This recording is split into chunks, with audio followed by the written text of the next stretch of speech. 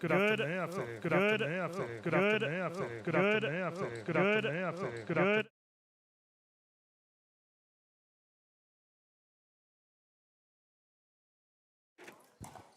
Okay. Okay. Oh my God. Okay. What was that? Oh my God. Okay. Welcome everyone.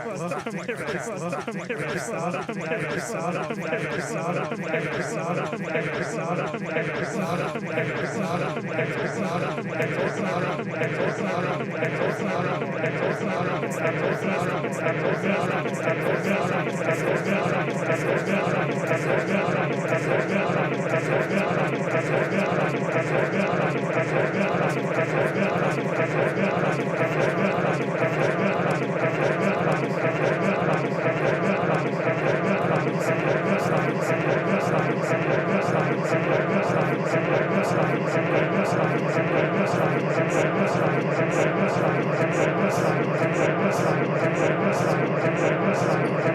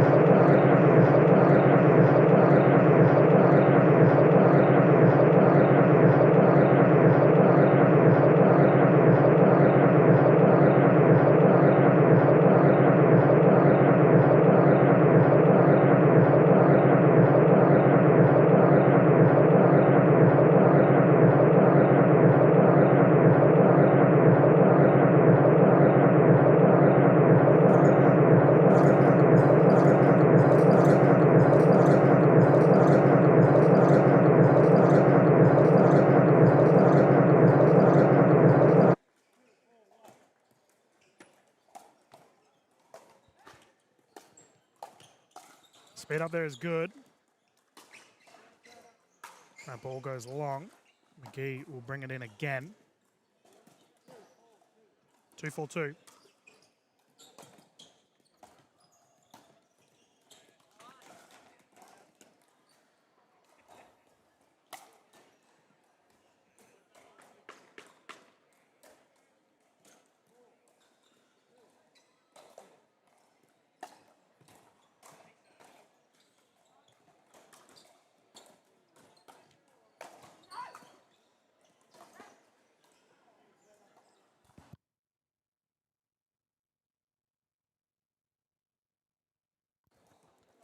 (4-2-2) here. Oh, apologise. People running into my camera. Gonna have to go and tell some people off, viewers, I think.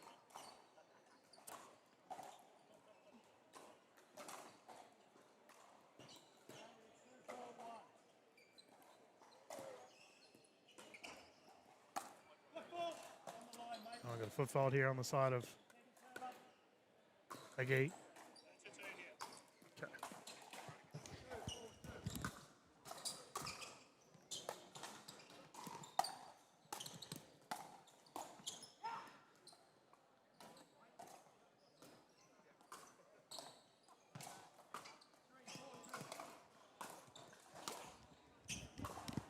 There we go. Had to be enforcer for a second there.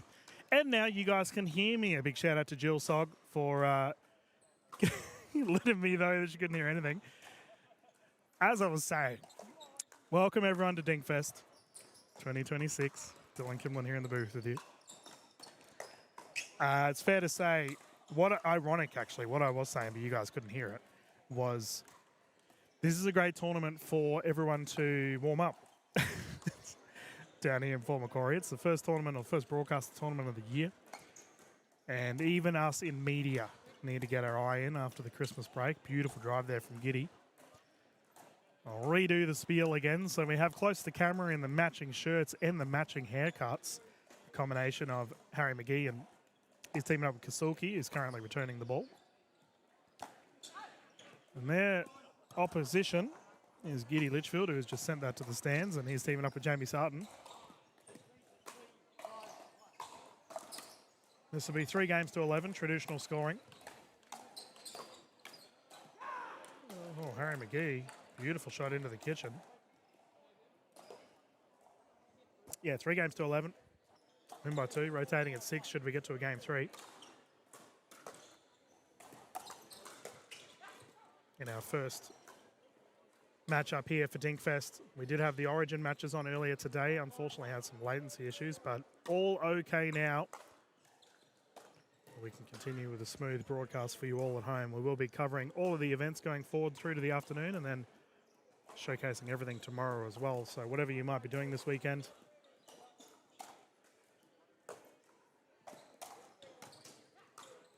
just know that there'll be some good pickle on display here in Port Macquarie PCYC.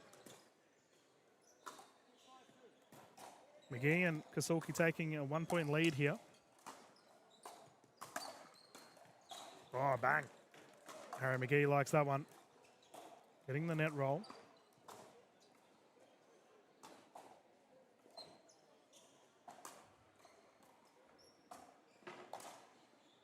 I'm continued to be impressed by the growth of Litchfield and McGee. Both superstars in their own rights. Nice pick up there. Sarton and Litchfield opt to let it go, and it's in. We saw Giddy and Harry take each other on in the Australian Pickleball Championships. Even though they're both mates off the court, they're very competitive on it against each other. Drop attempt into the net goes short, and Litchfield will bring it in again.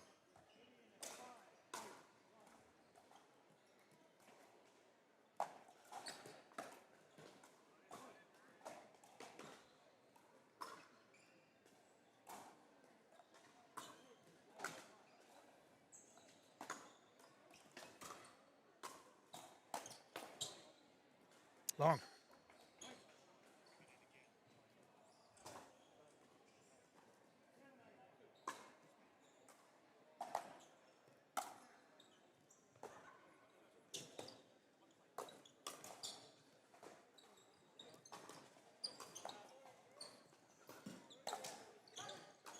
Recovery from Kasulki, but the dink goes wide.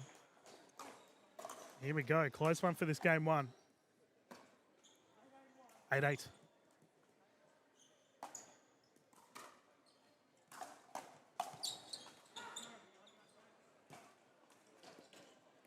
Now, viewers, what I was waffling on about before the audio wasn't fixed, I was speaking to the referees earlier, and we had the good old annual discussion of paddles. Everyone had a bunch of new paddles bought for Christmas, as we have a game point situation here for Sarton and Litchfield. And there was a tournament yesterday in New South Wales. A total of 38 illegal paddles were discovered by the referees. All the new Christmas Temu paddles. 38. It's a new Australian pickleball record. Ooh. Questions there? So confirmed in. Come back here to McGee and Kasulki. So Merry Christmas, everyone. Hopefully you don't have a dodgy paddle. Or if you do, don't bring it to a tournament. The refs will be all over it. Litchfield on attack. Ooh, McGee caught with the net. The net's playing a lot of influence on this game thus far.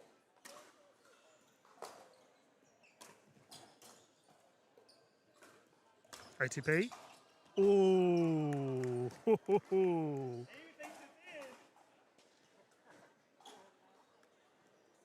Confirmed out.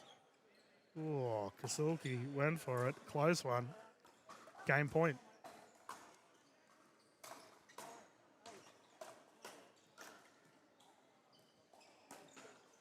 Oh, hang on. The ref's called 9-8.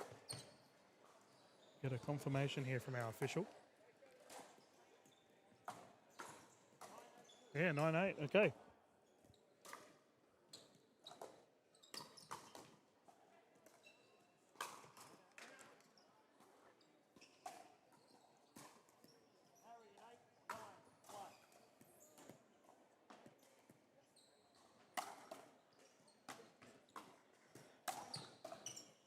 Yeah, we're left. Now, on the topic of officials, good bit of banter here between Harry and Giddy. This is what I was talking about. They got a bit of rivalry on the court when they're up against each other. The referees have informed me that there are a bunch of rule changes this year. So if you are looking, oh, Litchfield goes long, tied game 9-9. If you are looking at getting into a tournament, I'd recommend going and have a looking at the new rules, especially rally scoring. I've been deemed or been notified that rally scoring has heavily changed. I intend to do a video up on it all. All right, 9-1. Giddy to bring it in still.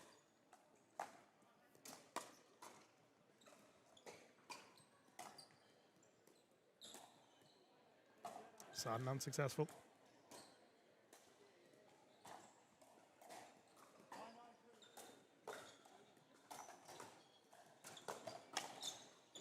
Oh, Harry McGee went for it. Brings up a game point opportunity here for Litchfield and Sarton to take the first. Ooh, player on court.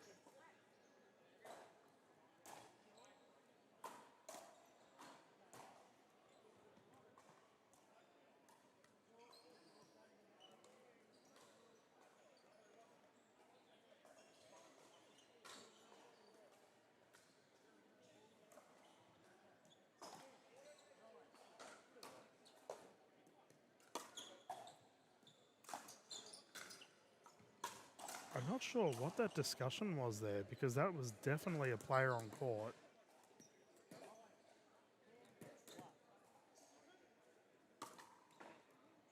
Oh, the net roll. Now, if I was Sarton and Litchfield, I'd actually be calling a timeout here. And I've just had a conversation with the official about a player on court, and then they've had a net service go against them. This would be a good time to reset, you know? But we have a 10-10.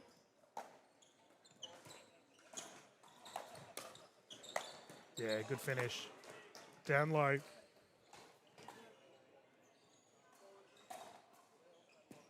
The ball will come back the way of Harry McGee.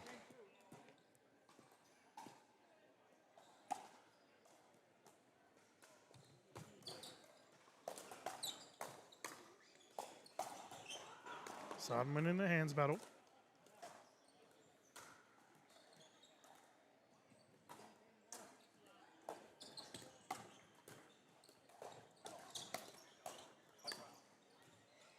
That roll again. As I mentioned, the Nets have been heavily involved. I was having a chat to one of the spectators earlier who was asking about the 19 plus division, and I've always said, to me personally, the 19 plus definitely feels like it's like a gateway. Beautiful drop there from Litchfield. It's sort of a gateway for players to get into the open category. Very competitive. A lot of these players are trying their heart out. We have a game point situation here at an 11-10. Pick up. Unsuccessful. Not enough topspin there from Sarden, and McGee will get a chance to try and tie this up.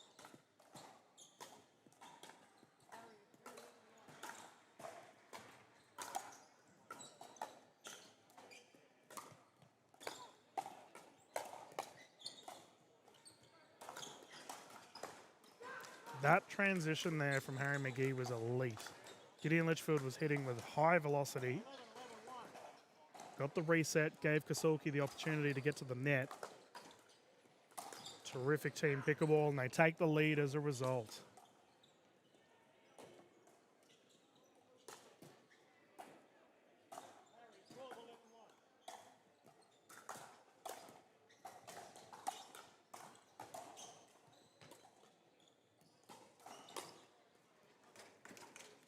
Now, Litchfield's been very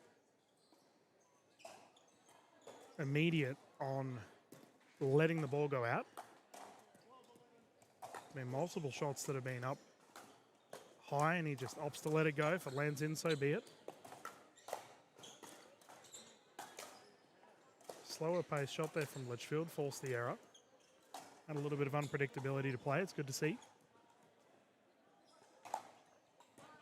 Service error, yep, on the inside.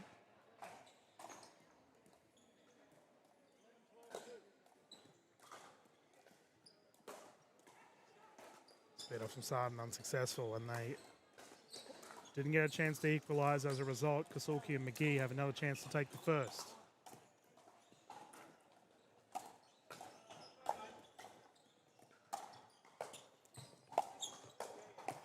Good hustle.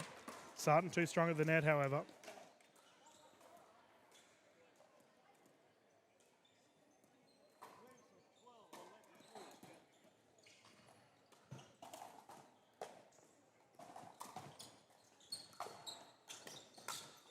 That is such a great shot there from Kasulki. Harry McGee likes it. He's pumped up for this first. And they take it 13-11. Great score line. It was all finished there from a terrific shot from Kasulki. A nice little poke down the left side. Viewers, we are going to bounce into a quick commercial break, and when we return, we'll get underway with Game 2 here for our gold medal of the 19 plus.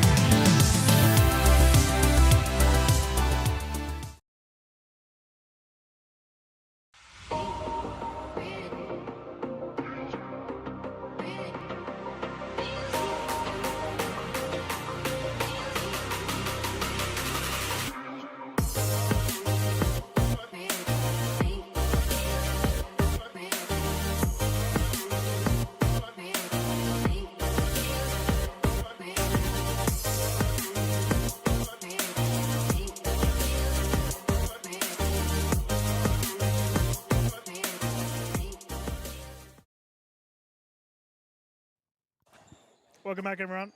Well, let's get underway with Game 2 here between Kasulki McGee, who took the first, up against Litchfield and Sarden. Sarden will bring it in. 0-0, Game 2. Must-win game here for the gentleman closest to screen to force a game 3. That's not the start that Jamie was looking for. He's pelted it long. Got a bunch of seating behind this particular court right under the camera viewers, and it's absolutely chockers. New South Wales Regional Pickleball always has good attendees for spectators. I did the Northern Rivers Regional Rally as well last year up in Ballina, and it was packed seating to support the local crowd. You love to see it.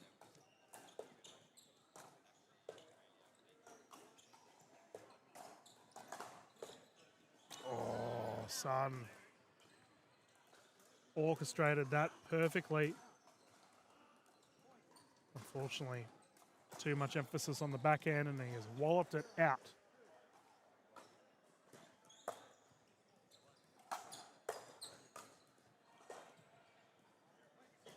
Yeah, double error here on the side of Jamie Sarden, and Kasulki McGee taking a first point of this game too.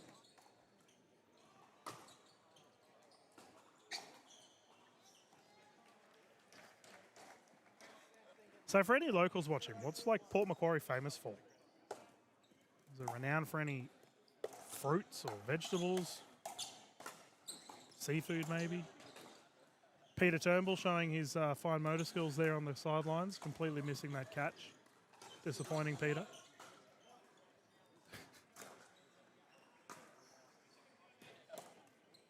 A big thank you, as always, to all of our officials supporting us here at DinkFest.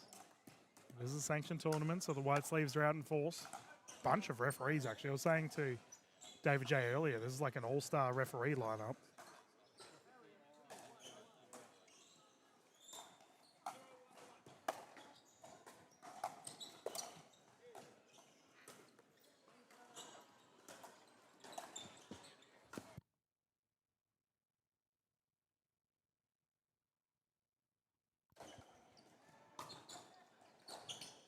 Yeah, it's a high ball. Easy finish there for Kasulki. Punching it down.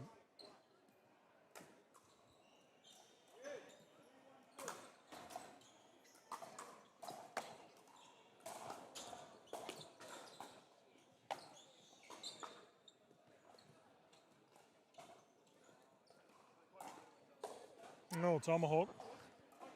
Well, not necessarily a tomahawk, but a very high paddle strike there from Sarden into the net. A high to low movement. Striking the tape.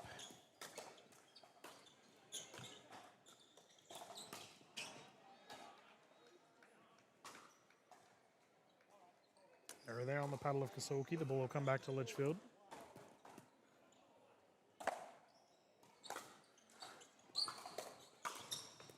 Yeah, nice. Kasulki has had so much success down that line. Playing some very solid pickle.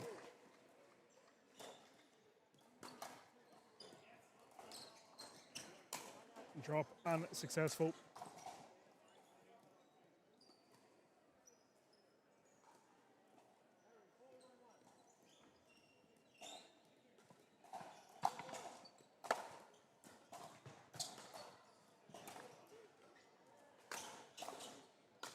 Ball's caught in.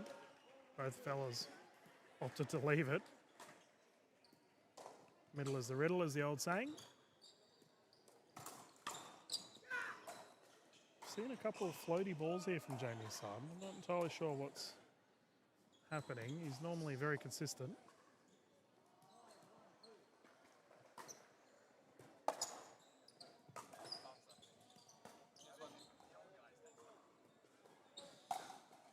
Long.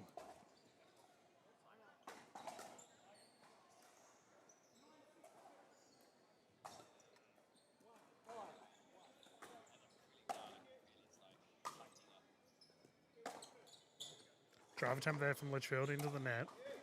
Second server here for Sarden to bring it in at a 1-5-2. Ball called long.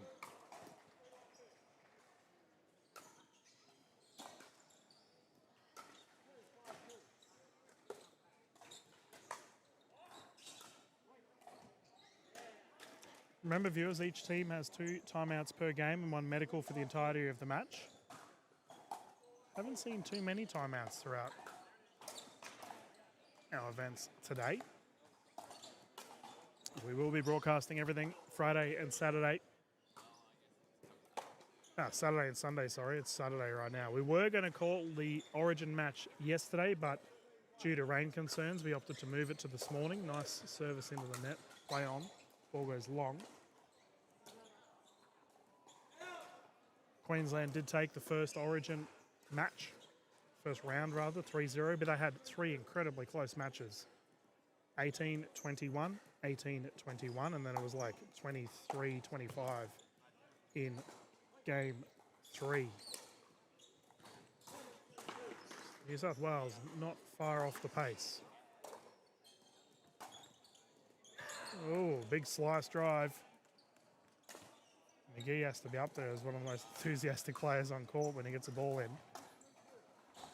Terrific strike of the ball.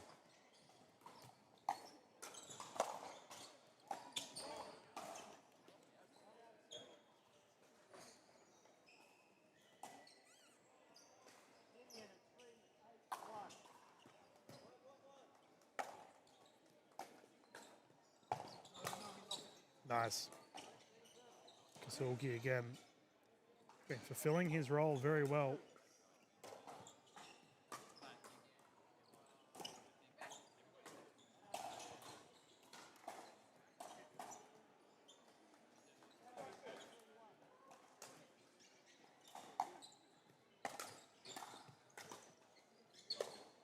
Yeah. Nice forehand roll there from Sarden down the left. Unretrievable. Now at the moment, viewers, I believe we have our 19 plus and opens events playing, as well as our 50 plus categories. Here at Port Macquarie, nice dink. ATP from Kasulki.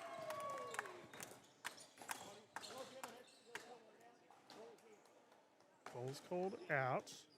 Challenge there. And our official has confirmed it is in.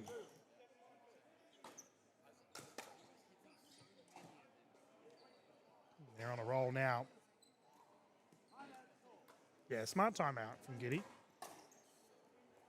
Recognising the momentum as heavily in favour of McGee and Kasulki after that terrific shot, backhand ATP down the line. Both Sarden and Litchfield tucking into some liquid, having a breather. McGee and Kasulki not leaving the court at all. They're liking what they see. Big thank you to our sponsors for this weekend, viewers. We have Pickleball Superstar, and they're combined with Pickleball Online, as well as Pickleball Tournaments Australia, getting behind us here at DinkFest. Their Grand Slam series, I'm pleased to announce I'll be calling pretty much all of the PTA events this year. We've got Tassie Grand Slam coming up first in 2 weeks' time.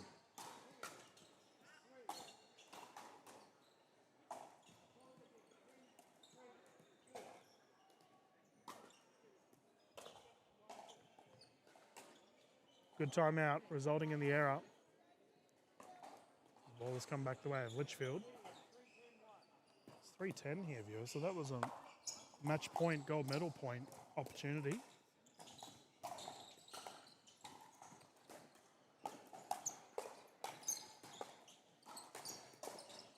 Oh, reset.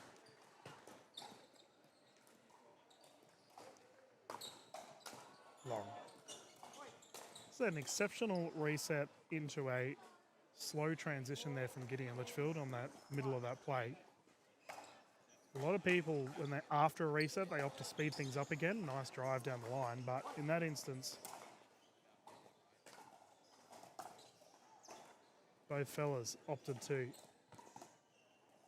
take the time and make sure they're in position to deal with it again. So we have a ball on court. Let us continue.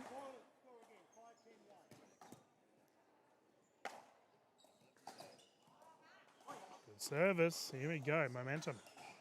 Pickleball's renowned for its heavy momentum changes, and despite defending a game point, we find Litchfield and Sarton fighting back here in game 2.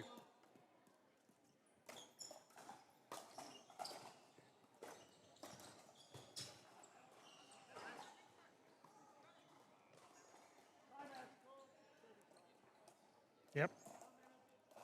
Another smart timeout here on the side of, this time on the side of Kasuki and McGee. And we notice immediately, right, how just subtle body language changes from Litchfield and Sarden. Last time out, they both opted to have a breather and just reset. And now they're both in the middle of the court. Neither team opting to leave the court to actually get some liquid. They're just all strategy and discussion right now. Okay, let us continue. Momentum on the side of Litchfield and Sarden. However, there's a match point opportunity should Kasuki and McGee get the service bout. Ball on court.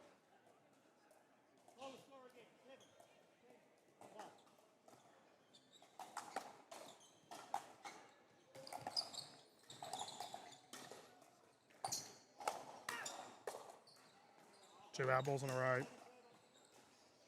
First one was kept in. Second one, McGee opting to let it go. Smart pickle.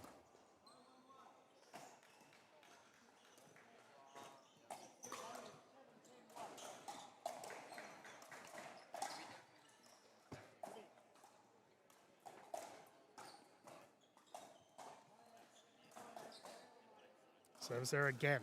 Crucial moment. Now we have 2 match point opportunities here for McGee and Kasuki. Litchfield on attack, and what a shot. Gideon with the angle. That is unretrievable. Fantastic.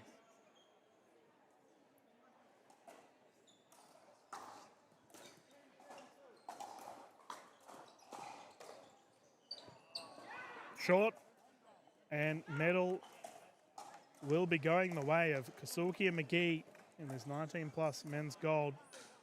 Good fight back there on the side of Litchfield and Sarden, and in the end, the fellas in black, too strong.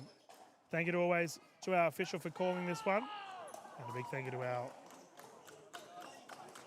viewers as well. We will continue with the broadcast here at DinkFest. Next match will not be too far away. I'm going to go find out what division we'll be showcasing for you all next. Live here at Port Macquarie. Thank you.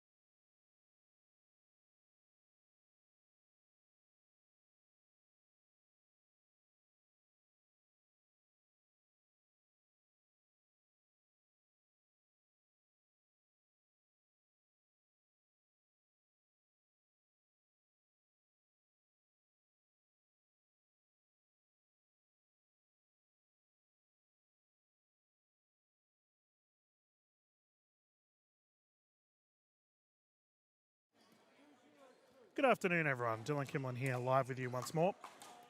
Here in DinkFest, as we continue our gold medal matches, we will have the men's 19 plus 3.49 and under division.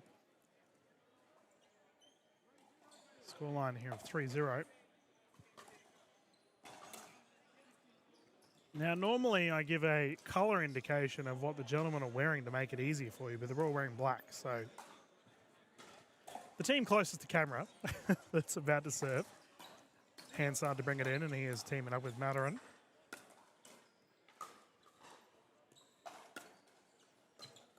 And their opposition of Kletzer and Edmonds. Ooh. Speed up was good, didn't matter anyway. Footfall from the opposition. Official turn ball all over it. This will be 3 games to 11. The gentleman will rotate at 6 should we get to a game 3. Win by 2. Player on court.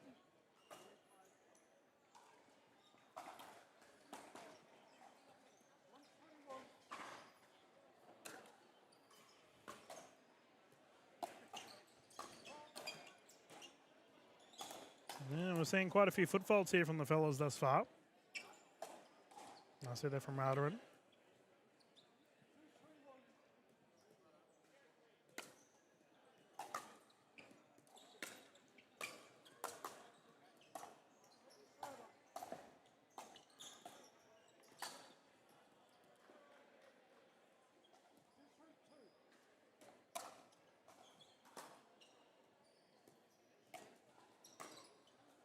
Very intentional pendulum swing here from Matarin. We can see that he is using what we call an old school pickleball play style.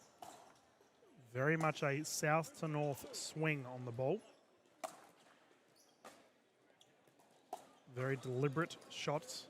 Back when I started playing about 7 or so years ago, it's more or less how we were all taught how to play. As it meant there was a very high chance that you would hit the ball over the net. So, we do occasionally see pendulum swings from time to time. A lot more common nowadays at a 3-3 scoreline side out. A lot more common as we see a lot more topspin and forehand rolls applied instead.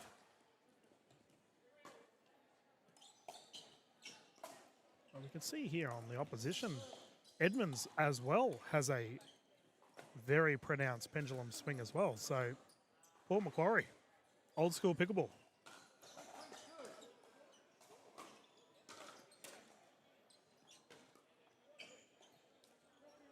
And what I mean by pendulum swing, if you're wondering, viewers, obviously it's like a grandfather clock. If you think of if you're doing 10-pin bowling, that kind of motion. The head of your paddle facing the ground when you strike the ball rather than horizontally like we would see with a typical drive. Chicken wing, good. Matarin will take it.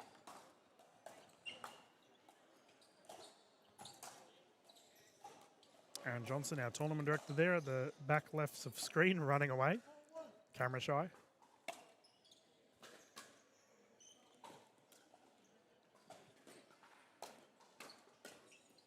Yeah, nice. The first reset was solid, but offense there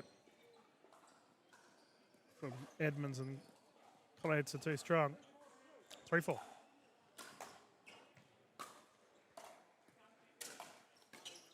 Oh, angle unsuccessful. Tried to tuck it in. Close one. Tied game 4 apiece.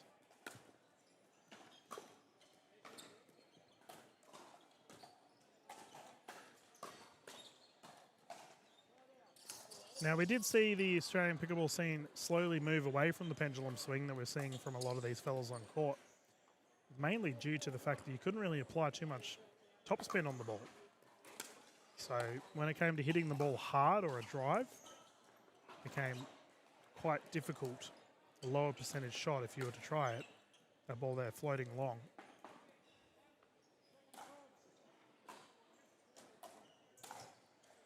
So as such, we now see a lot of shots.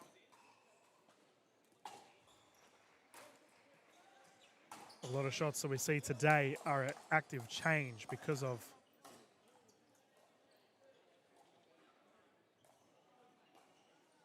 we have a discussion here regarding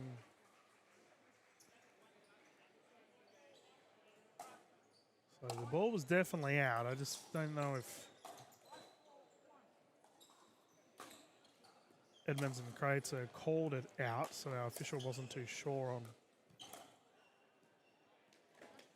what the result was. That one there has landed in.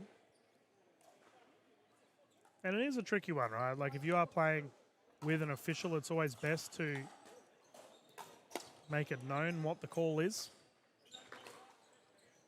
Sometimes something, even if it is obvious, like that ball was probably out by about a metre. Still just need to follow due process.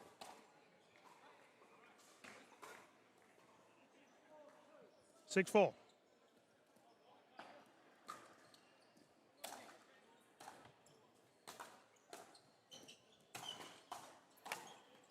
Yeah, nice. Shot down the line. So how many of you watching right now over the festive period had the chance of teaching friends and family the wonderful sport of pickleball? I had the chance of doing so as we got some spectators walking past the courts. Kind of a no-no. That's okay. We will continue play. Reset attempt was there. So a strong sound of thunder rippling through us here at Port Macquarie. It is why we are playing indoors this tournament. Heavy rain anticipated this weekend, and we absolutely copped it yesterday. So fair enough too. I was driving through Coffs Harbour, which is about an hour away from Port Macquarie, or an hour and a little bit. And yeah, it's fair to say there was some torrential rain. 5-6.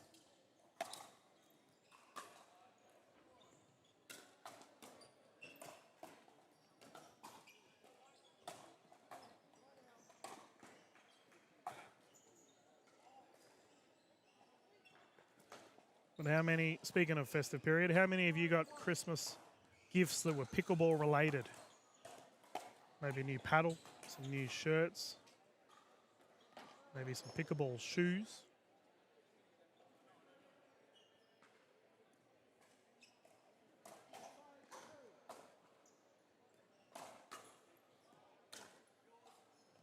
If you didn't get a chance to get anything, please visit one of our sponsors for this weekend in Pickleball Superstore.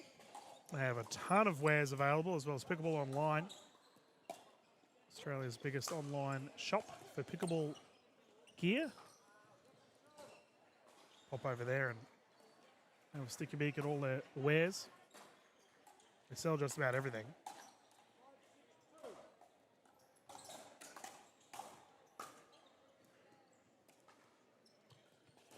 Perfect drop. Pop up. Recovery. Nice there from Mataran.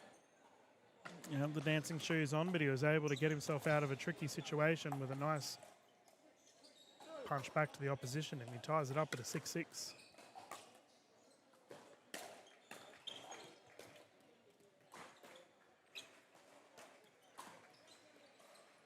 Oh, I like that.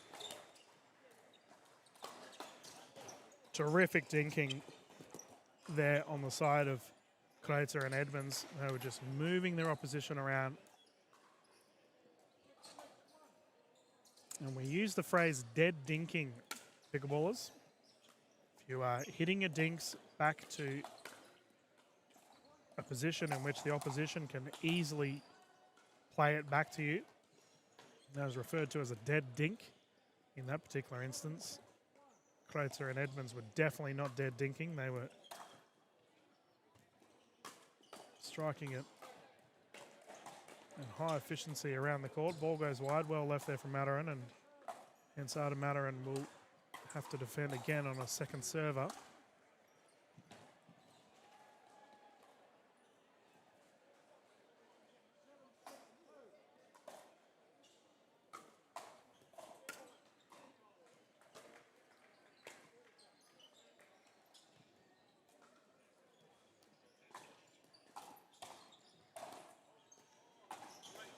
very good, precise strikes of the ball there.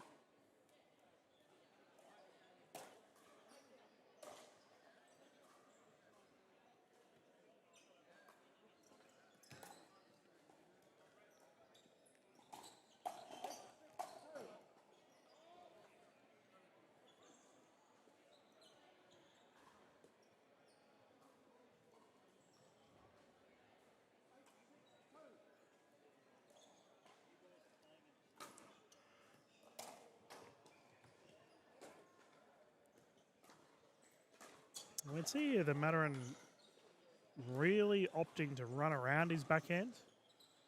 Don't know if Kreitzer and Edmonds have recognised this as of yet.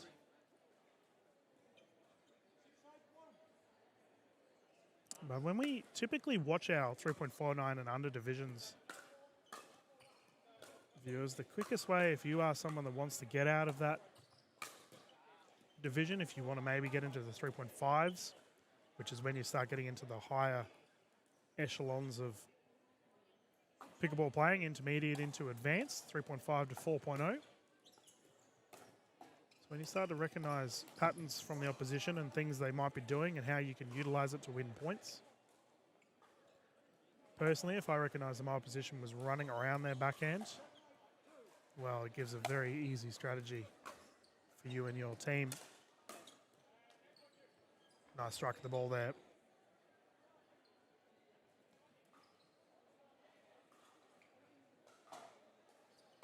Good close match thus far here for our gold medal. Just what the doctor ordered.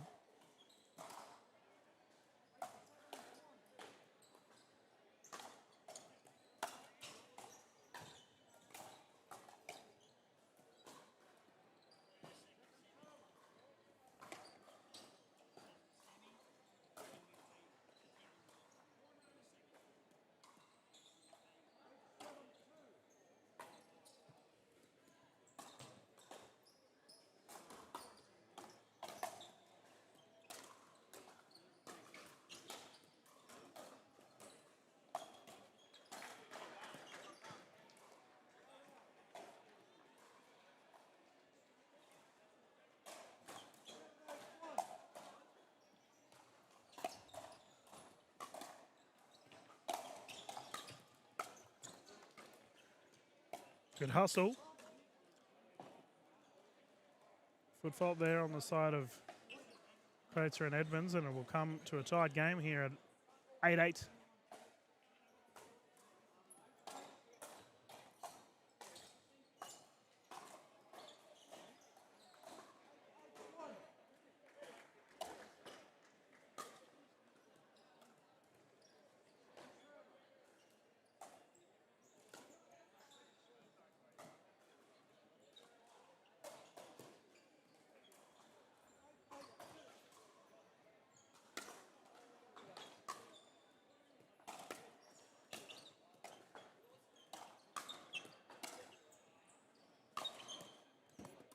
Nice angle.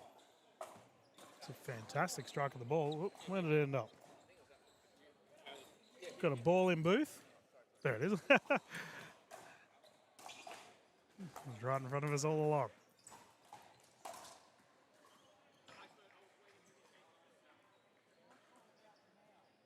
The ball has been called out.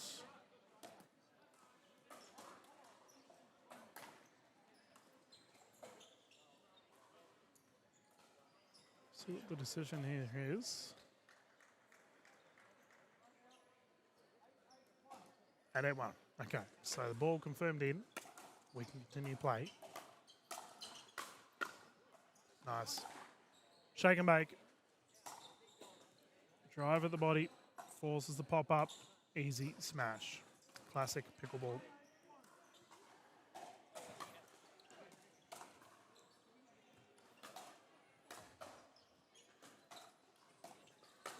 Bang. Terrific. And that brings up game point here for Kreitzer and Edmonds.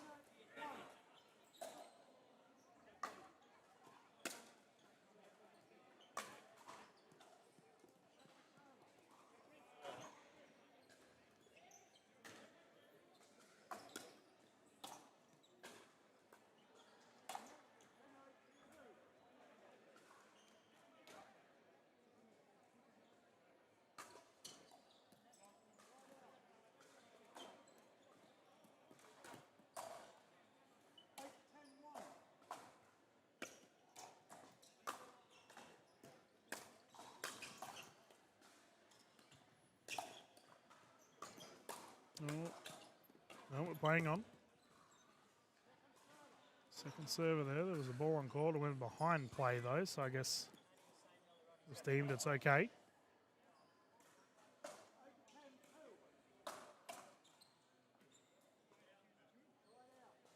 Service called long.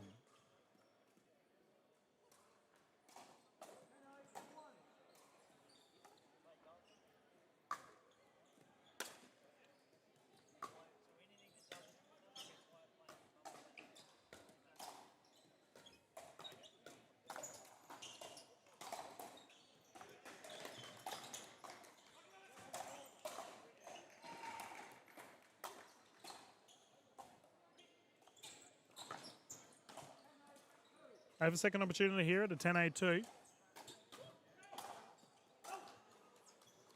Loopy return. I don't mind that though.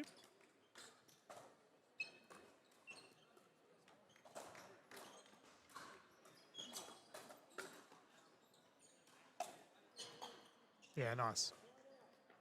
So that there is an example, viewers, where there was a great opportunity for Edmondson Kreutzer to have a strong driving opportunity on a high bouncing shot. But with the pendulum swing, they can't really utilize it. It's more relevant for resets or dinking. Third shot drops.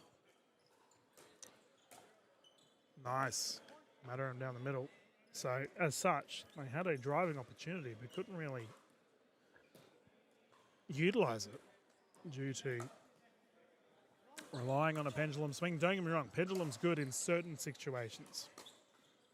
But a lot of our players, if you want to get into that 3.5, oh, reset, what a recovery. Look at the rest there from Mataran. If you want to get into that next echelon of pickleball, you have to be able to play both fast and slow with a variety of shots that's required. 10-10. Here we go. 2-point pickleball. We'll keep playing till one side has a 2-point lead. Foot fault. They have been living in that kitchen throughout game one here. And we have a game point opportunity here for the duo closest to the camera. They've done well to fight back.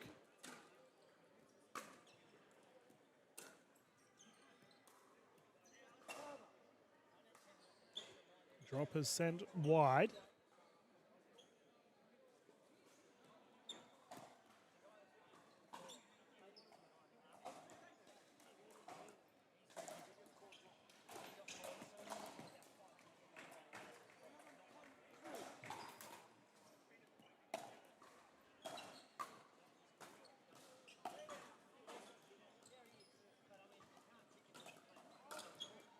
Oh, he's in there again.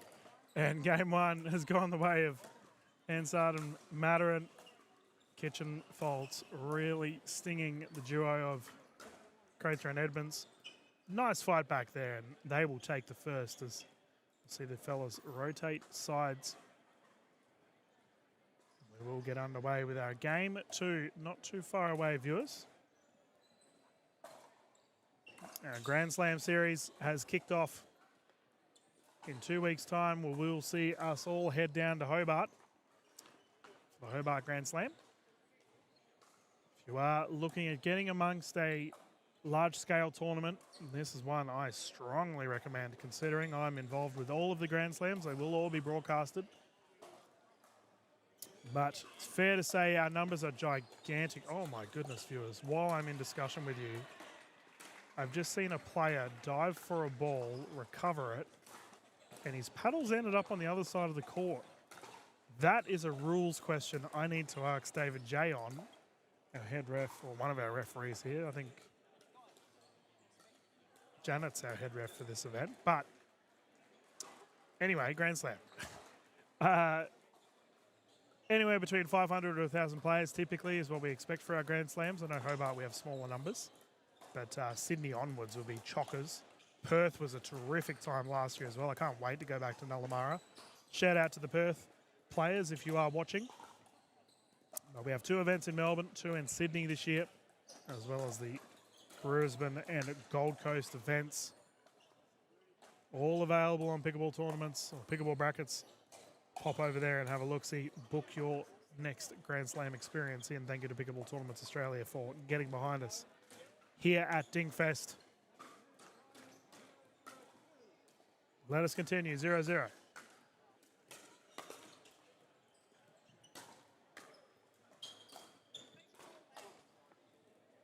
First points there on the side of Hansard and Mataran.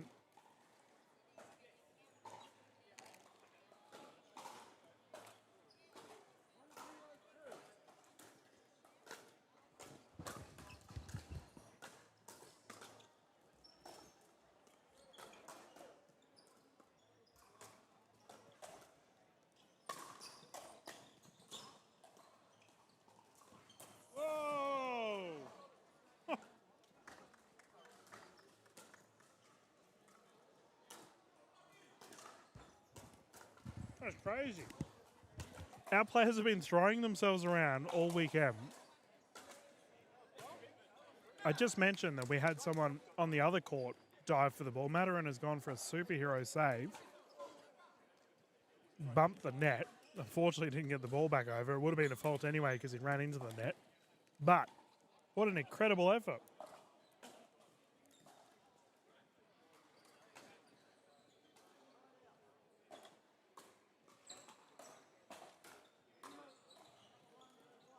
Zero, 1-1.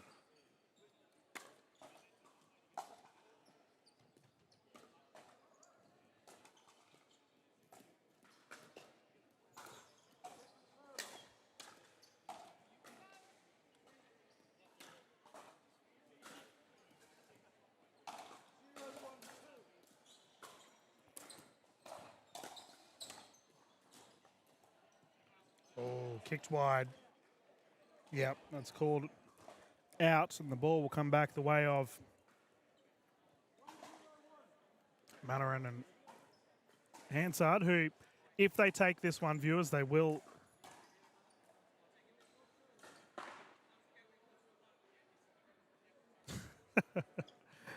Discussion on whose service it is always the right side of the court that serves first.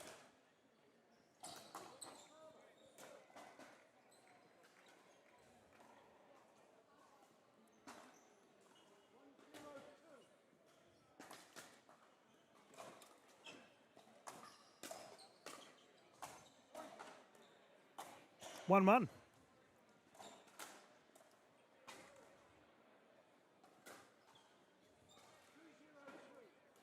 2-0, my apologies.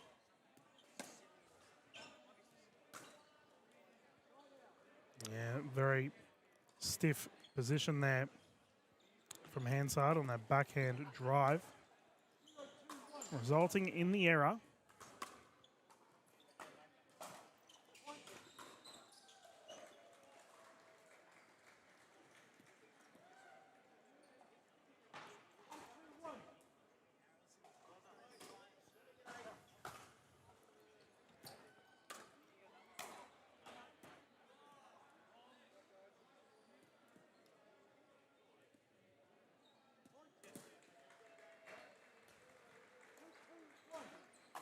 Two.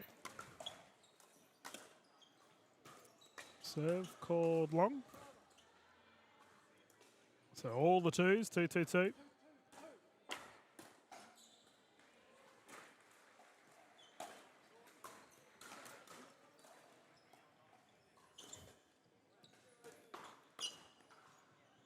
Good speed up.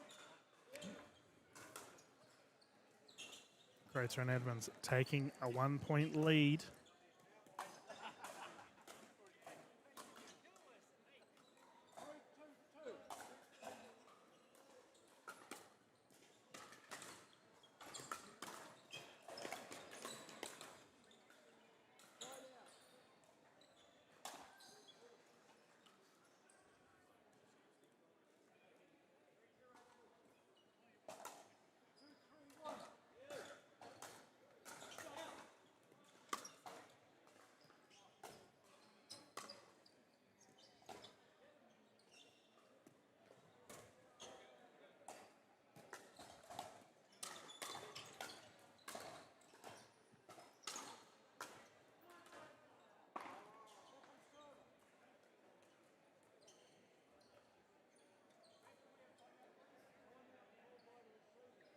We've got time out here, viewers. So players hop off to have a bit of a yarn. I'm just going through and having a look at some of our team lineups for our events here.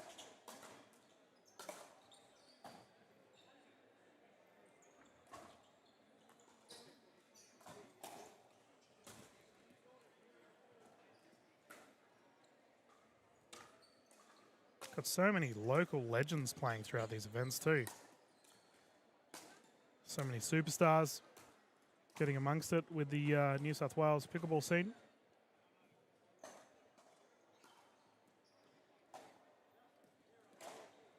All lineups, of course, available via the Pickleball Brackets website.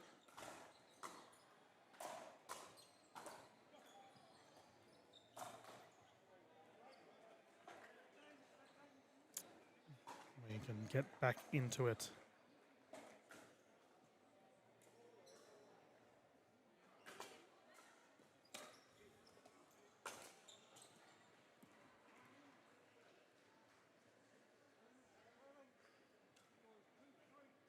Two, three.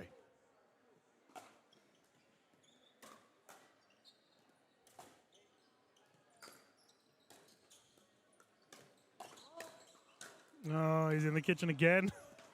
Oh, dear. Mate, he must have like size 17 shoes. So just living in the kitchen line at the moment.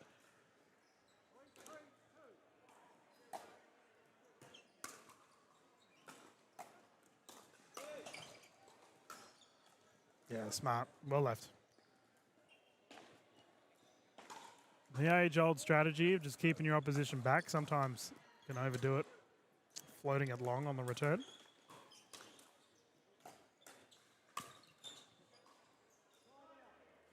Nice play. Hansard caught with his hands down. Very common coaching recommendation when you're playing pickleball is keep your hands up. Ball's called wide. In case you do have a ball rocketed at you, you can attempt to reset or minimum block it.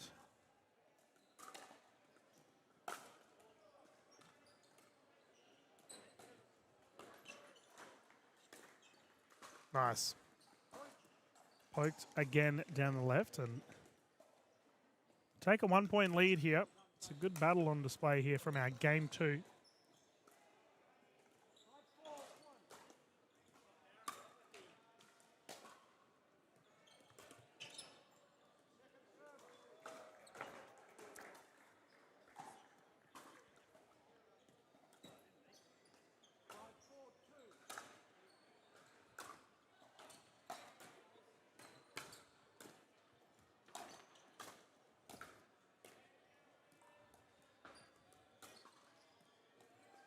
Cross dink rally here.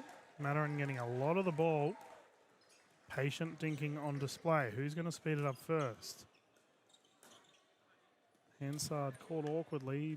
He looked a bit proppy on his feet. Hopefully, yeah, he's okay. Might just be a little bit slippery on that particular part of the court.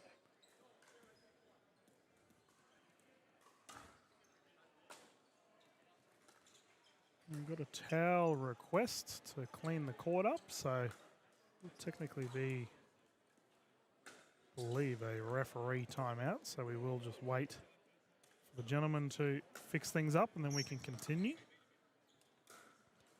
As I mentioned, we do have a bit of rain going on, so might have a leak from the ceiling.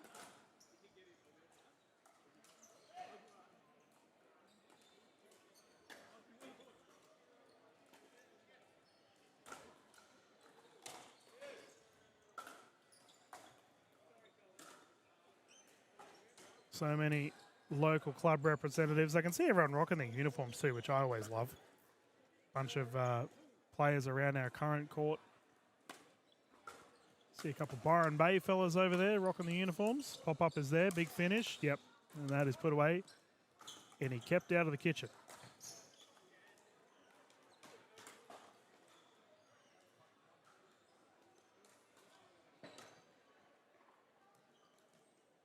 Oh, okay. Maybe the point didn't go their way. Oh, deemed a replay. Okay. Not entirely sure what happened.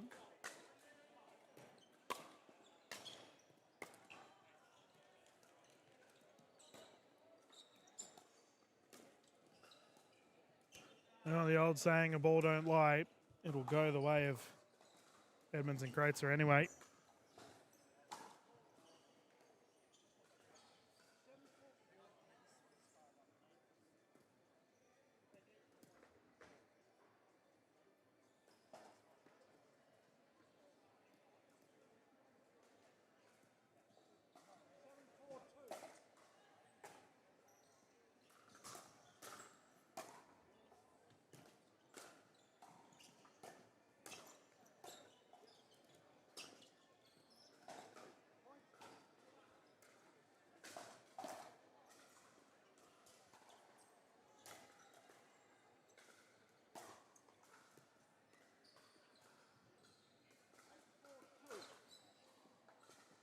Good little run here from these two close to the camera.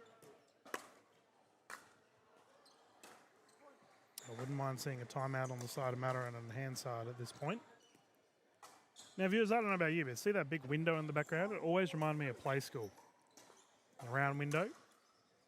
A lot of natural lighting here at Port Macquarie. It's a beautiful facility at PCYC. About 100 metres away from the beach. I was down there yesterday. Just after all the storms had hit. Very pleasant.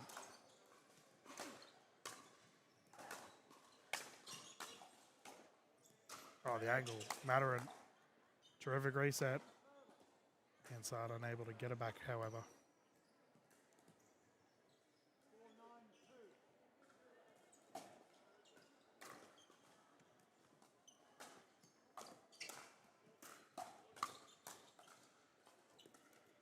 And down the middle again. Nice block of the speed up. Down to the feet.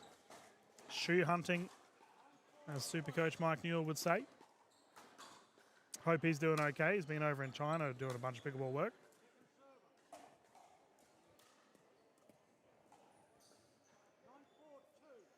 Nine 4-2.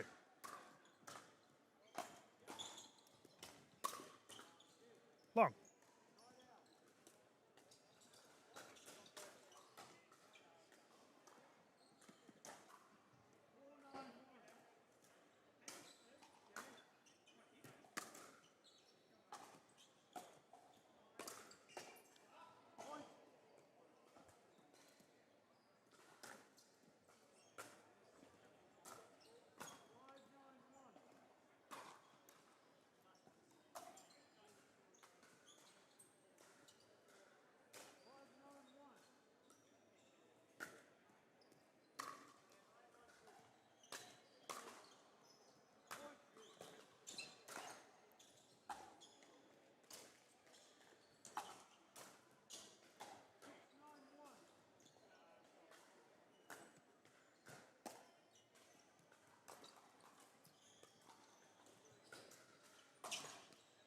Oh, angle.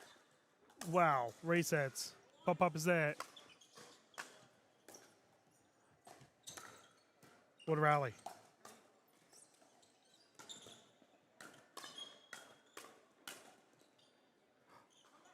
It's good, it's good, it's good. Ah, that is our rally of the tournament. Fantastic play. Scrambling effort from both sides. Well done.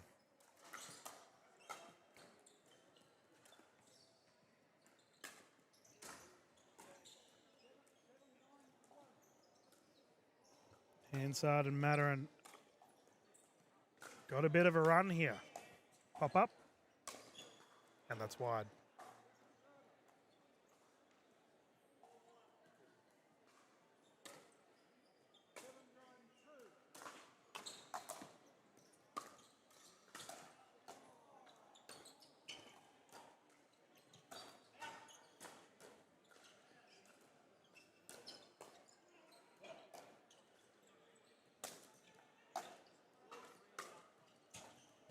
Good smash. Poking it down the left, put away with ease.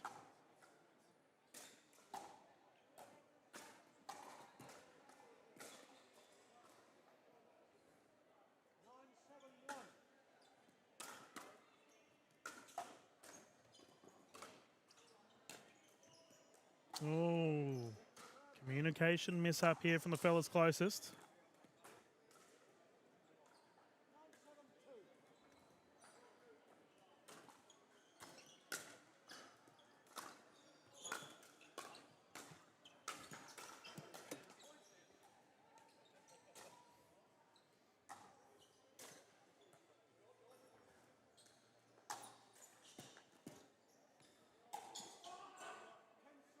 Game point opportunity here for these two. Big moment. Can they force the third?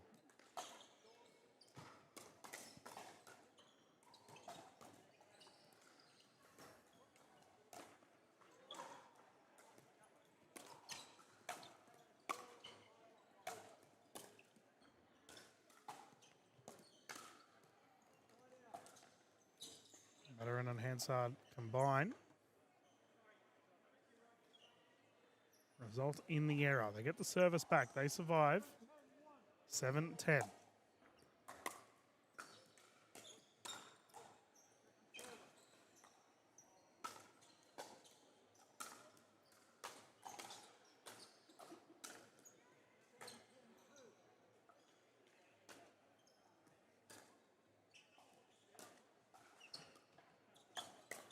Oh.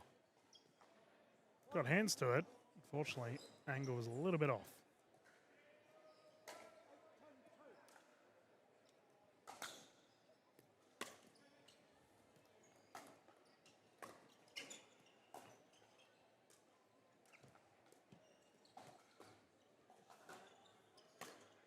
Down the middle, beautiful. Fantastic strike of the ball.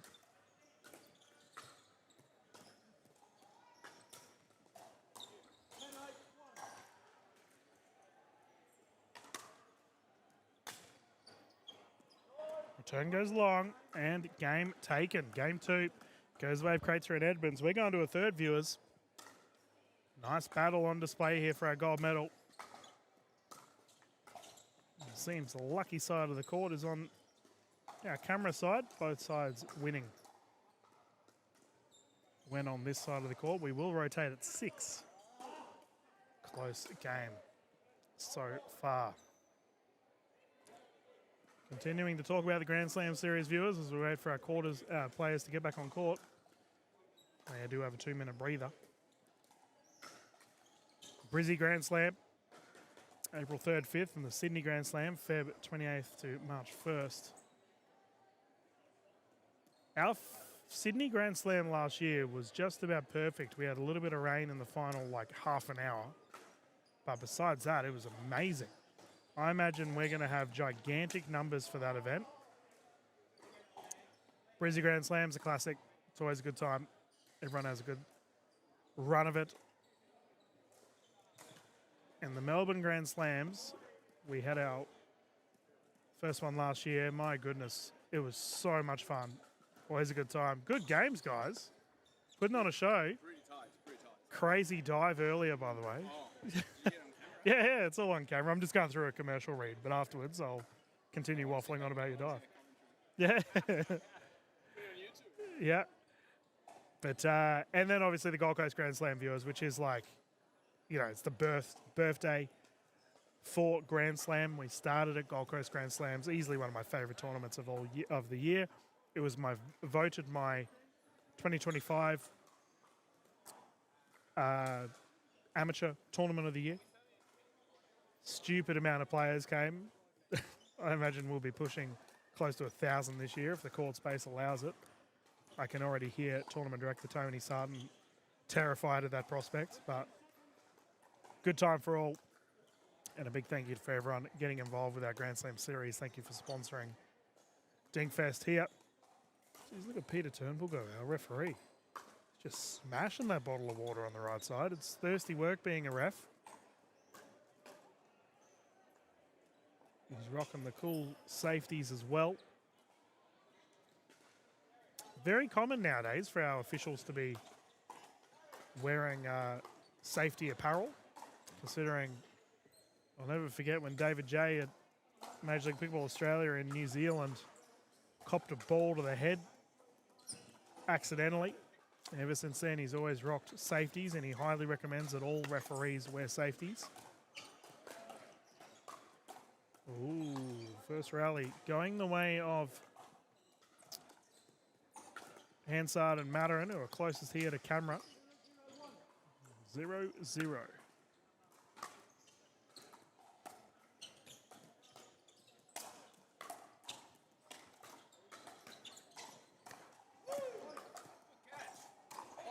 Showing my fine motor skills there, thankfully not on camera. Had a great opportunity to catch here in the commentary booth, completely fumbled it. You wouldn't know I played state level and international level baseball. That's okay, no one saw it, so it doesn't matter. Let's play on.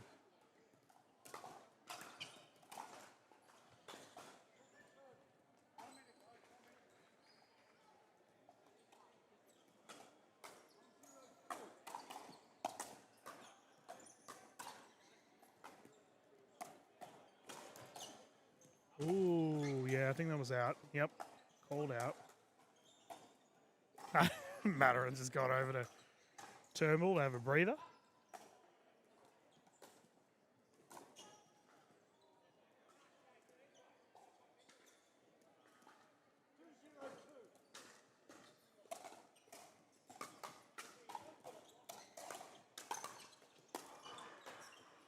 Wide.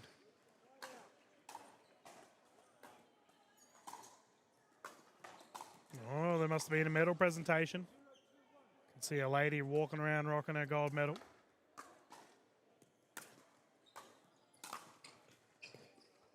There's gone wide on the drive.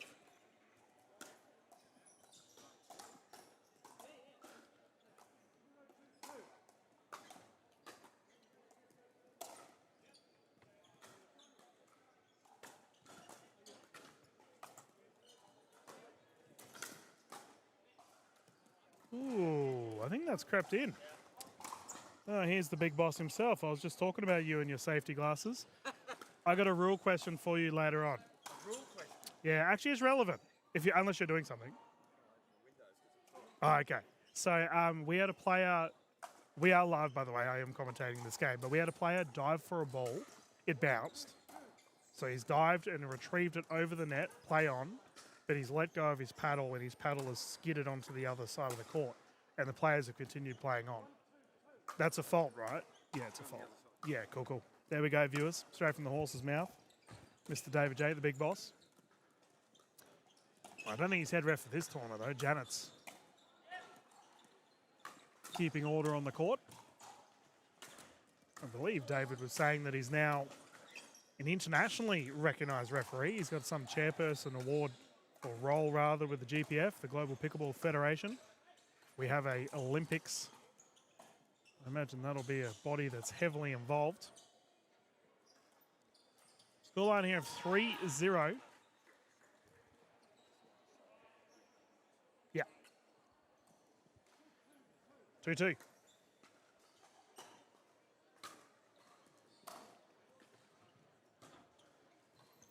Ooh, drop attempt unsuccessful. Now, viewers, you can see at home, right? See that big grandstand in the background?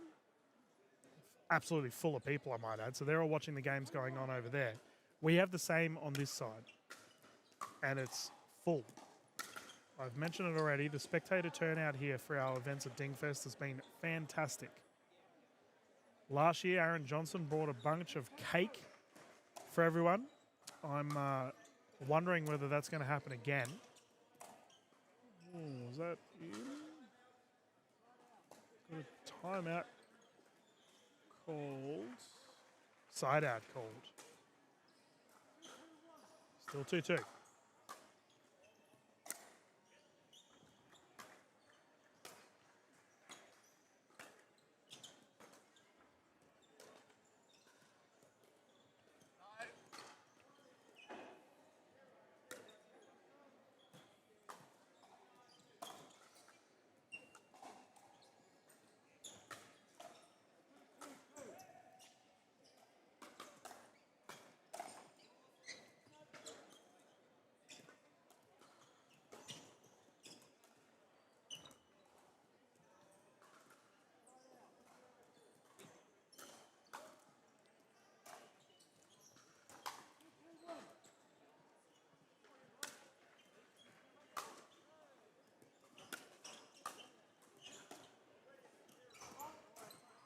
Oh, no. He's done a foot fault again. We need a foot fault tracker. How many times has the big toe crept into the kitchen?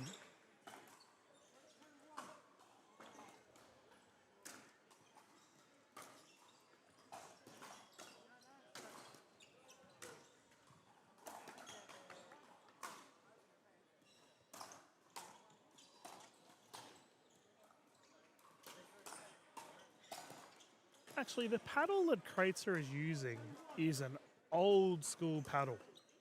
Real old school paddle. I think it's a Franklin. Whoa, we've had a tumble. And you know what's ironic? We were just talking to David J about the paddle going on the other side of the court. There we go. Official turnbull is all over it. So ironic. We had some on-the-fly learning. It's happened in this exact match. Yeah, that paddle that Kretz is using, I reckon when I first started playing pickleball like 7 years ago, that was one of the paddles that I learned to play with. Talked about old school pickleball play style. Well, we've got old school pickleball paddles on the court. It's great to see.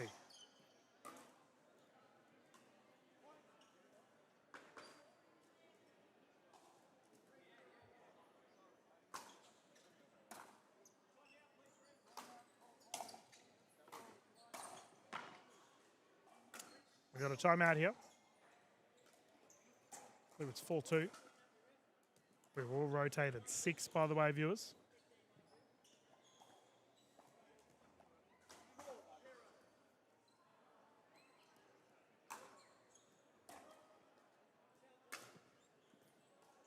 Yeah, it's a good tournament overall, viewers. On our pickleball brackets, or pickleball tournaments, you can have a look at all of the events that are going to take place this weekend.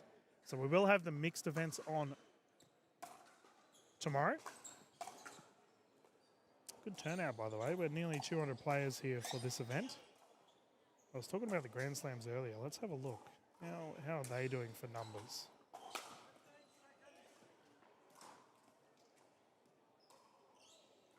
So Sydney Grand Slam's coming up. We've already got 400 players registered.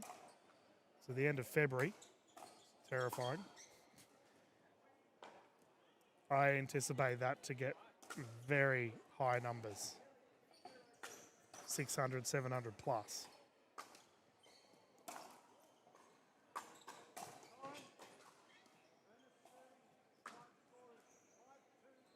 Let us continue. 5-2.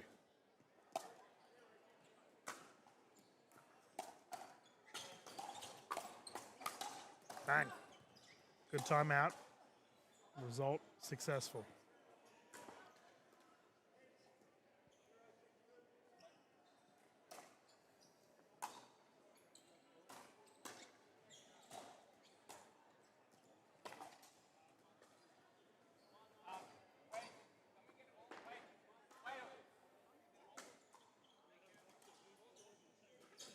Got the big boss here. Jan, let's come over to have a chat, making sure all is good.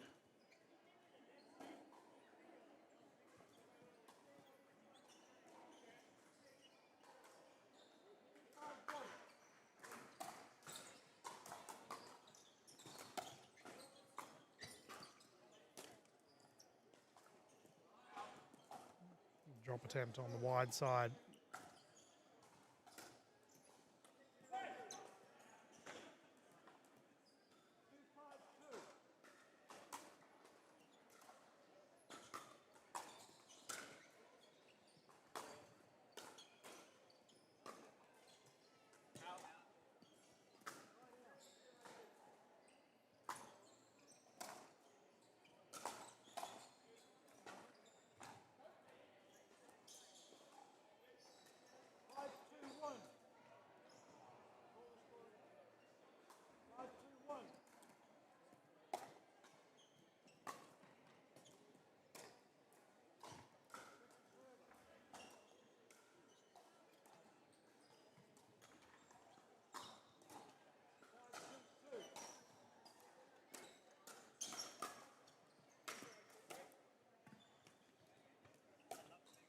Lob.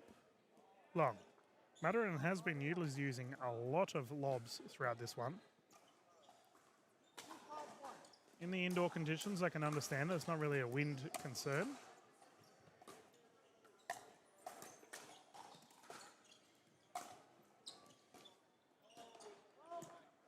Foot fault and dinking error. He's not even arguing. He's like, yeah, I'm there again.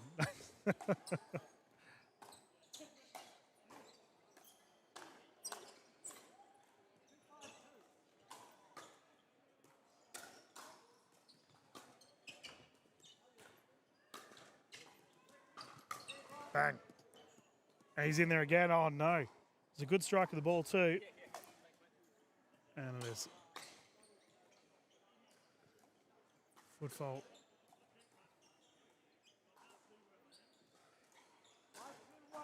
Has gone against Crater and Edmonds. And I reckon, service error, I reckon they have lost at least 8 points just on foot faults alone. Or 8 rallies at this point. Very high number of kitchen faults on their side. Oh, what a pickup. See, he's very deliberately not moving his feet now. Oh, what a screamer. That was amazing. Fantastic. Run of the ball, flicking it across 6 point.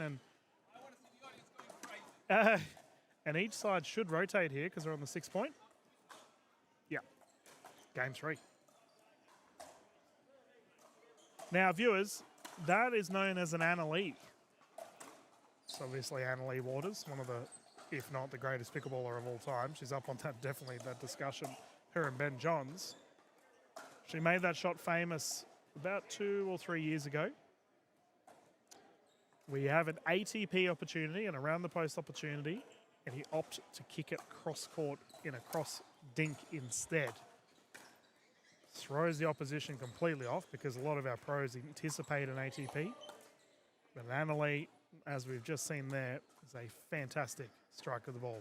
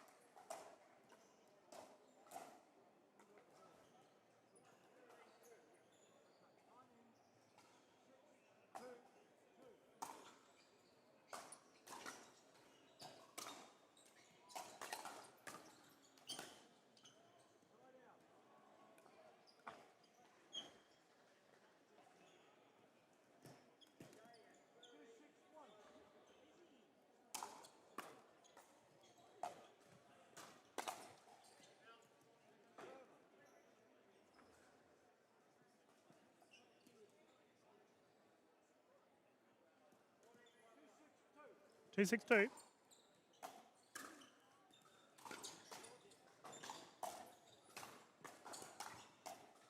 And that there is a good opportunity for an ATP. So, inside was pushed far wide. And you have that entire lane on the right side of court open. That's when you opt to push the ball into the corner or down low.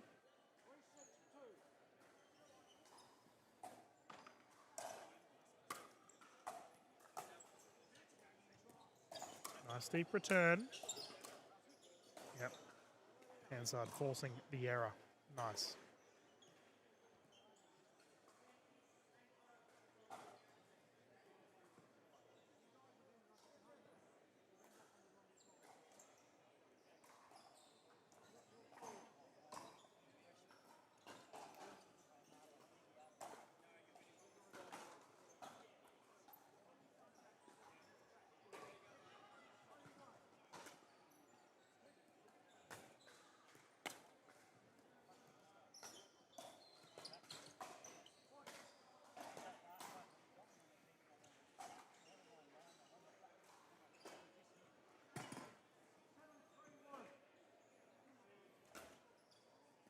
Oh, great serve in the corner.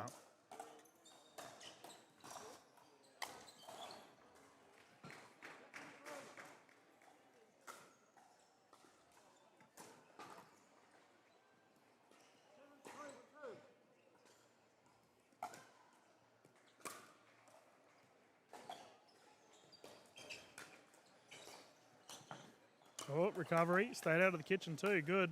And the finish. Oh, a bit of acrobatics there from Hansard. Nice shot.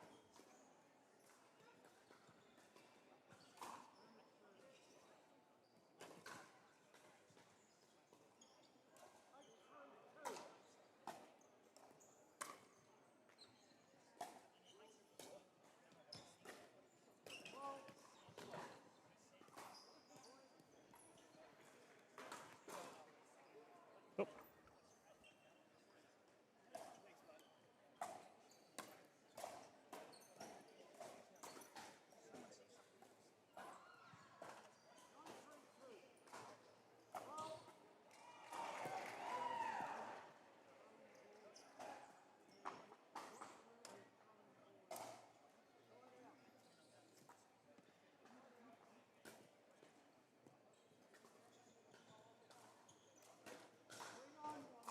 Three 9.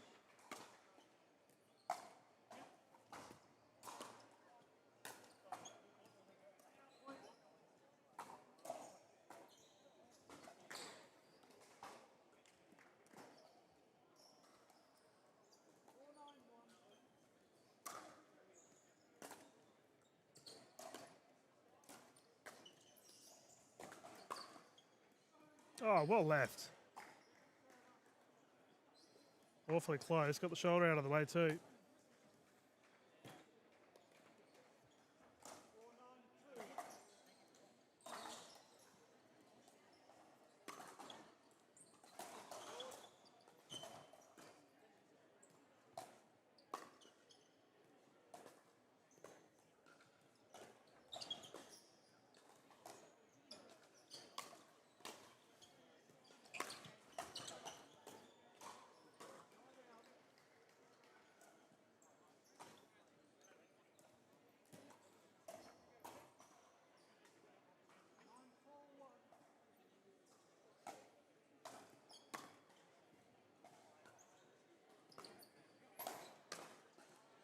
Oh, pick up.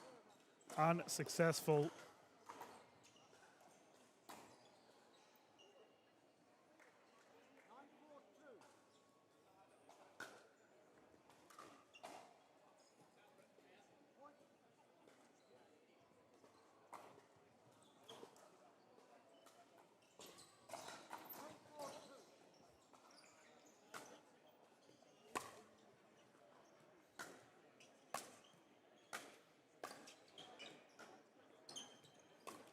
Oh, speed up. Good.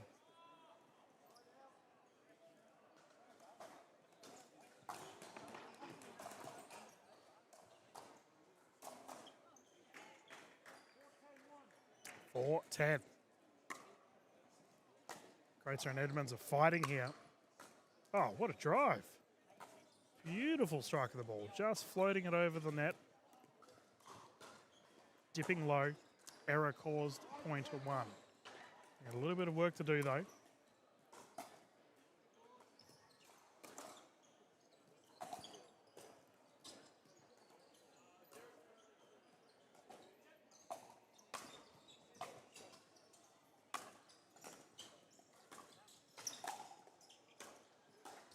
Yeah, nice. Repeat strikes again. Here we go. 4 points of difference. Can these fellas tie it up? They need to. It's a game 3. We're probably over an hour long thus far for this match. It's good to see.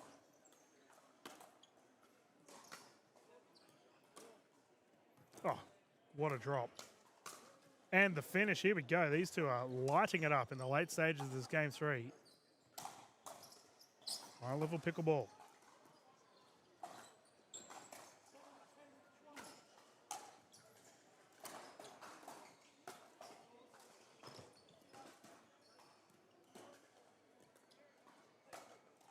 Nice. Slow-paced strike of the ball there from Maturin. forcing the error. Good to see.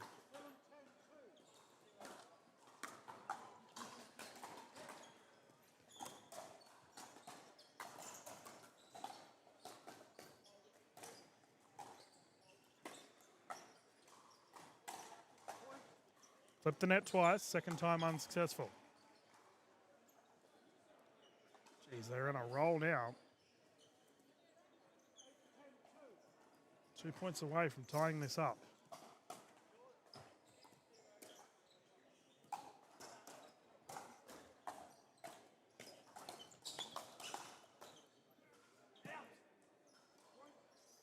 Great speed ups and very strong out call there,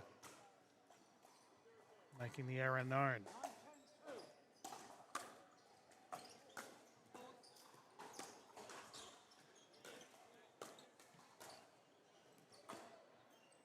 Oh, dink into the foot. 10-10, they've completed the comeback. Here we go, 2-point pickleball viewers in a game 3. Perfect way to finish off a medal match. We will keep playing till one side has a 2-point lead.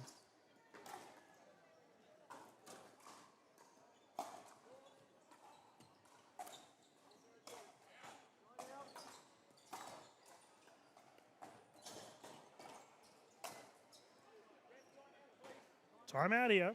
Smart one too, considering.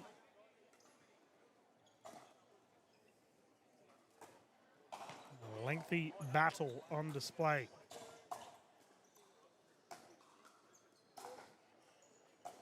Plenty of oxygen required. Get that H2O going too.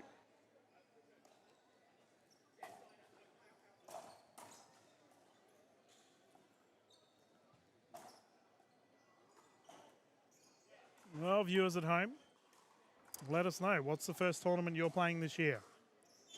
I've got an absolutely chock-a-block year ahead of me. As I mentioned, I'll be doing the Tassie Grand Slam. And then I'm popping over to New Zealand for the Wellington Pickleball Cup. Easily one of my favourite tournaments of the year. And then Gold Coast. Queensland Pickleball Tour. Doing the Gold Coast event. And finally, to round it out, we will be then going to Sydney.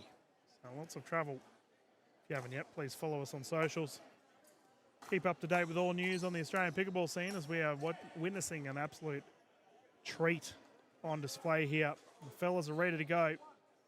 Let's get started. 10-10.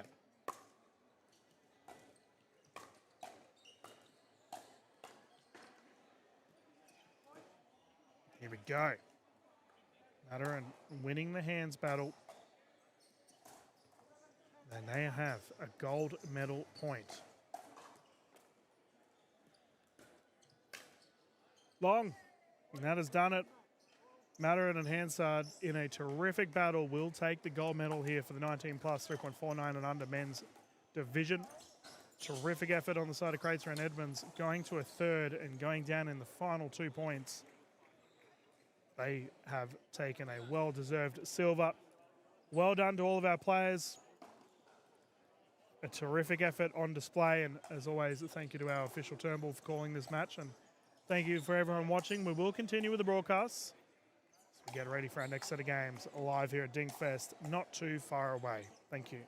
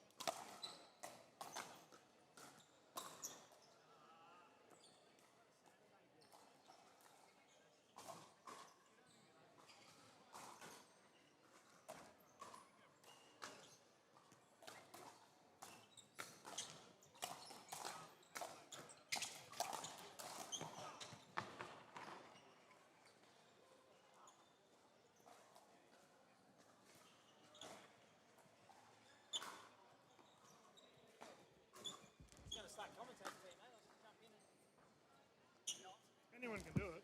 Have a yarn, you'll be right. Anybody can do it, but can they do it well? Yeah. That's the difference. I'm still trying to figure it out.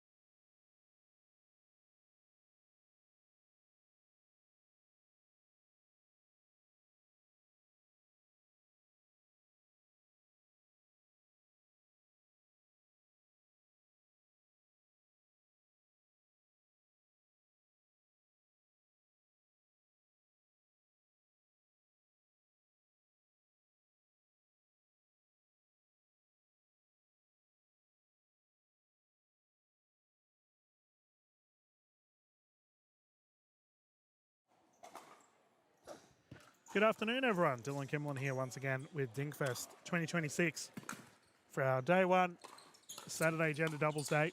Continuing the action here of the gold medal for our 50 plus, 3.5 plus men's doubles division. Close to camera, we have the combination of Bolton and Ford, Jay and Kelly. I've had the pleasure of covering in the past.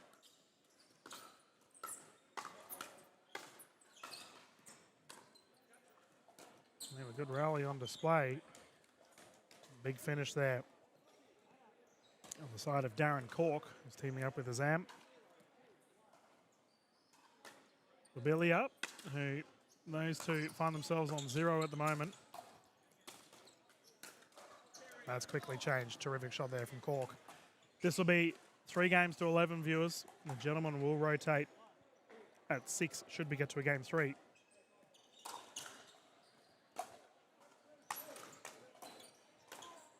Ah, beautiful.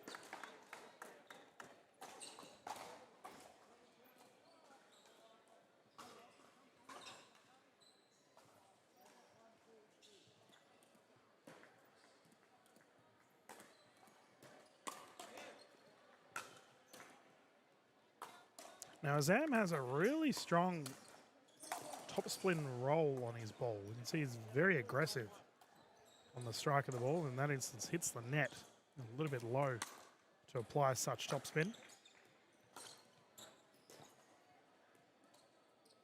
Oh, hey, ATP unsuccessful. It was a great shot, though.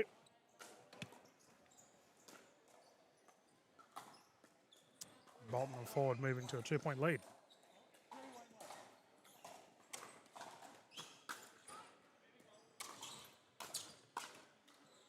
Nice bit up there from Bobilia, forcing the error.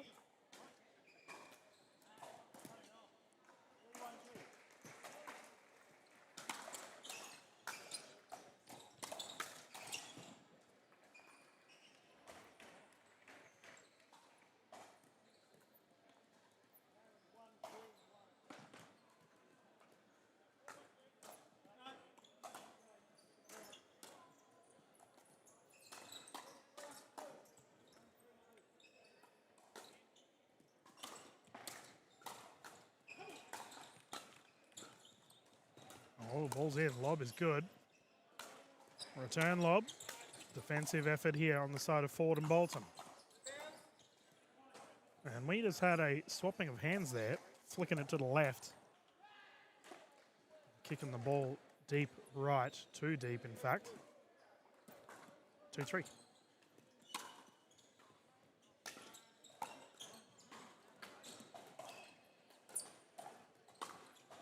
Whoa, what a hit. Terrific strike of the ball down the left.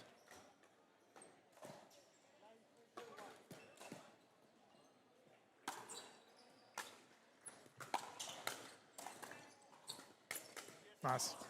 Big finish. The result is good. You got it, mate. There we go. Ball in booth. 3-2.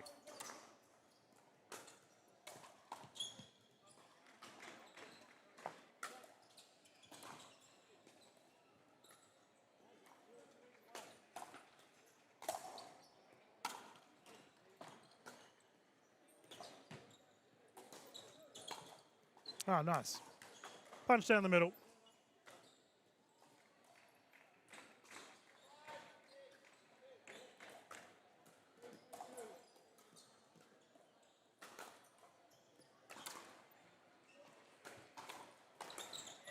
Yeah, beautiful third shot drop there from Cork.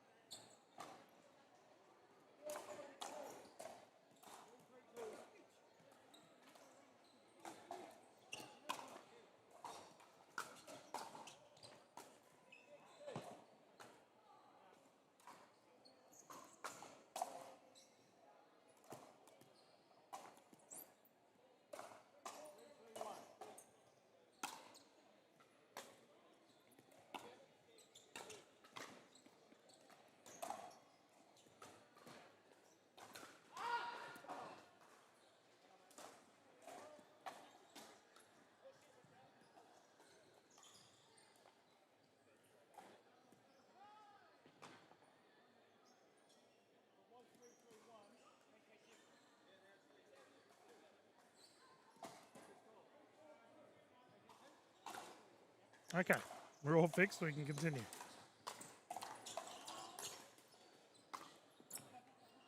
Drop into the net.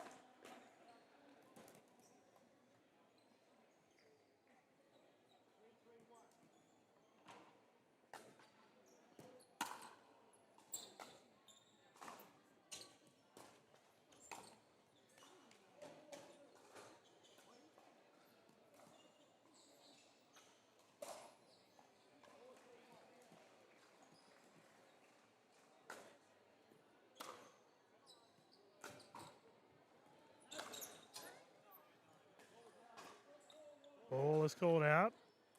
Challenge is there. It looks like Cork and Bolivia strongly disagree with that call.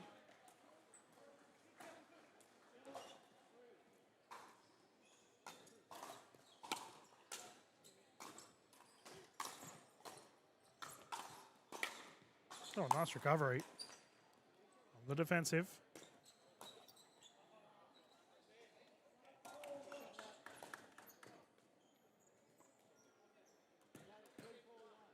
The Bully are unable to get that one back over.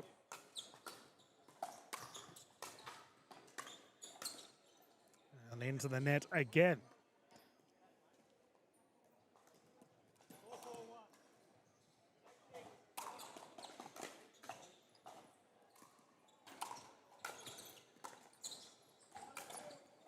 Terrific angle. Cork has punched that away, unretrievable.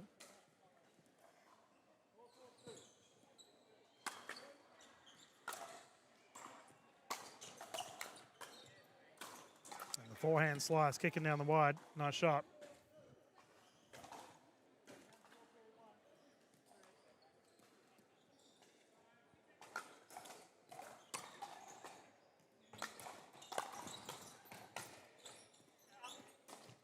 That's called long again.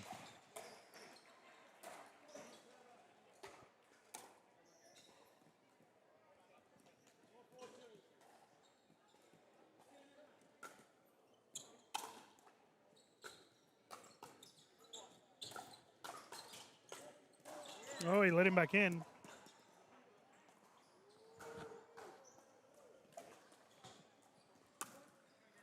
The Bullier was in trouble.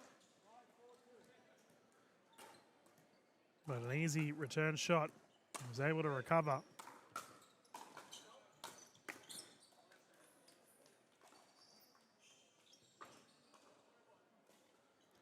Nazam on fire.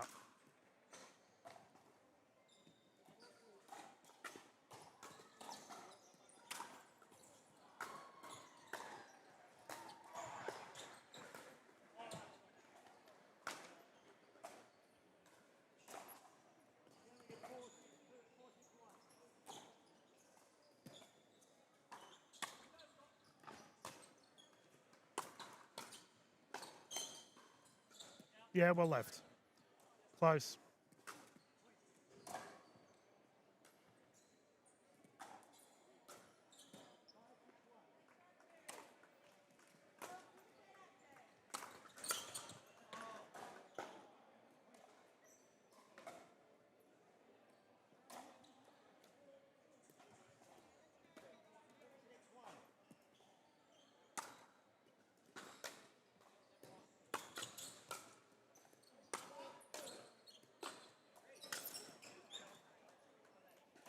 Pinged into the crowd.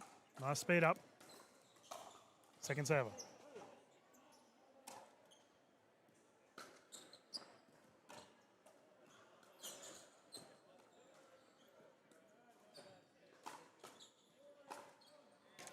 We can see here, viewers, that Cork utilising that double-handed backhand cross dink. Winning that exchange, and Bobilia will bring it in again.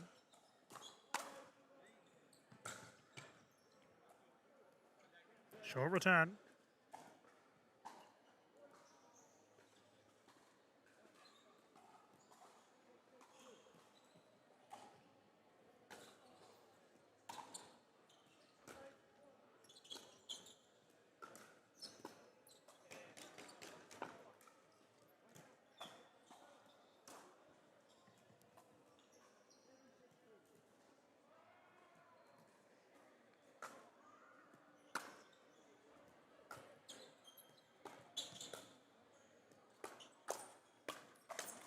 Oh, nice.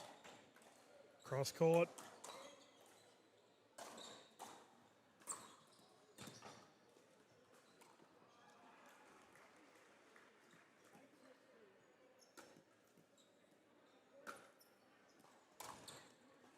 And they're on a roll here. Like a timeout on the side of Bolton and Ford. Both teams have 2 timeouts each. 1 medical for the entirety of the match.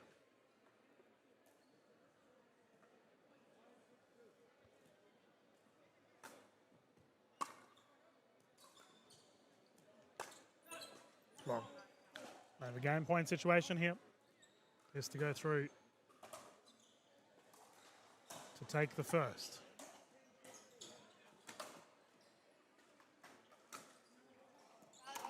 Service error.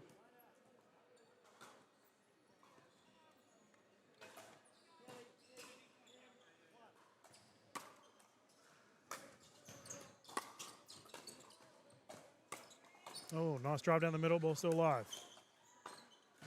And again, 2 terrific strikes down the middle of the court, well placed.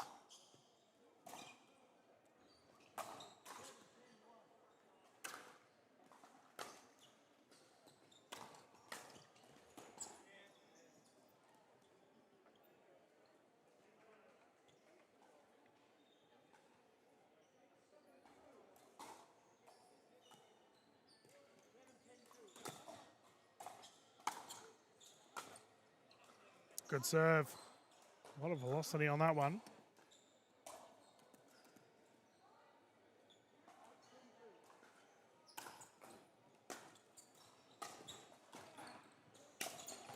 Net roll. Good. So that there's a side out. So scoreline here of 10-8-1. Another game point opportunity.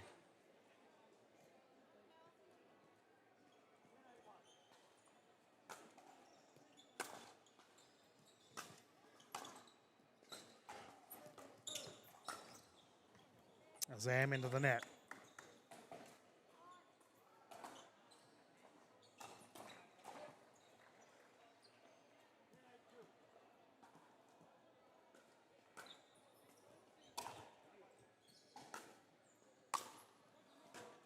Oh, the smash unsuccessful. And game 1 will go the way of Bulgaria and Cork. Good battle. Close first game. We will have a 2-minute break and then the players will commence game 2.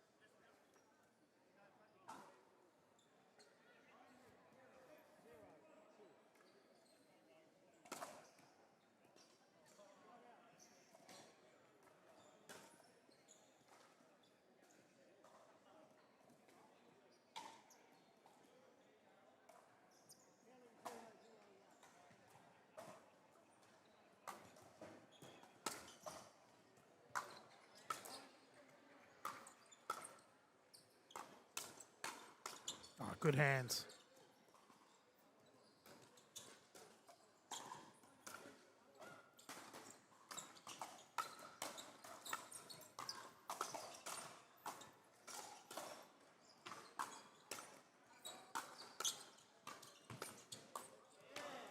Terrific battle.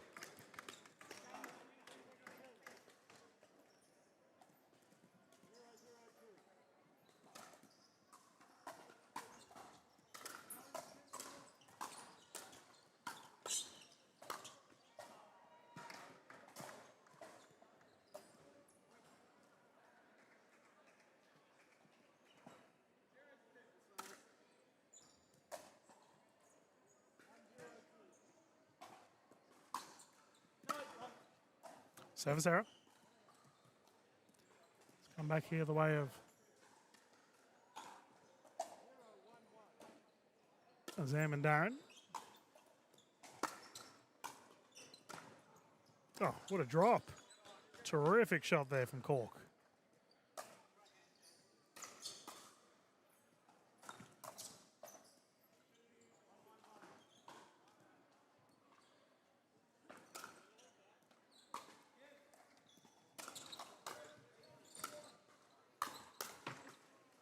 Ball is just wide.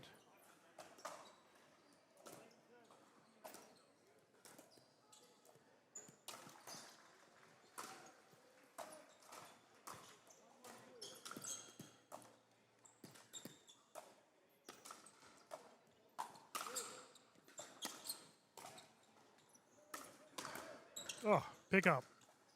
And the net roll to ensure that one's unretrievable.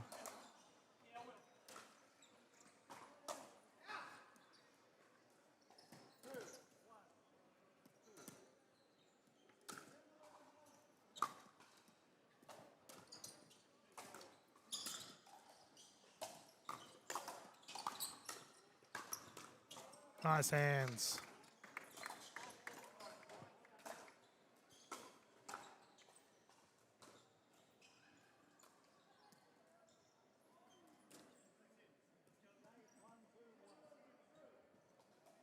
One, two.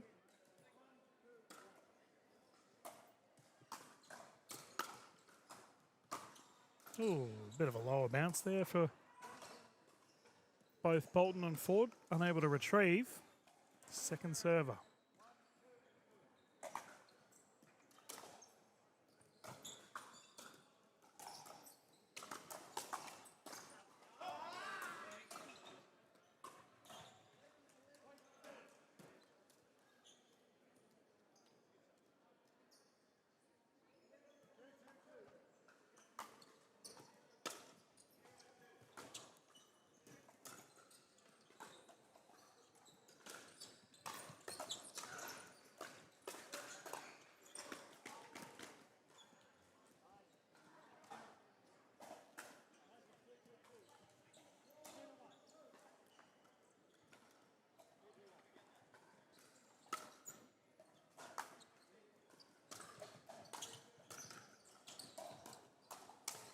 Oh, nice. Down on the feet.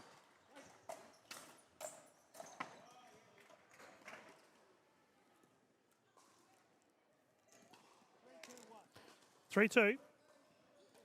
Examine to bring it in.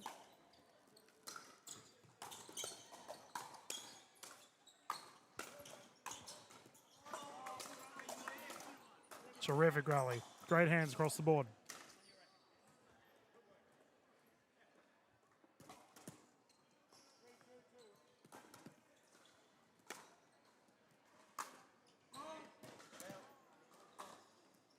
Called long.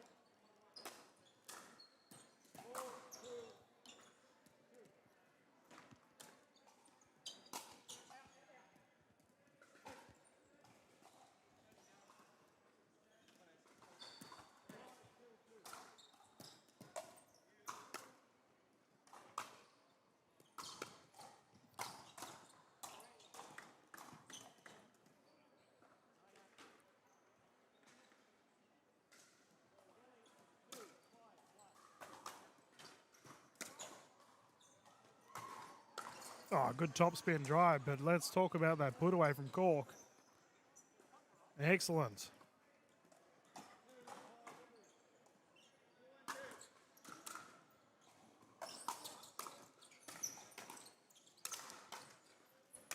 And again, starting to dominate that right side of the court here. And there's a side out at a 5-2-1.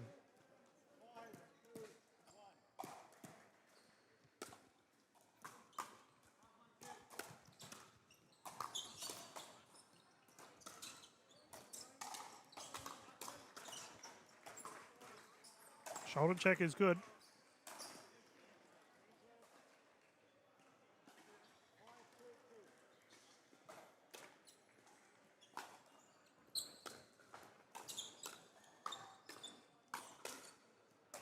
Good battle again. We're really starting to see some solid firefights here.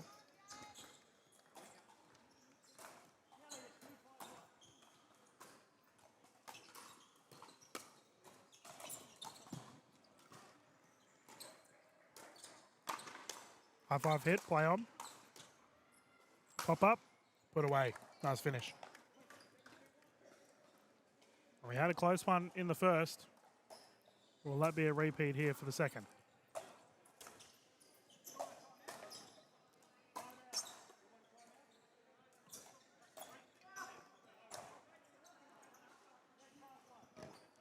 Three five.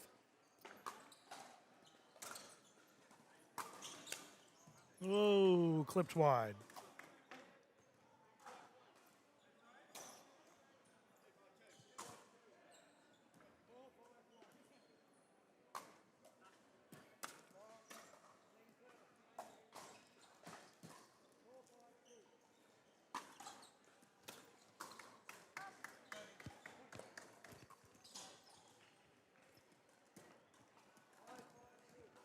Five five. Good little fight here from Bolton and Ford.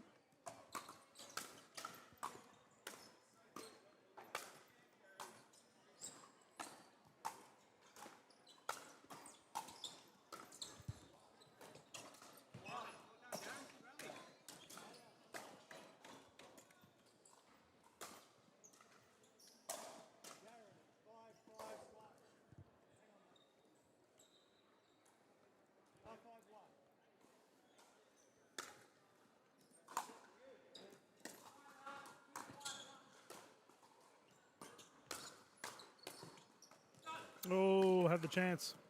Execution was just a little bit off there. 1 point the difference here for this game too.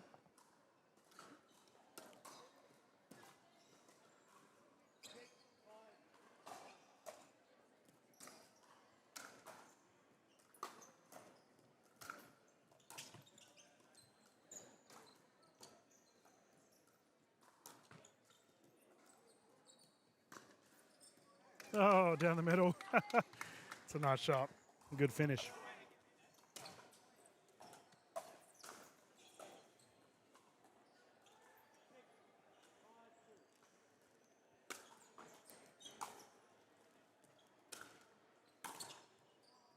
That's in the net.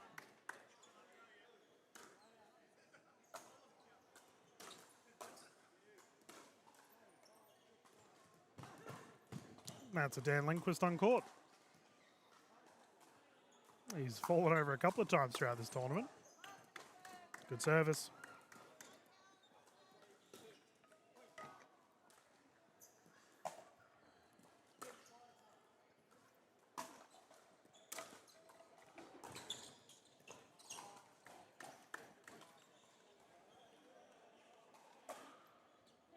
Bolton to Ford take the lead.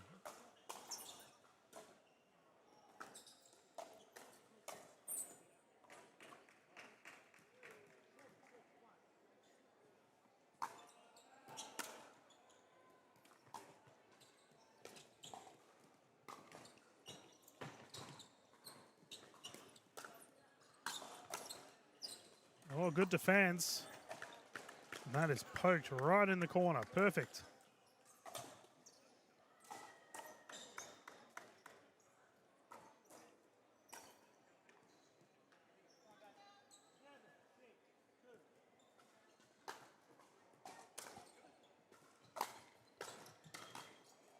Double hander picker.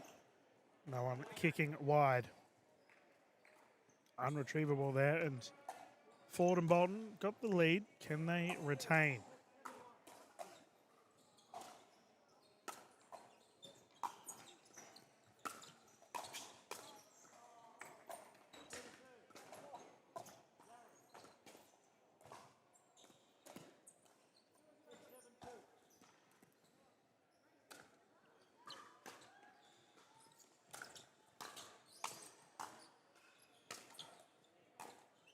Lob is up into the net.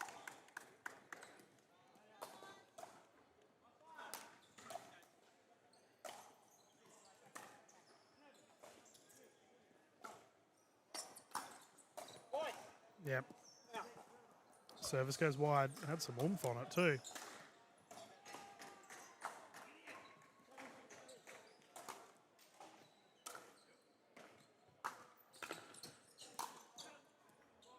Floated long.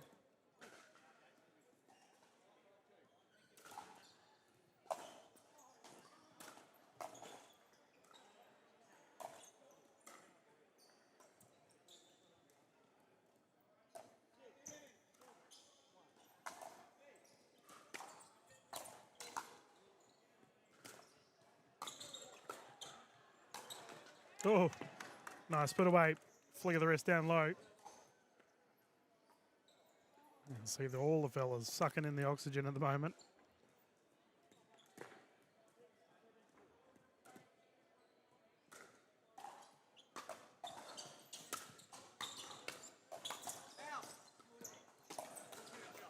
It's in the corner. Very close to the line, but that was the correct call when it was in.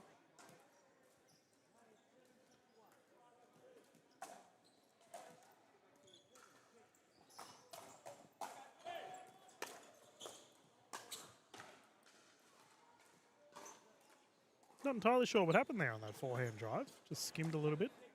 Kicked awkwardly.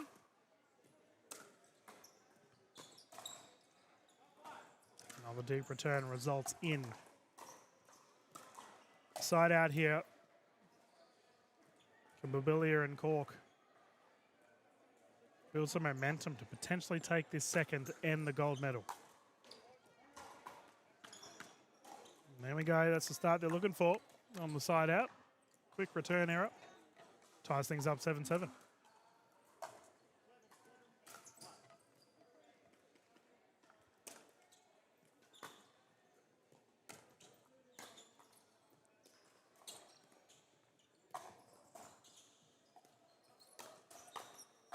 In. They're painting that corner at the moment.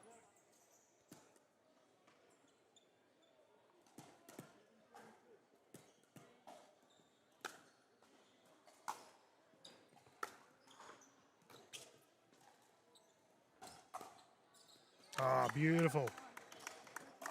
Large, long swinging backhand. Rotating it down the middle.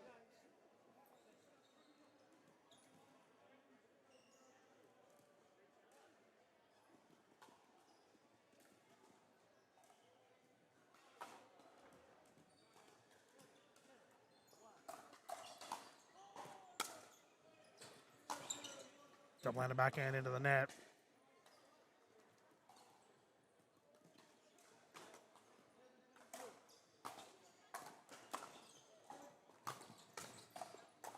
Yep, long.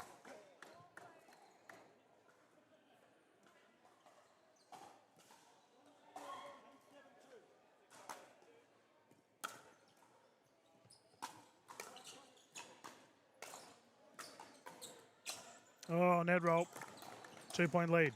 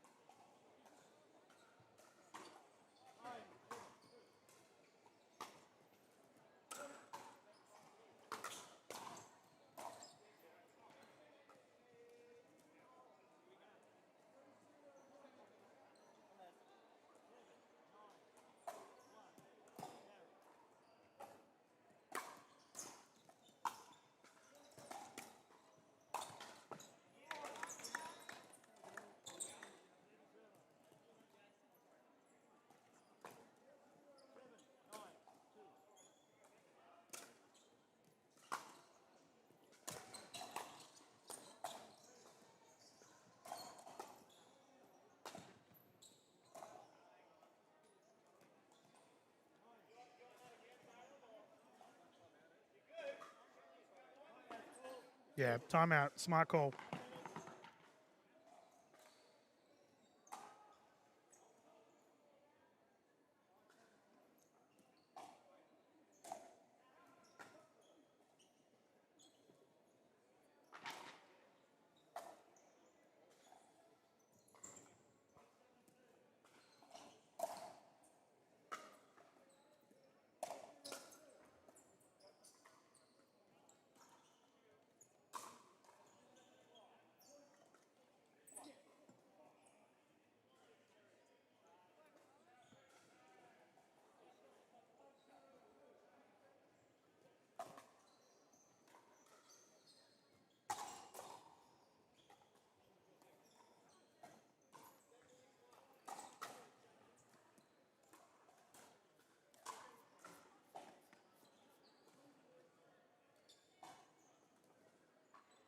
So the fellas returning here. 2-point game. Good fight on our hands for Bolton and Ford.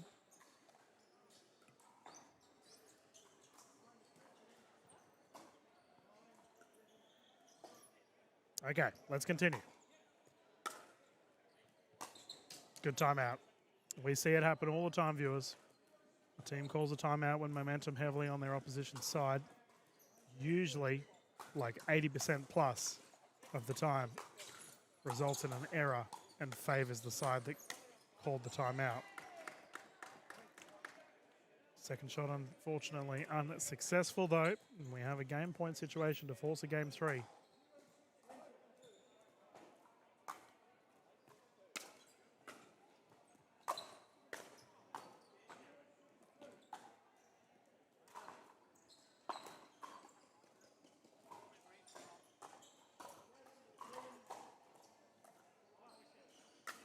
Okay, they've got it back. Can they force a 10-10?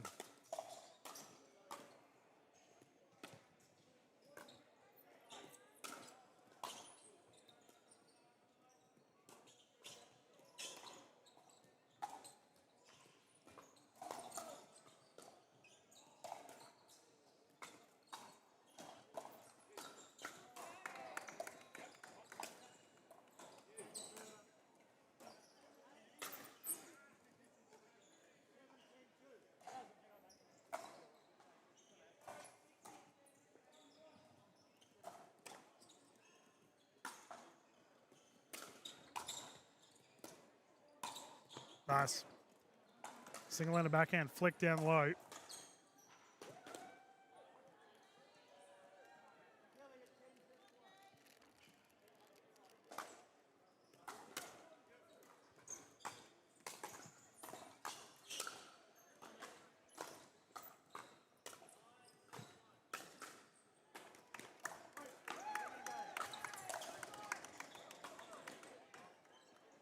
And that's done it, viewers. With a nice firefight, Bolton and Ford have forced a third.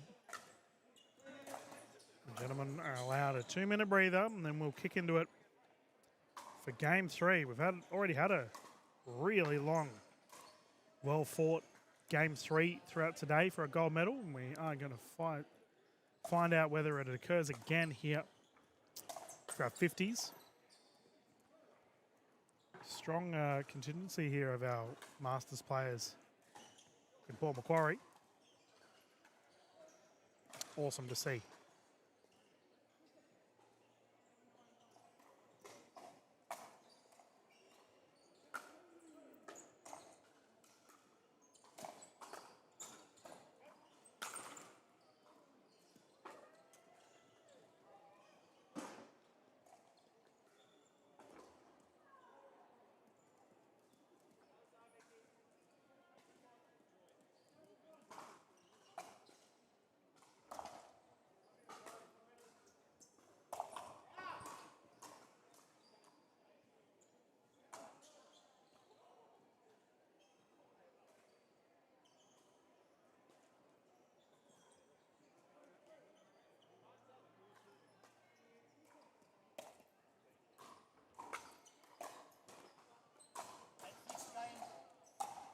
Okay, the boys are back into it.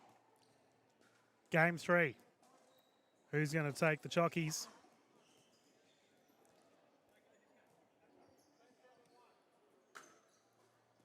Close to camera. Bolton and Ford. We will rotate at 6 viewers. 0-0-2. Ball one caught. Anticlimactic way to start a third.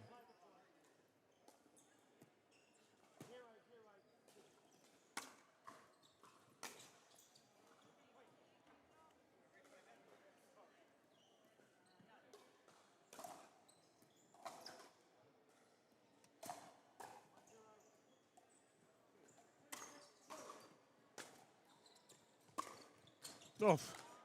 Clip the net and good. Yep.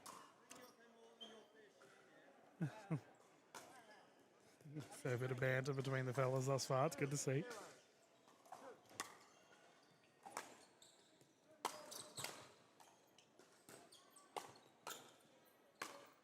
Nice.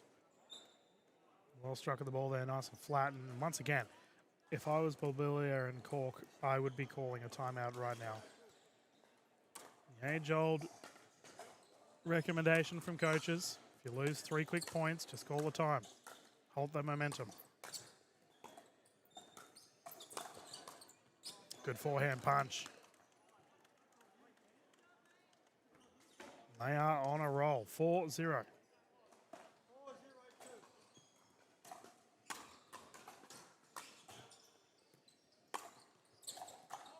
Long. Too much energy in that one. That's floated long, but solid effort to start the match at 4 quick points.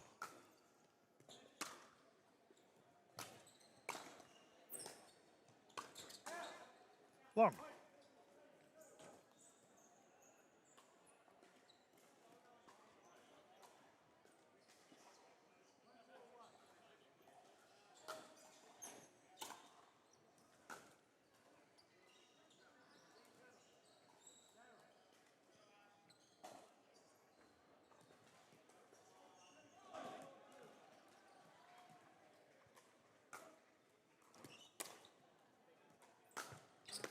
Oh, pick.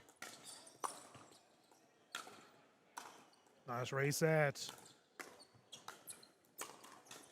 What a crazy rally. Cork with the finish and the put away is good. Terrific hands from all 4. I know where you were, Jay.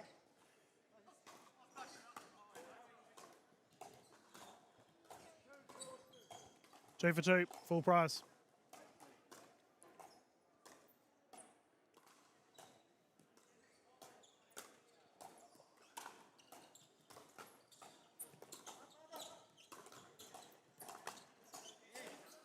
Yeah, a little bit low there. The bouncing forehand speed up. The Amelia Schmidt, as we refer to it as in the pro space. It's her go-to signature move.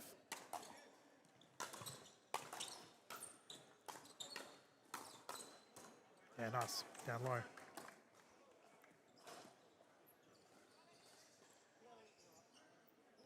Side out once more. 4-3.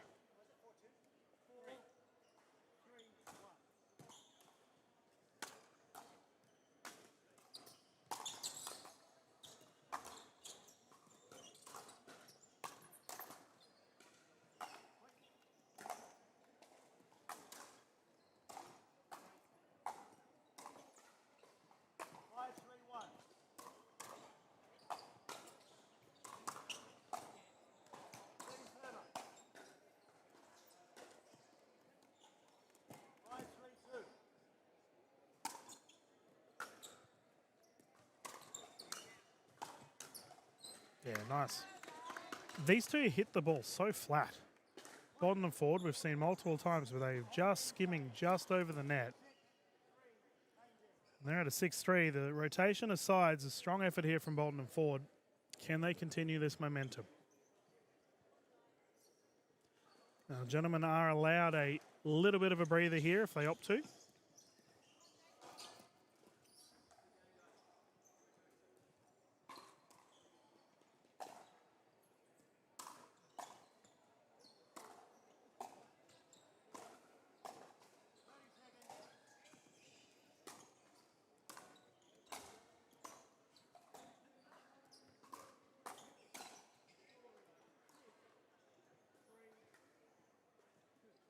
Six, 3, 2.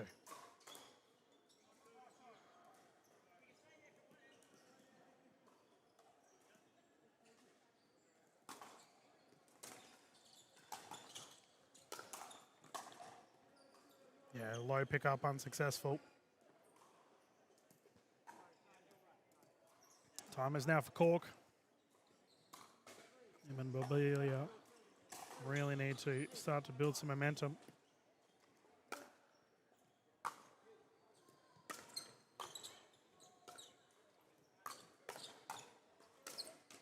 Nice. Really well struck down into the middle of the court. High velocity, error caused.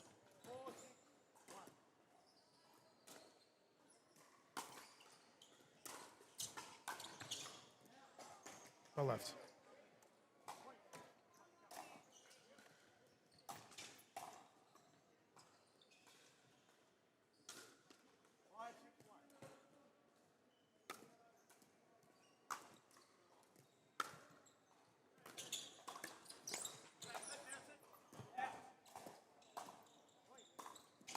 Here we go, tight game. The run is on after the rotation of sides. Two gentlemen close to camera have been absolutely flying along. It's good to see.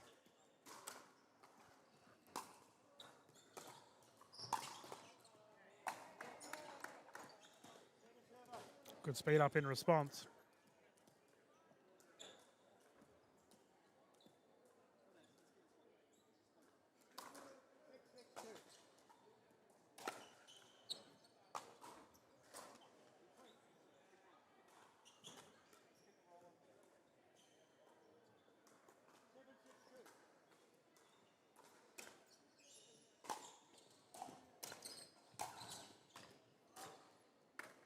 Backhand slice.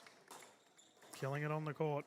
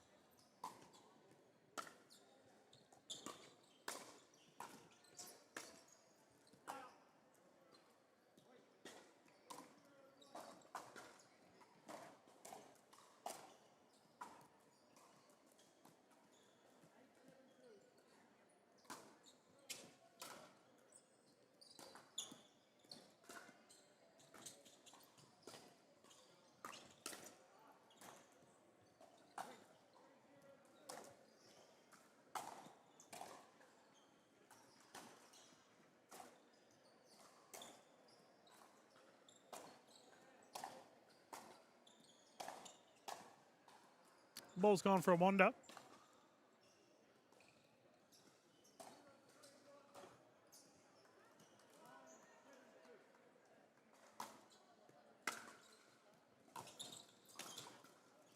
And we are witnessing a gigantic roll here on the side of Bolton and Ford. They were down, now find themselves with a gold medal point. Ooh, the poach was there, struck it a little bit low.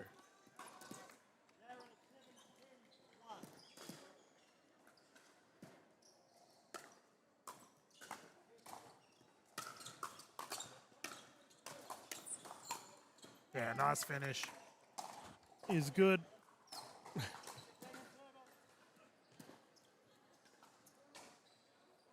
They have another chance here to get some momentum, however.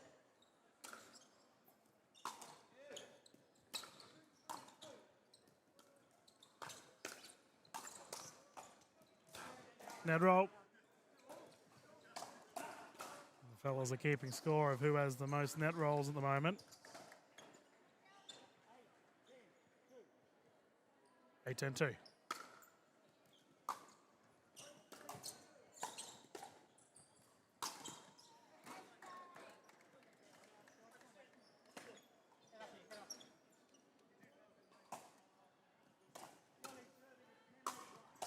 Still got a middle point here for Bolton and Ford.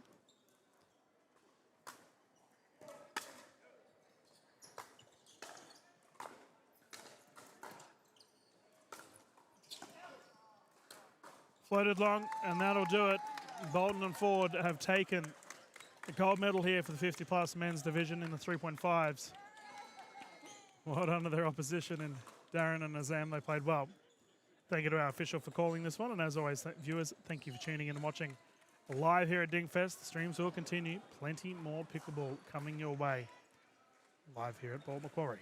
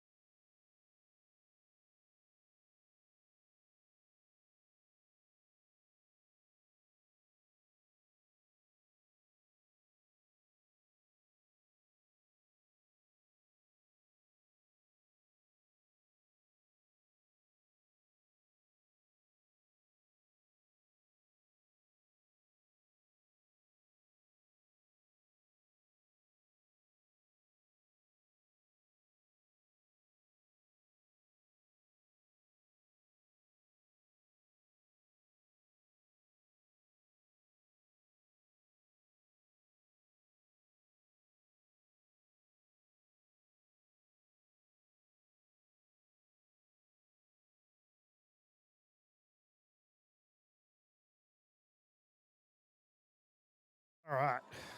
G'day everyone, Dylan here. Just having a good old yarn with some local legends. Getting the scoreboard ready for you all. About to get into our bronze medal here for the open men's doubles. Closest to camera, we have the combination of Lindquist and Jensen. Good to see Terry out on the court.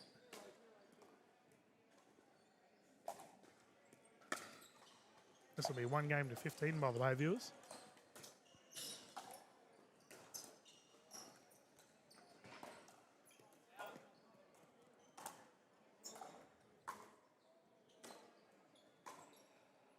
Yeah, we've got an immediate discussion already regarding the. We got a replay.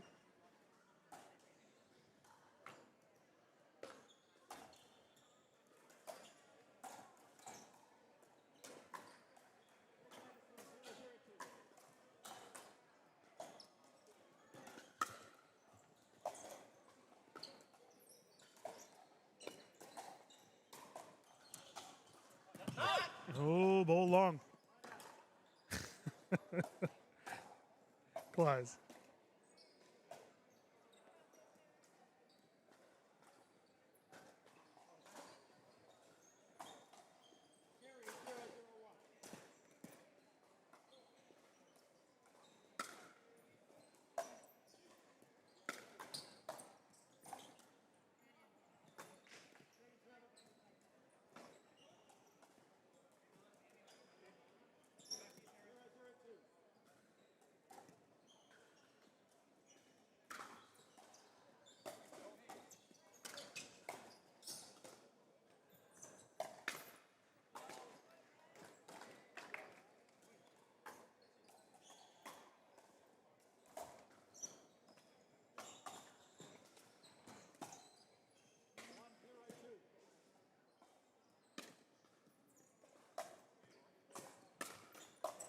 Apologise for the lack of commentary, viewers. Trying to get your scoreboard all ready to go. Currently 1-0. Lindquist with the miss.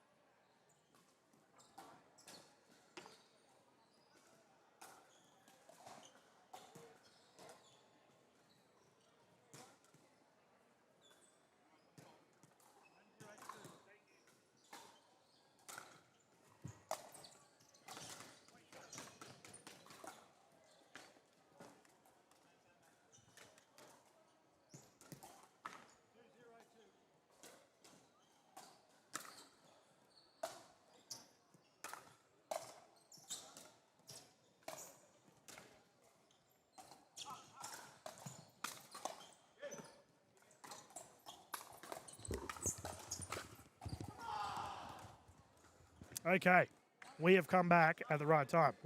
What a rally. Oh, we got a dispute regarding whether it was in or out. Heavy discussion.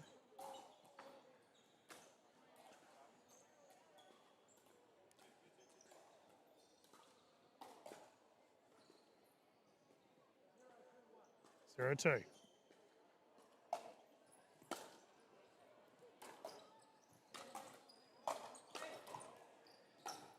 Ball's good. Ball on court. Play on anyway.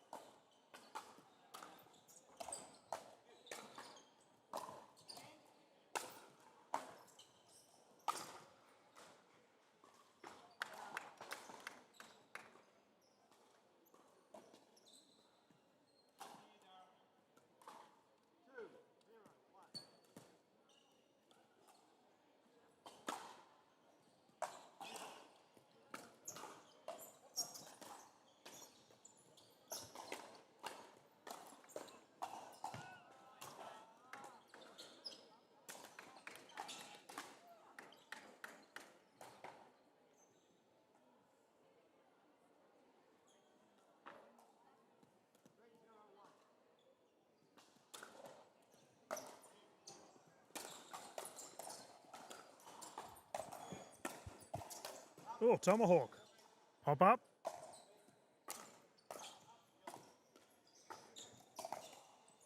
That one's gone wide.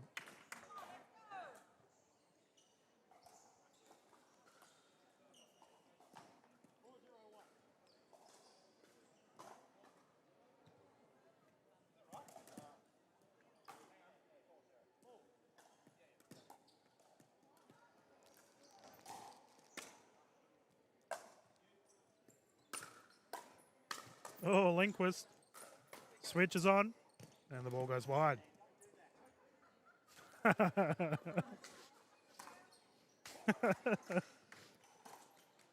Jansen telling Lindquist off.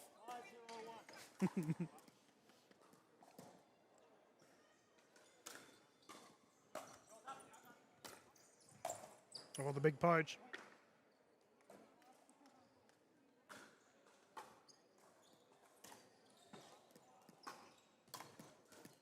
Timeout, smart time with that. Scoreline of 5-0 thus far. Good battle on our hands. Fellas hop off for a bit of a chat. Some water, we got some.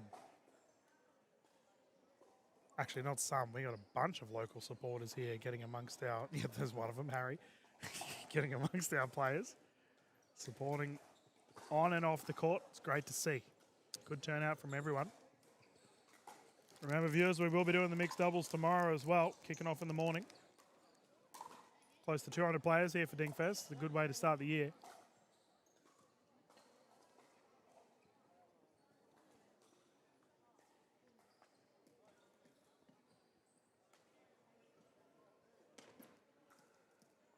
Now for Bridgman and Davidson, can they start to build some momentum? A little bit of a pickle they find themselves in at the moment.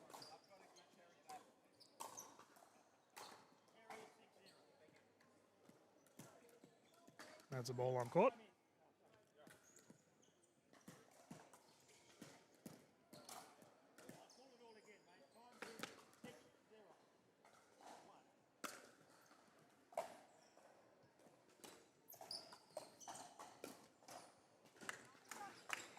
Drop is good. Got some ladies from the Hallidays Point pickleball group playing next to us. You can see those beautiful uniforms. Recognize them anywhere.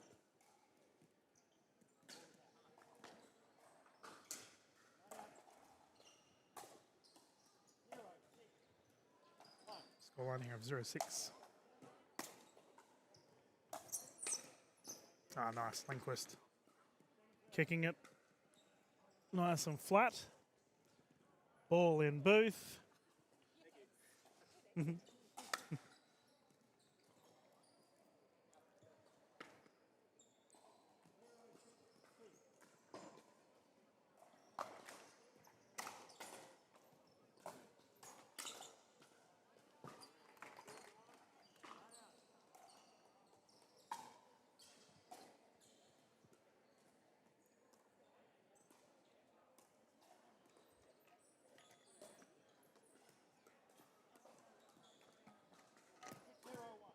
Six 0-1.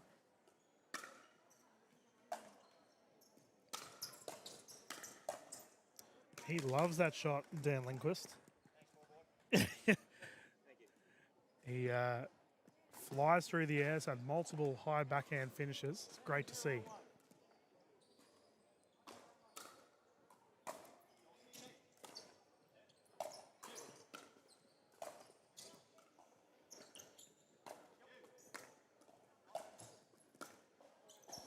Ooh, clash. Out.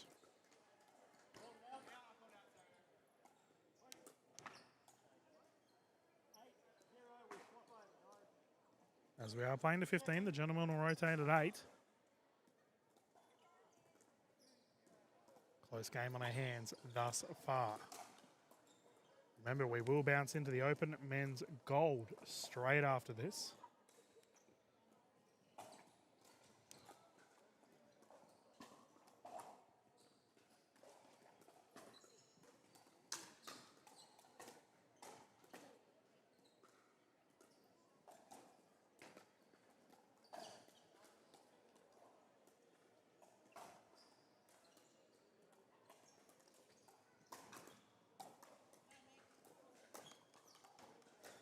At an 8-0, you're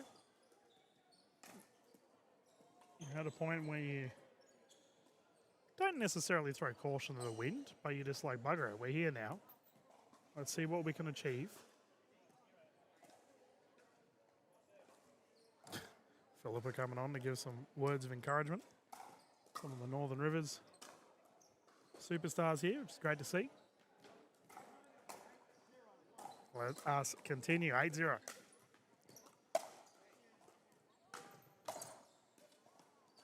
Into the net.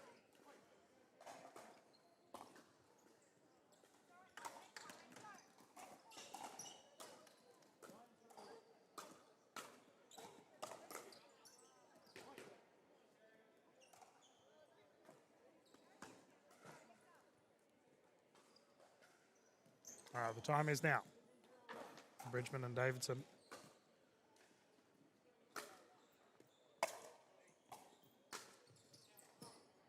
There we go, good leave.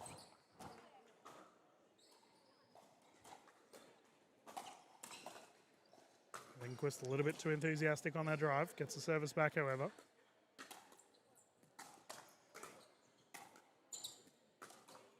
First shot drop unsuccessful. Just having a good joke to Mr. Lindquist earlier. As viewers, there are new rules regarding paddle throws. Dan had a few cheeky slips of the paddle earlier today. Nice drive.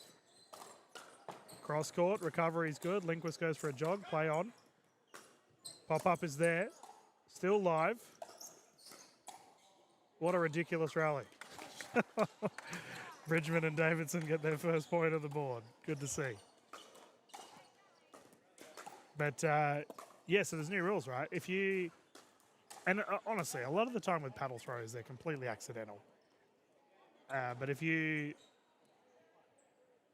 do it, you could potentially gain points which go against your name in a disciplinary fashion. If you get enough of them, you will spend some time on the sidelines. No tournaments for a long duration of time. I will be doing a video on the new code of conduct coming up.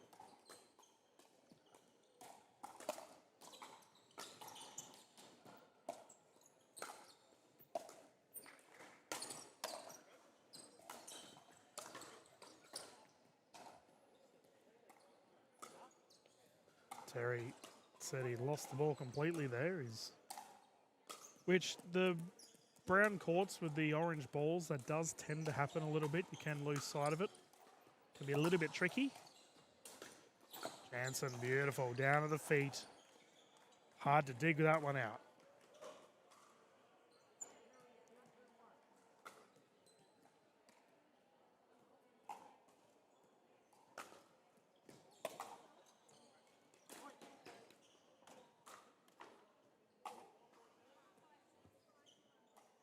Scoreline continues to build. Remember, we are playing to 15 viewers for our bronze medal.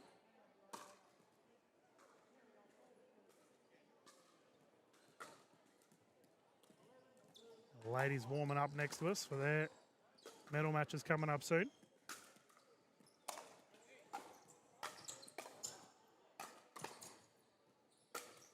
Oh, Terry absolutely launching rockets with the walk-off drive, and Lindquist able to finish on that. See Birdie at the back there with the big clap. What a superstar she is. Great to have Roberta on our courts here for DinkFest.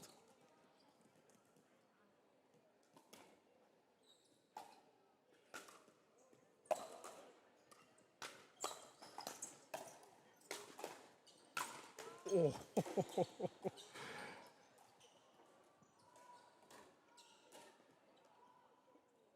Lindquist has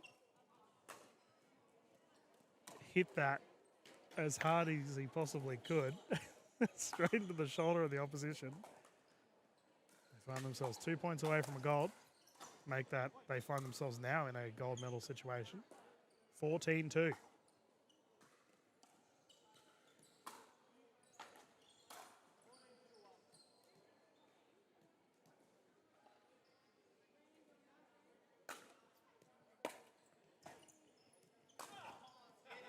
The counter spin. Jensen got so much crazy spin on that service. on the return.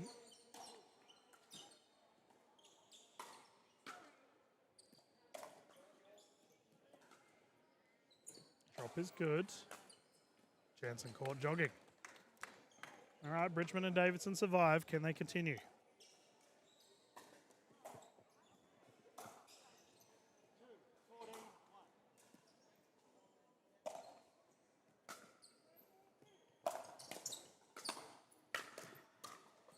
Nice. Some hard hitting there from the gentleman.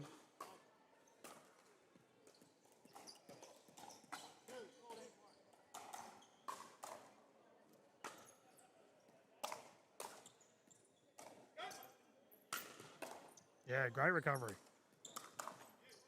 Oh, wow. And it's in. He did just about everything to get it back. Fantastic effort. 14-2-1.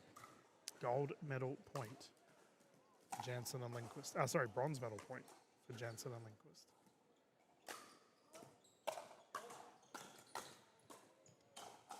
Lindquist tried to finish it.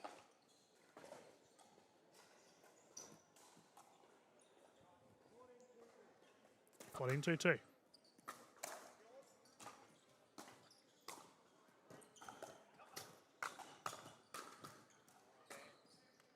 And that's in the corner, and that is all she wrote. The bronze medal going the way of Terry and Dan. A good battle.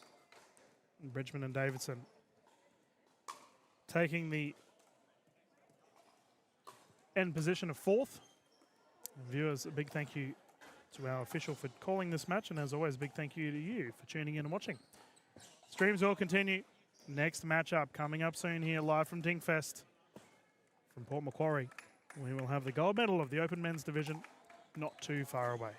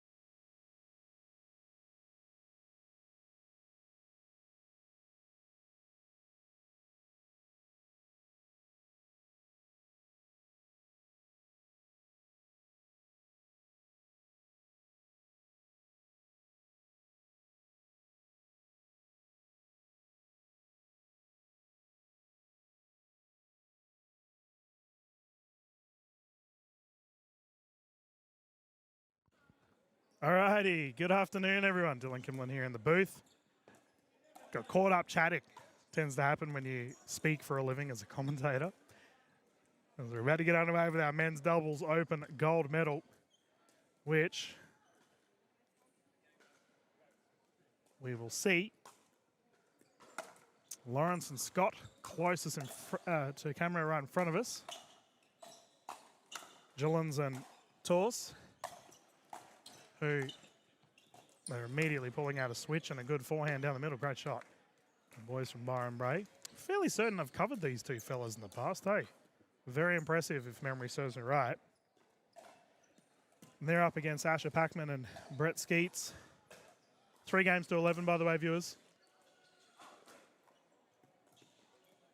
Oh, we got official Turnbull out there. Oh, dear. Looks like we have 2 referees, which does happen occasionally.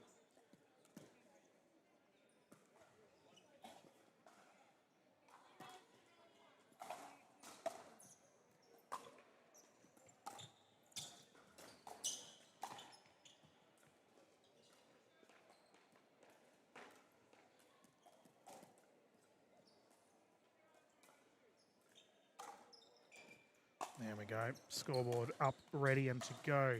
Skills 0-0.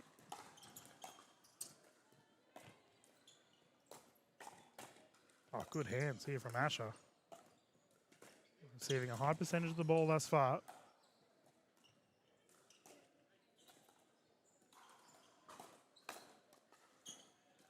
Now, I have a sneaking suspicion that Skeets might come from a squash background. We continue to watch how he strikes the ball. Jollins and Torres getting the first points on the board. Ball called wide. Now, viewers, these two gentlemen are opting to utilise a stack.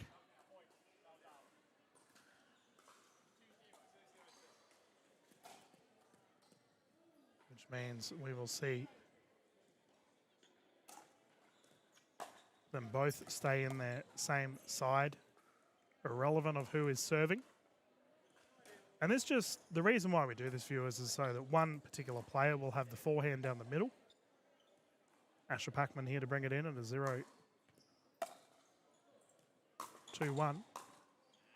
Yeah, into the net. I've covered Asher in the past. I remember him playing with his young fella. Very high level, I might add. All right, Skeets will bring it in.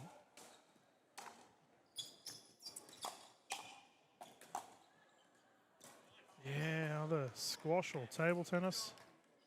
Ball's confirmed in.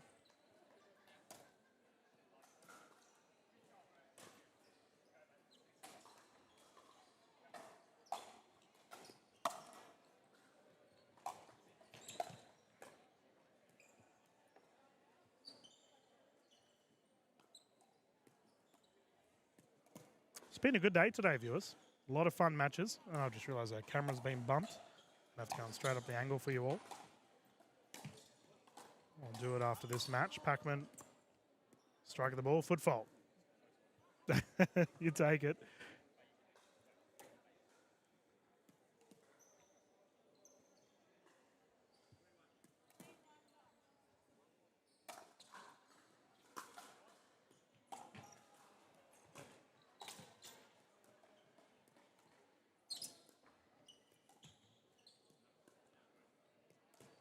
These two fellas close to the camera, rocking the Byron Bay Pickleball Club uniform.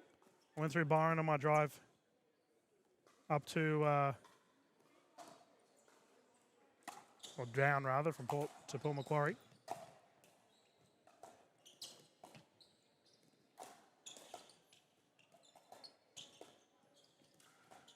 Yeah, I reckon table tennis, hey. Ernie threatened into the net. Good footwork there.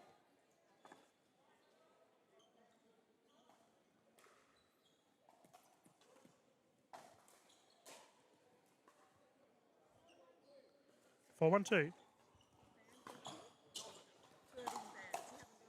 No, sorry, I'm commentating. Man, the questions I get asked while I'm live, I don't know, viewers. I just had a lady ask if I had serving bands. It's like, sorry, I'm commentating. I have nothing to do with the tournament itself. 5-1.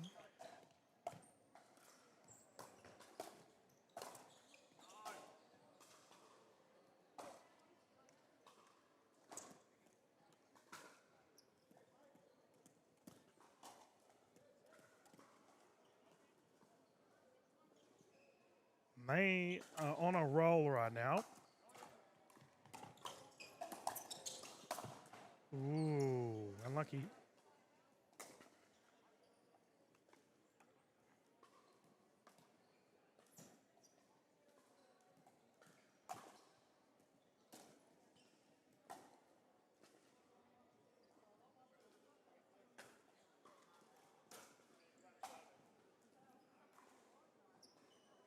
Got a discussion here regarding what the score is and who is serving where. So the fellas have been rotated.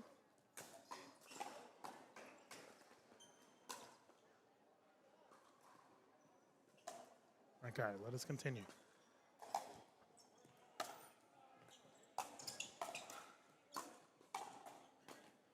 Good pickup. Oh, that's such a smart drop. Skeets with the recovery angles there. Pac-Man. ATP, ball still alive. Ash has gone for a wander. Skeets with the recovery. This is absolute pandemonium. And it kicks wide. Good rally.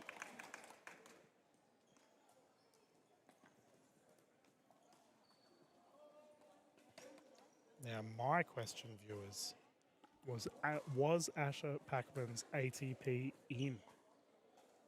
Very close on the feet there, on the pickup. He's on the jog again.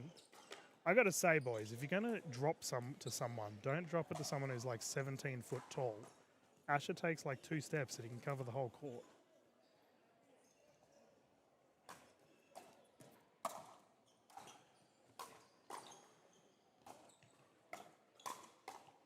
Good speed up. Now we are seeing a solid use of the backhand drop shot here from Jollins and Torse. Return called wide. And we've got a little bit of a run on our hands, viewers. Pac-Man and Skeets doing well.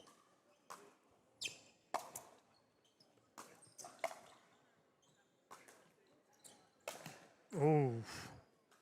That has been thumped. It's now 1 point difference.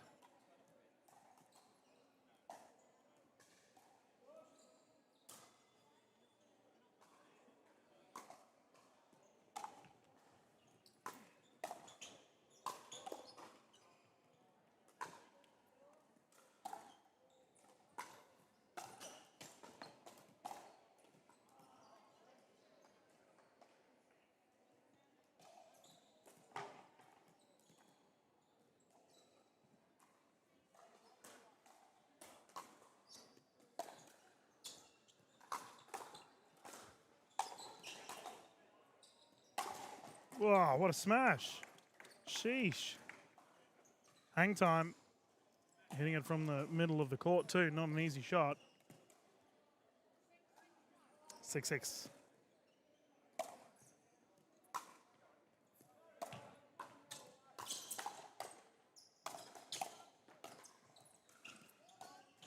Oh, ball on court.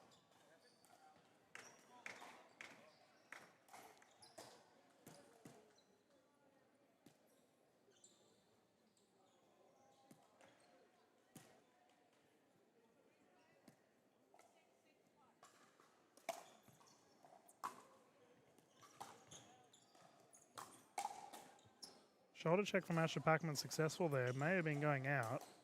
High velocity though ensured that it was hard to get out of the way of it.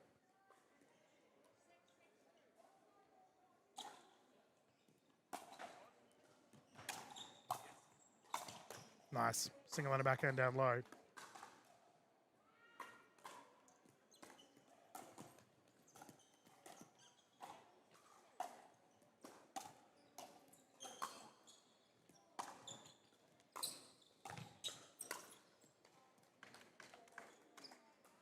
Speed up on the wide side, and we do see that very much a quintessential tennis shot with a single-handed backhand. effectively a drop slice, which we'll see a lot of players from tennis backgrounds utilise. Jollins and Torse have been caught with it. Showcasing different hand signals there. You at home can guess what was just requested. Okay, so I'll finish that point after this rally, and that's a drop smash and a good finish. Terrific play. So when you squeeze your thumb and fingers together behind the back, it means you want to fake a switch. So we'll see if they do any more signals here. No. Pickleball is at the start of the service, always. Oh, that angle is exquisite. Fantastic shot. Pickleballers will discuss what they want to do with hand signals non-verbally.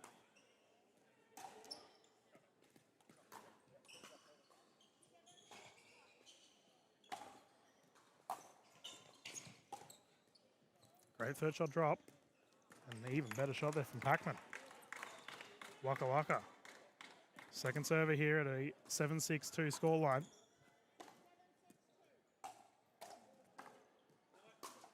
Ooh, service in the corner, no challenge.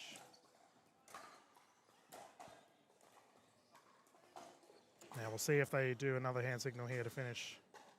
No, they were just in heavy communication, so. Pacman and Skeets are in the wrong position again. That's okay. The old rule, they would be penalised, but 2 years ago that was changed. A lot of slice on that return. Ball is good. Let's play on. Sprayed wide, tied game.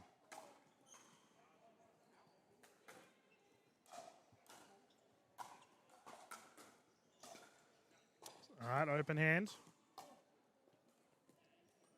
Indicating a switch here on the side of Jollins and Torse.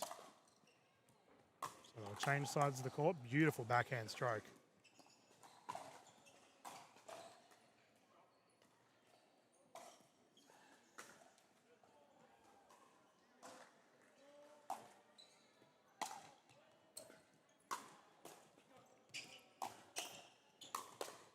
Oh, great reset.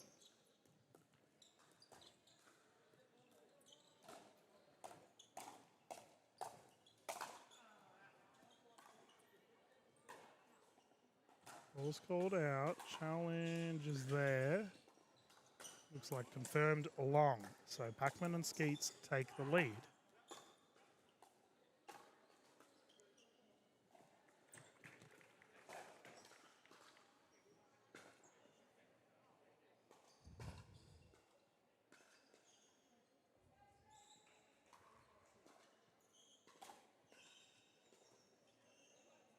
Discussion once again regarding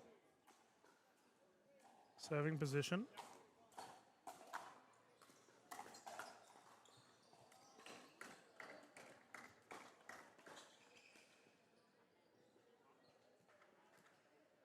Eight, 7-2. Let's continue.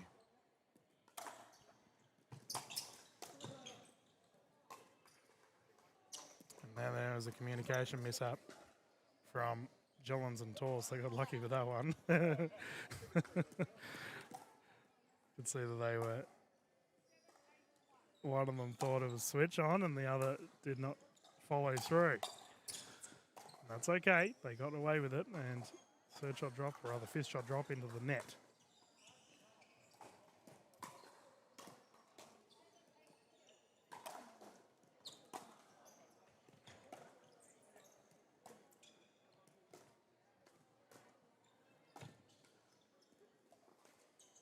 Now the problem with Skeets with his, I'm going to assume it's table tennis, but a table tennis dinking style, the way he's currently striking the ball, he hits it up quite a bit, which if he messes up can be quite dangerous because it opens up a pop-up ball on court.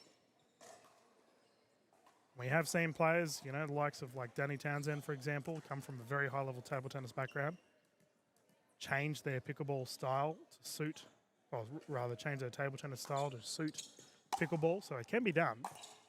It's just shots that can be dangerous, and that is beautifully put away there from Asher Pacman. Struck down the line, well played. 2-point lead, 2 points away from victory here in game one.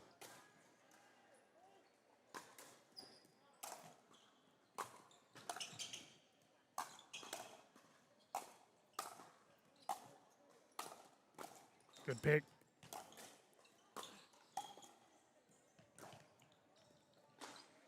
Man, I'm pretty certain I said this last time I called Pac-Man. He's one of those players that, like, you just would love to see him take on consistent tournaments at a very high clip. I just reckon he could really do some damage.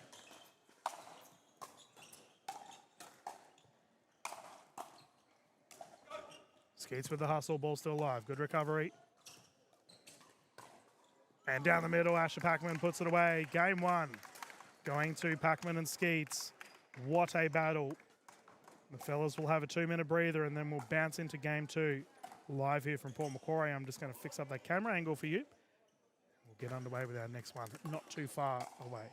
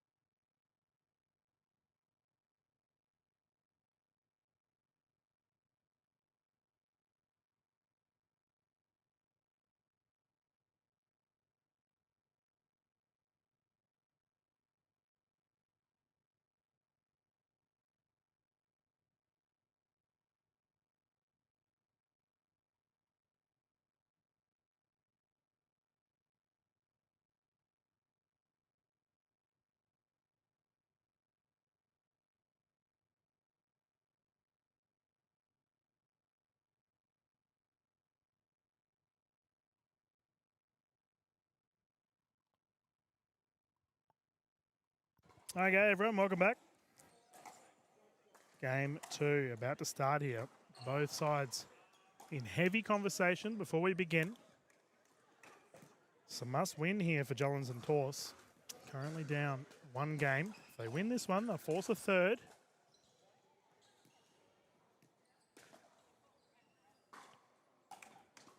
So we will have closest to camera the duo Pac-Man and Skeets.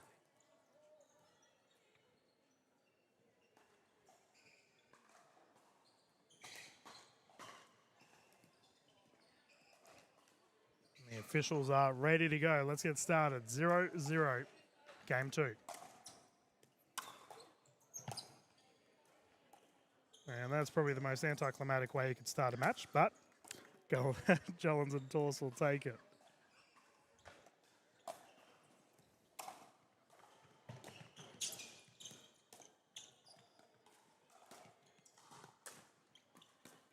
Yes, fantastic, Ernie. Read that very well.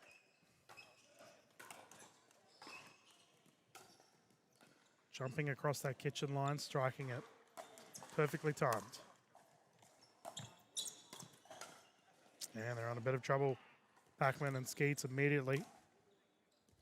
And it's a game of ebbs and flows, viewers. Pickleball.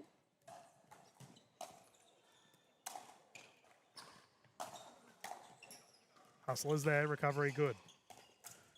I like that lob. Unfortunately goes long, that is the right time to do one. Momentum brought both Jollins and Torse into the kitchen line, or very close to. The lob making it incredibly awkward for their opposition. Unfortunately, in that instance, it went long.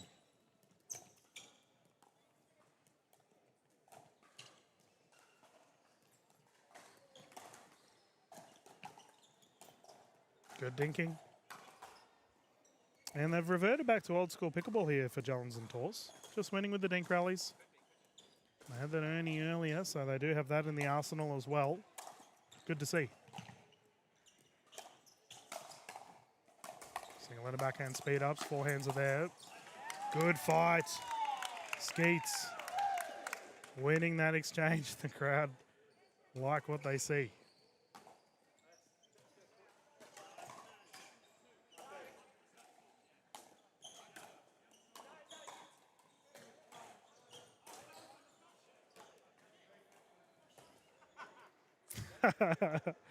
I mean, he was right.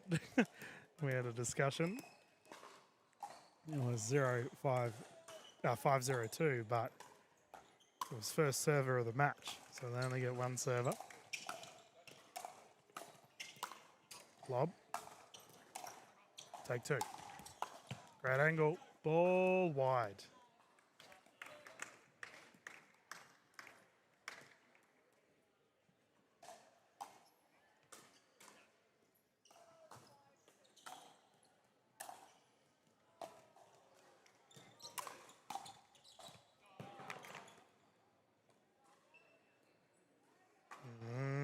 Official Turnbull's looking at Pac-Man. He looks like he'll be okay. Did mention earlier in the broadcast the refs are being really pedantic when it comes to paddle drops this year. Now, that was purely accidental, of course, but Turnbull did mull it over, whether he brings it up or not.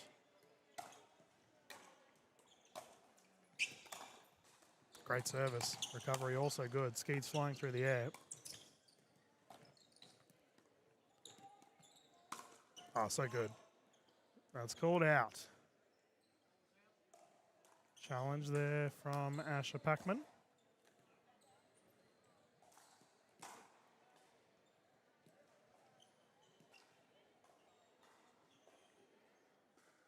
I'm going to keep my opinion very close to my chest, viewers, as I have a perfect view of that ball. 6-0. Let us continue. Ball goes long. Packman and Skeets getting it back.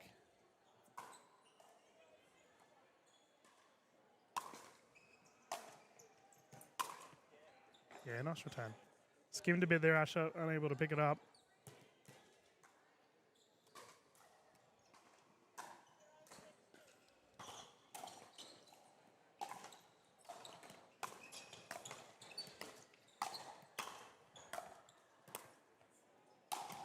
Bang. No one's not coming back. Pummeled into the Masters players who are currently over near the tournament desk. All of our 50-plus ladies getting ready to hop on the court and tear it up.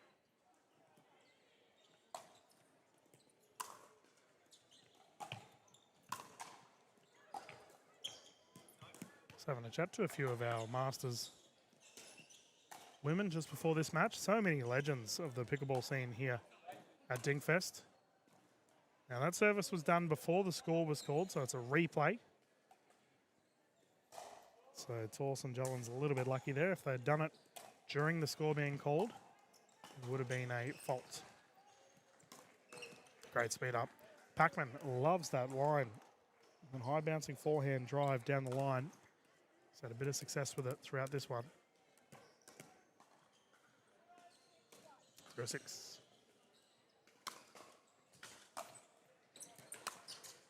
Whoa, into the net.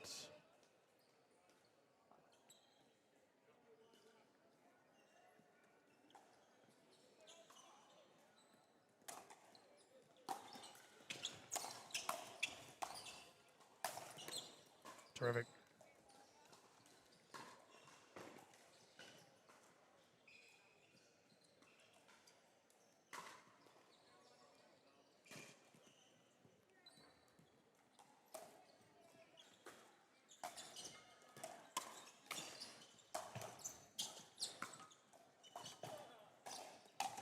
Long. Unfortunate too. Big swing and forehand. Unsuccessful. Shot was on though.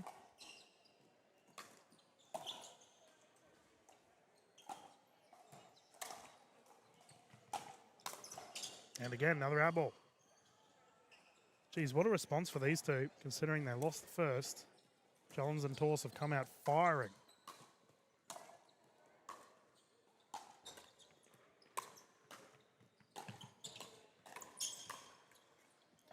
I would really like a timeout from Skeets and Packman.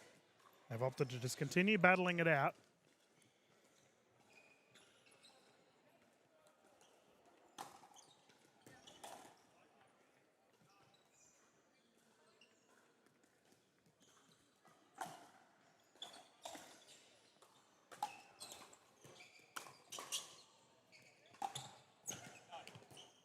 Drive called wide. And the ball will come back the way here of the duo closest to the camera.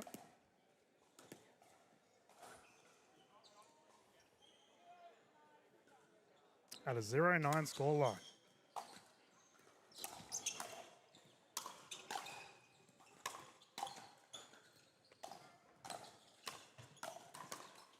Nice rally. Well-controlled tempo. And typically, viewers, we have seen in the past, especially with our pro space, when you are versing someone that is considerably taller than most other players, hitting it down at their toes is a great way to get easy pop-ups. The runner's on, Skeets with the recovery, punch down the wide side. That's a beautiful shot.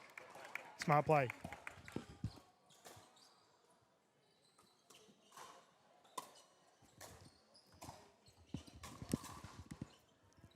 Side out there.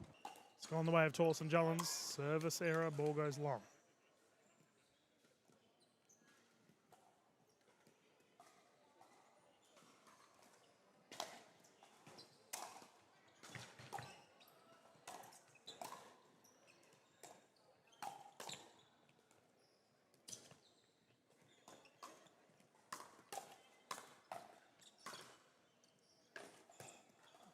This is a fantastic run.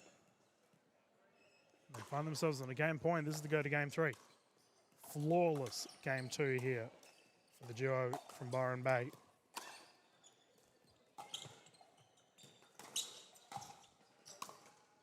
And they've done it. Game 2, locked up. Jollins and Torse has forced a game 3. Viewers, this gold medal just got spicy. We are going to have a quick 2-minute breather. Quick little commercial break, and when we return, we will see how the open men's doubles will pan out. Live here from PCYC Port Macquarie.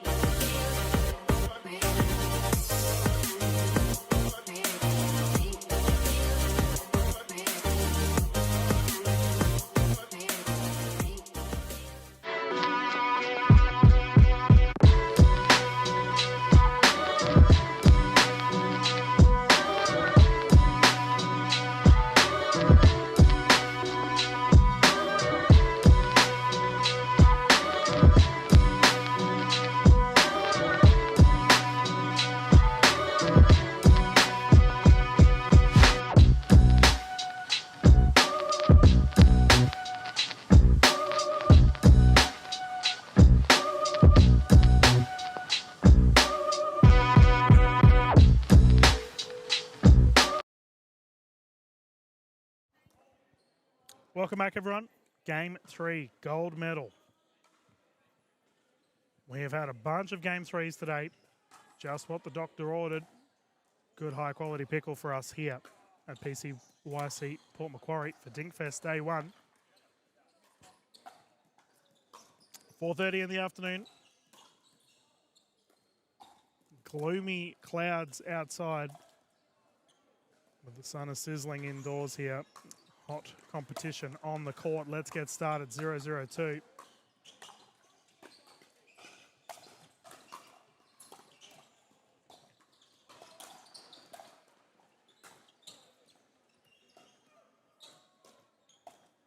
Good angle.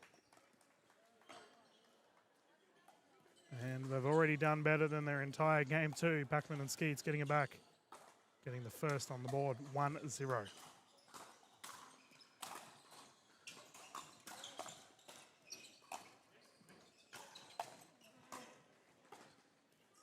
smart. These two fellas, Jollins and Torse, don't mind utilising the kitchen. Multiple drop shots have been executed well.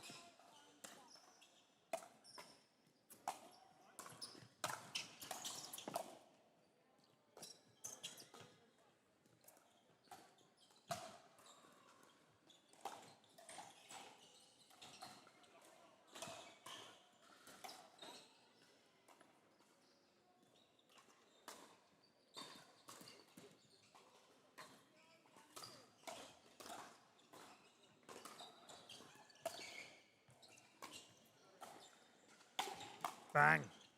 There's that deep smash.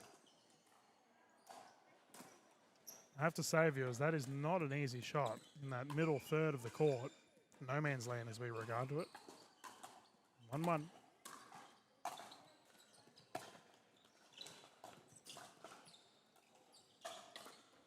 Transition unsuccessful. The ball will go back the way of Skeets and Pac-Man. As this is a game 3, viewers, we will rotate at 6. The winner of this one will take the cookies. And they've gone and done it again.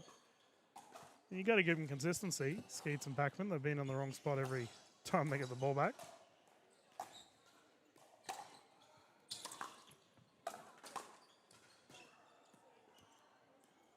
Ball. See what the call is. Confirmed in.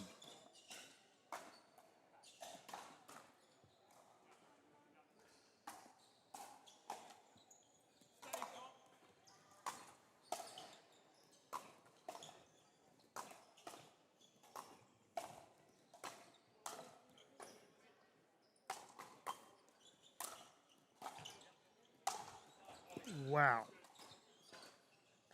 That is a terrific smash of the ball again, my goodness. Deep and in the corner. Good luck returning that.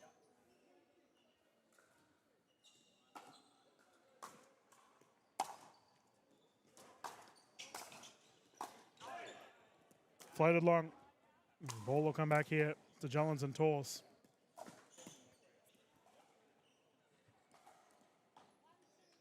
One, 2-1.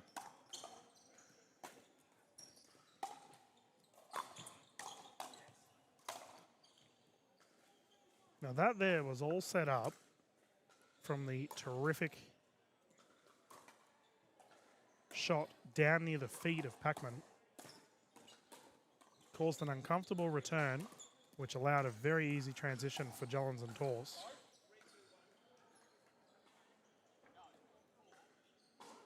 I believe it's 2-2-1.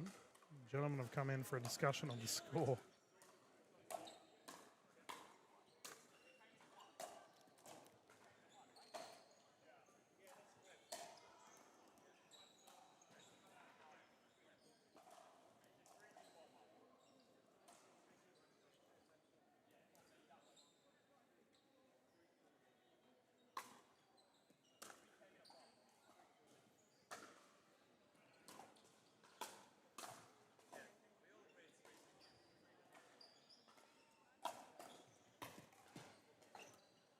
Looks like the scoreline here is 3-2-1.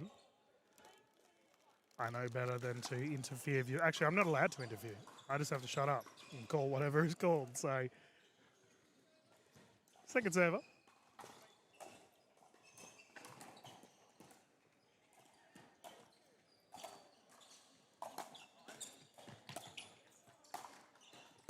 Great recovery.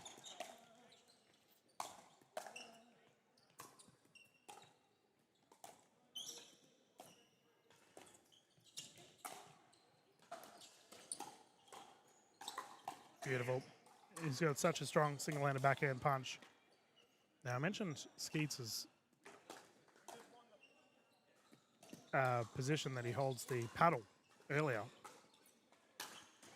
Because he holds it in such an awkward manner, when he has those smash opportunities, he almost reduces the amount of pace he can generate off of his wrist. And as such, he had a couple smash opportunities there, but they were very soft. Speaking of velocity, Jollins and Torse have got that in spades at the moment. 5-2.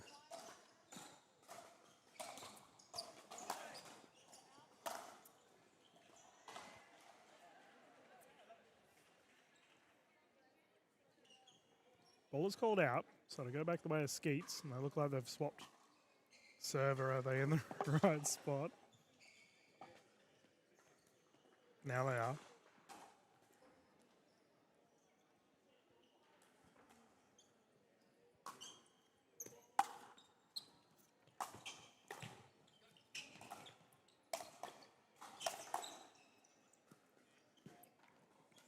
Yeah, good hands there. Great offense on the kitchen line.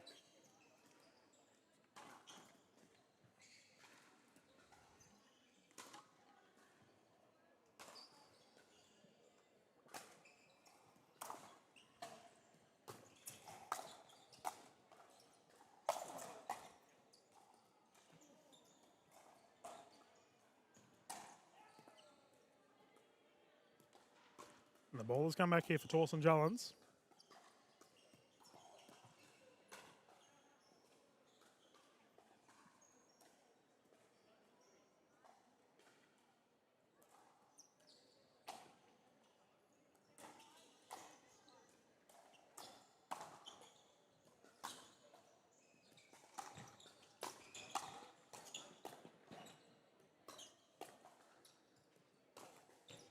Net roll. Play on.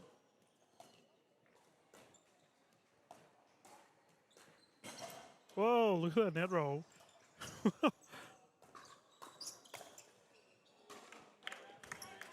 That was crazy. It defied gravity for about 2 seconds there. Rolled on the net. We have the 6 points, so the players will rotate sides.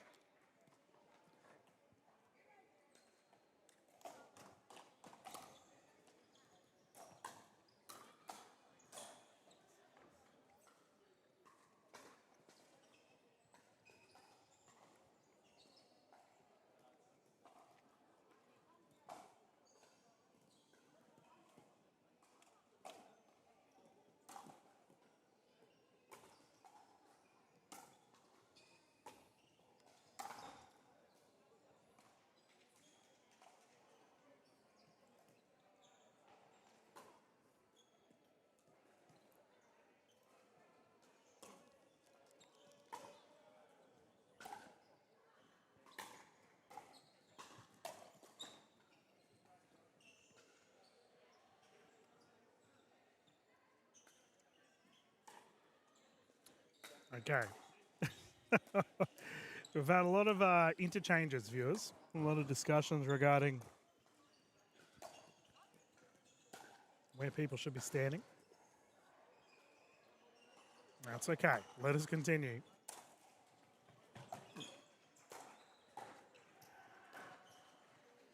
Nice deep dink. Johns and Torse. Make it a 5-point lead.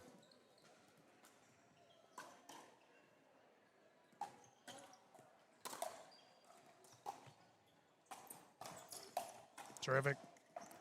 They have really utilised that single-handed backhand punch down the middle very well throughout this match.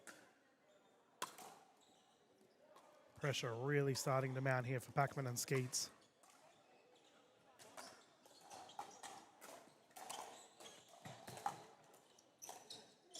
Wide. Got to utilise the timeouts. Packman and Skeets haven't really had one throughout this match. Just to halt momentum.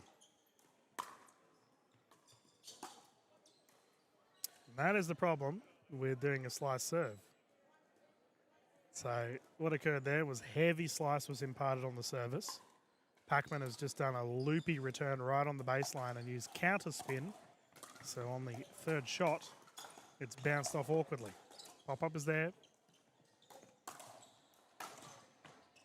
Got the recovery, but unable to attempt it on the second. And we now have a gold medal point, viewers, for Jullins and Torse.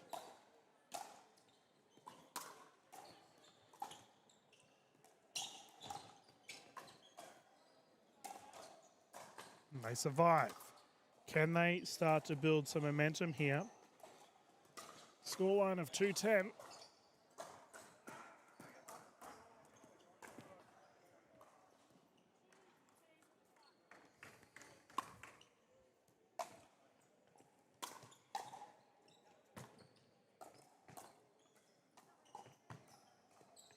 Ooh. Tried to skim the line there. It's short in the end, and it's now a 7-point difference. Can Packman and Skeet get on their bike?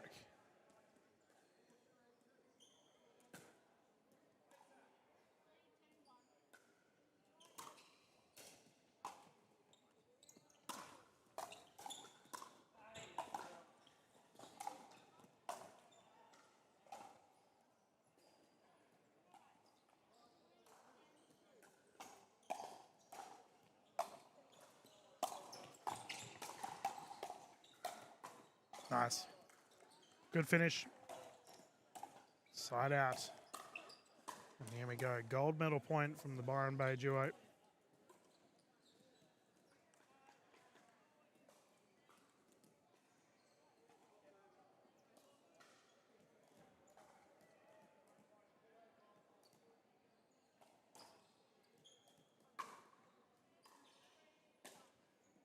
Ten three 1.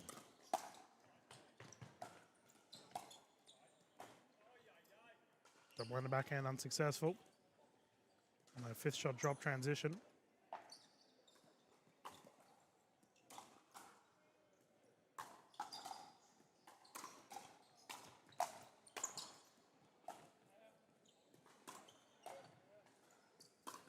Into the net. Patience there on display from Jellens and Torse, and they have locked it up, viewers. A gold medalist for the Men's Open division. Well done to them both. Big thank you to our officials for calling this one, and viewers, as always, a big thank you for you for tuning in and watching our events here. Lawrence and Scott taking the shinies. Well-deserved medal for Packman and Skeets. They will secure the silver. Viewers, the broadcast will continue here live at DinkFest. Plenty more pickleball coming your way live from Port Macquarie. Just get our next set of games ready to go here on Show Court. Thank you.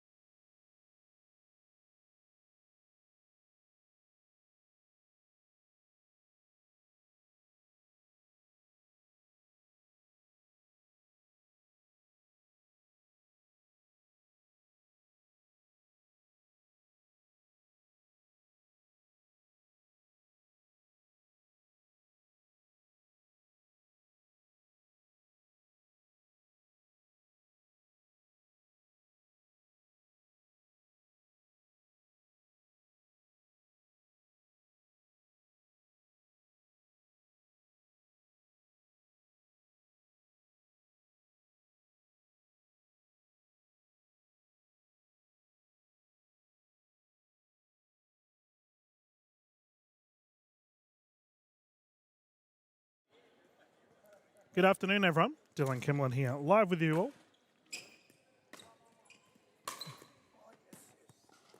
As we are continuing our broadcast, we will see the men's 60-plus division come on next with the 3.49 and unders for our bronze medal.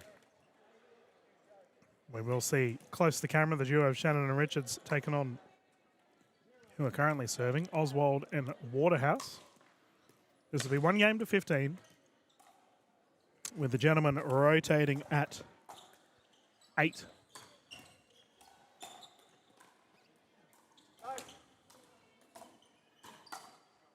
The referees are just out here having a chat to the players.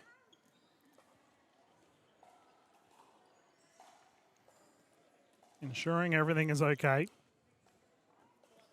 We have had a fair few rule changes this year, viewers. But I imagine this discussion is in regards to serving while the official was calling the score.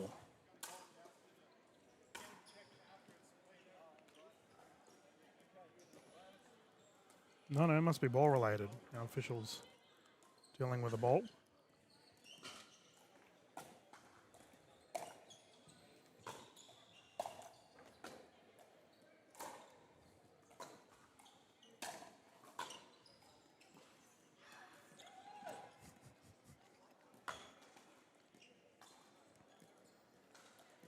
We've got some of our Masters ladies playing on the court next to us. They are having an absolute ball right now. It's good to see.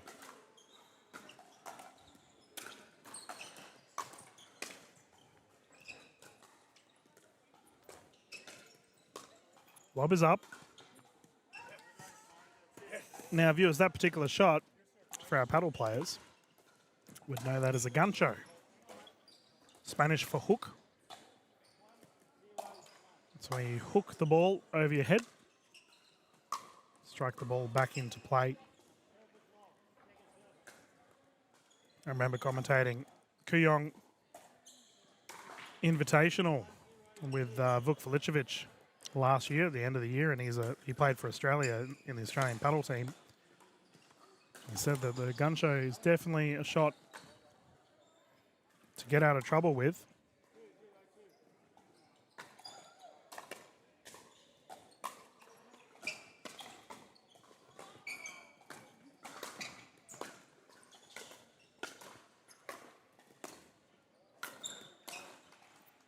Big smash.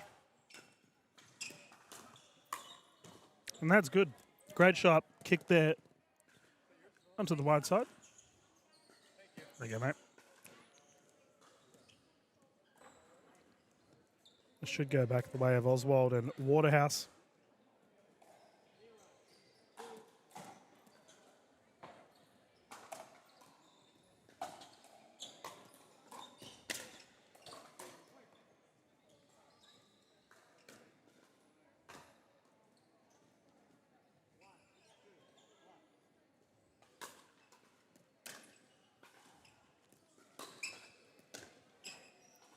There's that gun show again. Definitely doing a hooking motion.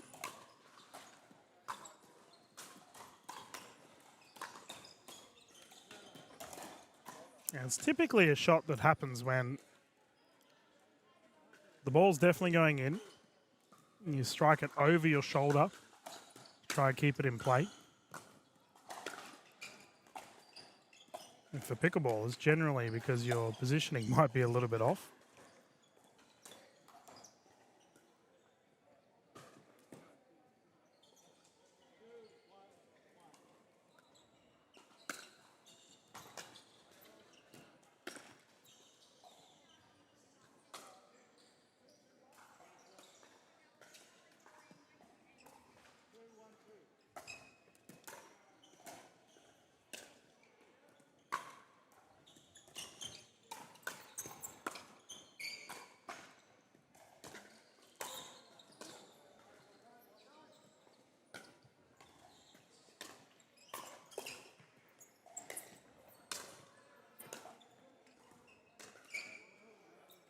Oh, so close to the wide side there.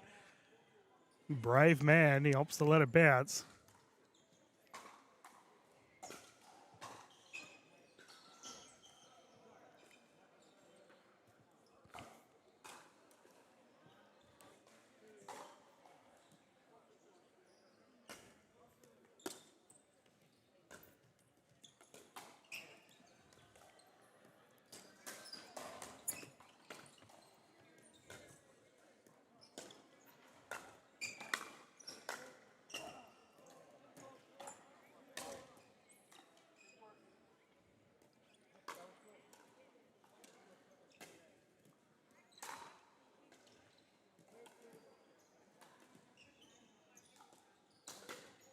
Oh, is that a Nelson attempt? Awfully close.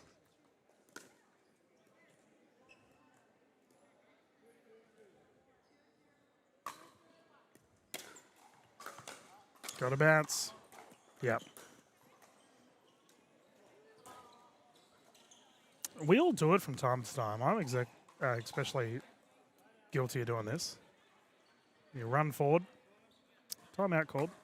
Don't mind that. Yeah, you run forward to collect the ball and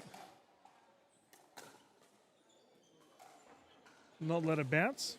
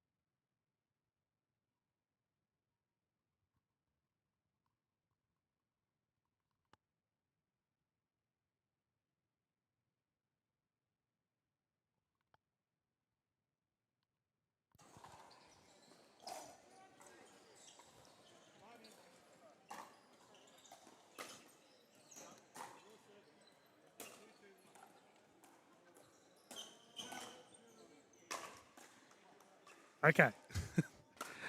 Let us continue. Return into the net. Timeout unsuccessful.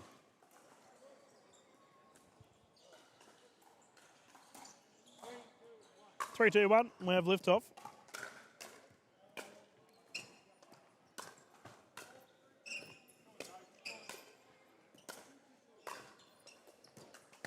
Oh, nice recovery.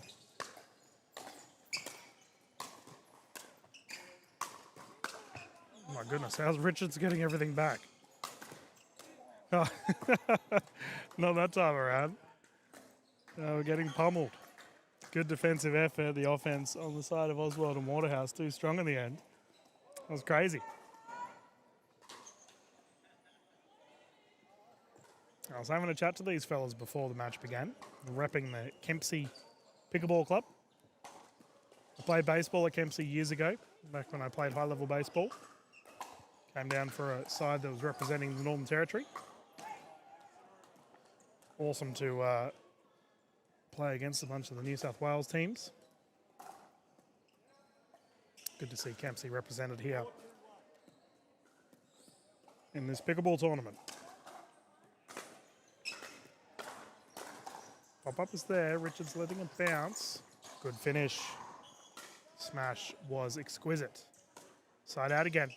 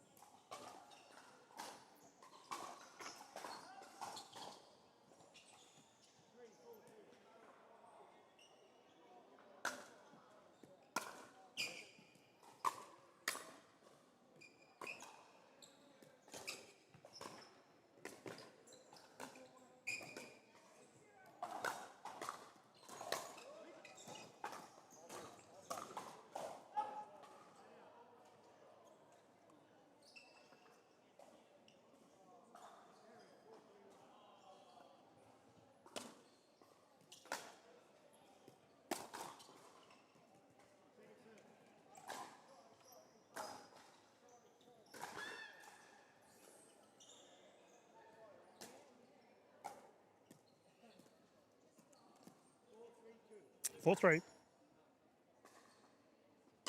I was saying to the referees earlier, viewers, it is awfully humid in here today. I thought with all the rain outside it might be a little bit cooler, but it's like stifling hot.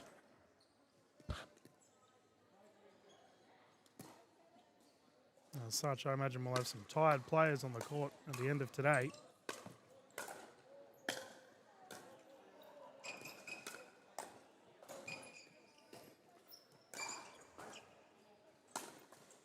Oh, what's the call? Close one. Speaking of end of the day, it sounds like we will be pushing through to about 7:30 onwards tonight, viewers.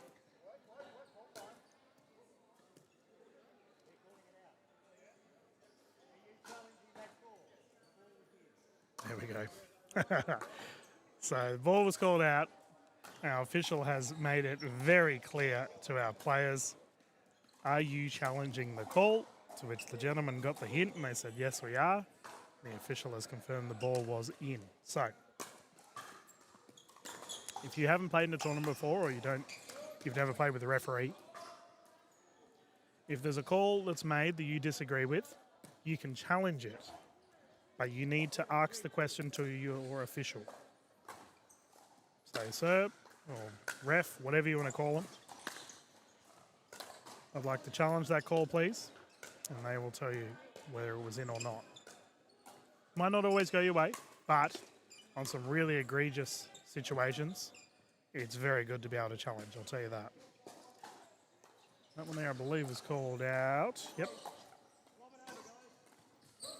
Now, as we're playing to 15, the gentleman will rotate at 8. They get a little bit of a breather before we bounce into the remainder of this.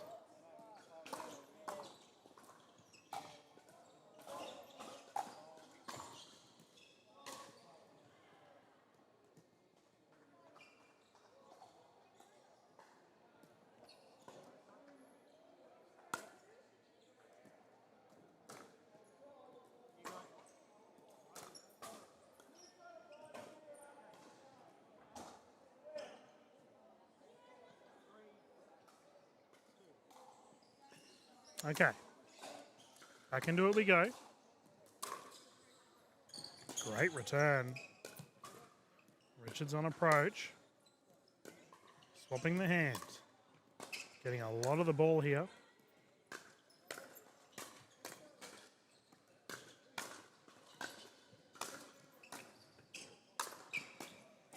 Great smash. We could see there that Shannon was frozen out. Unsuccessful.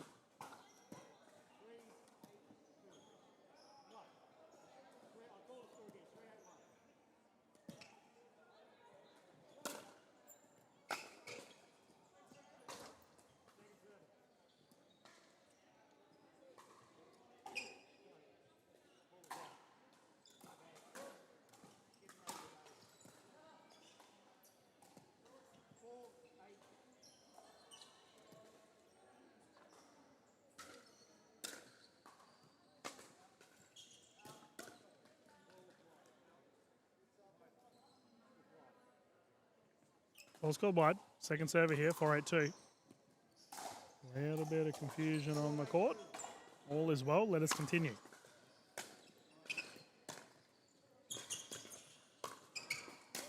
Whoa! Richards has sent that into orbit. 3 points the difference.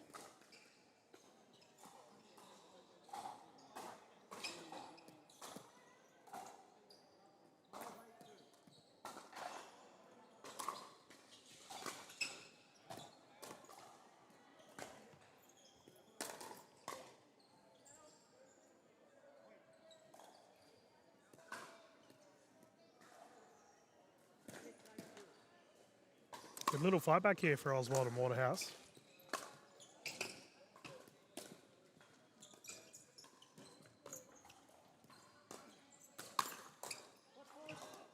Oh, foot fault.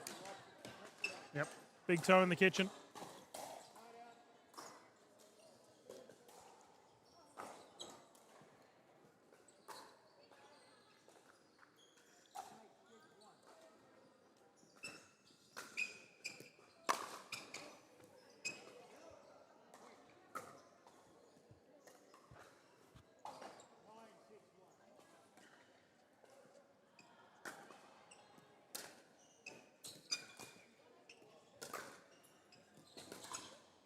Whoa, what a shot. Pretty. Nice and deep and in the corner.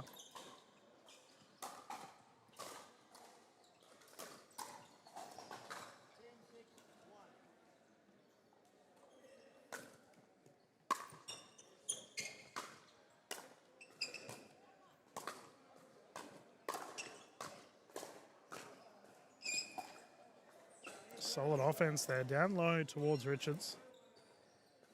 Ended up resulting in an error.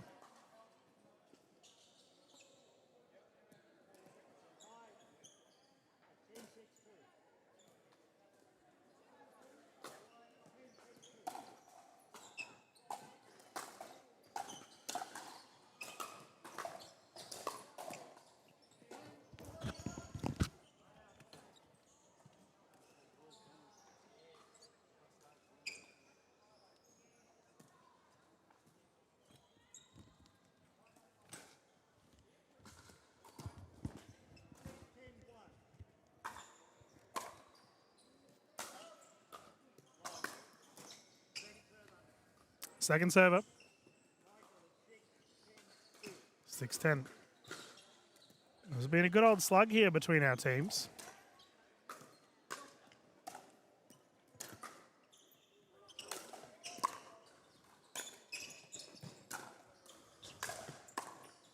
Oof, nearly.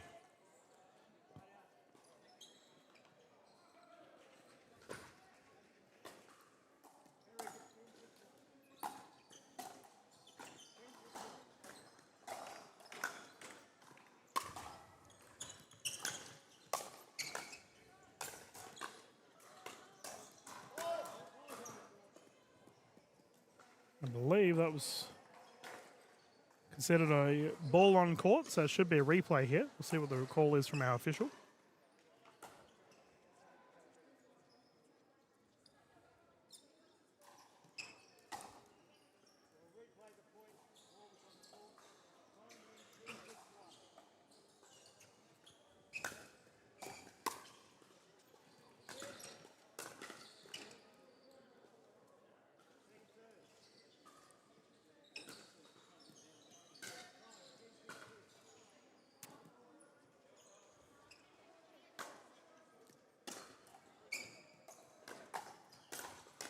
Pop up. Yep, good finish. Richards caught on the transition.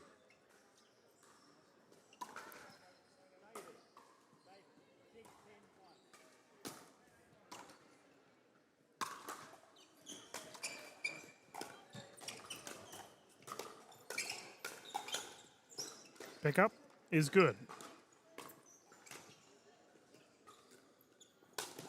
Terrific finish.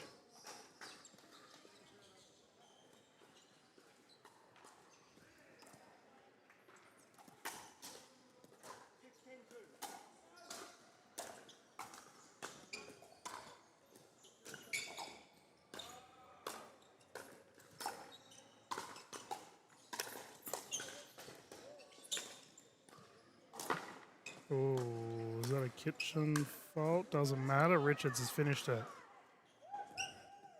So terrific rally there. Shannon and Richards will get it back. Try and continue to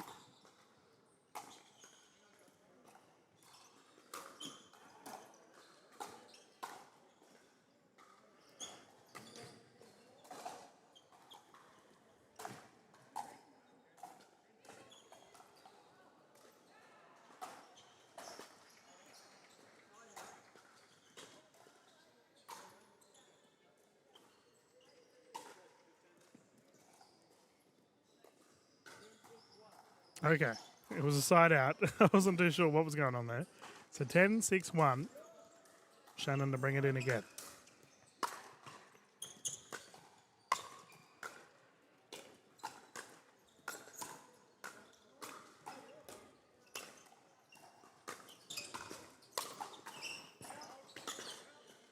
It's called out.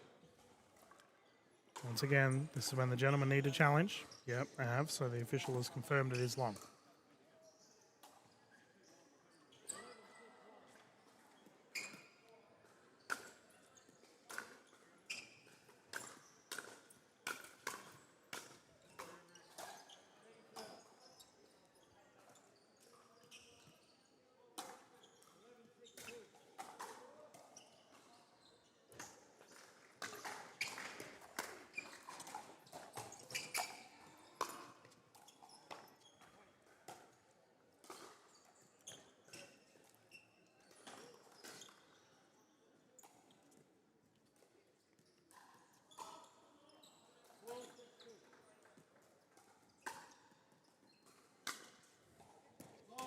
Service error. Okay, the time is now for Oswald and Waterhouse.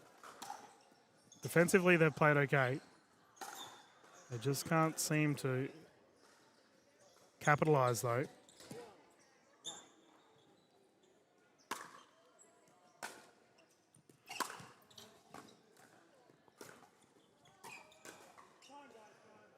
Yeah, ball on court.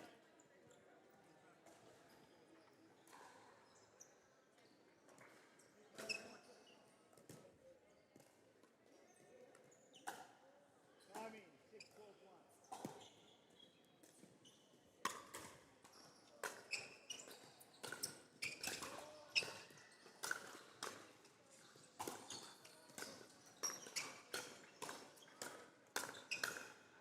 It was a game of keepy uppy for a while there.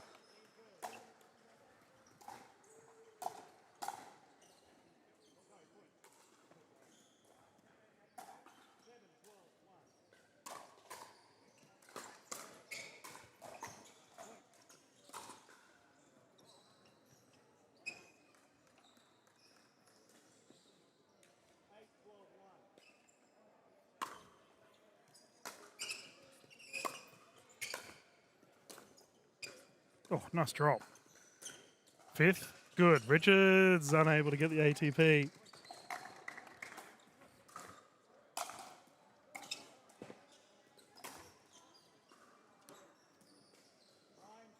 Here we go. The comeback is on.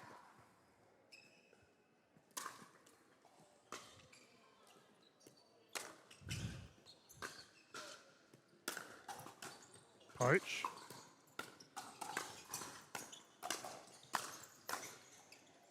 Wide. 2-point game. Great effort here for this bronze medal. Oswald and Waterhouse not giving in.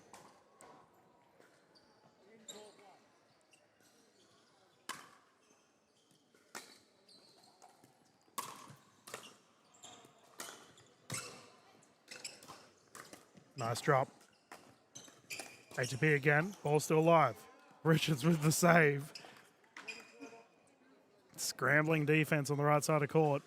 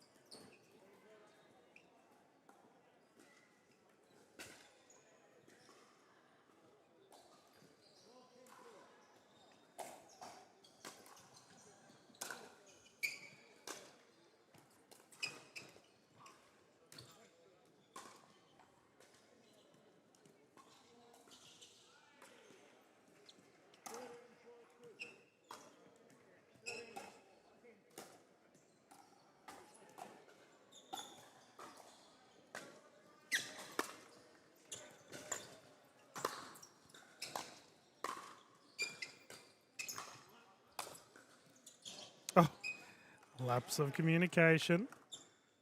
But effective smash down the middle. Oswald and Waterhouse had a terrific run of things earlier. Can they continue to build some momentum?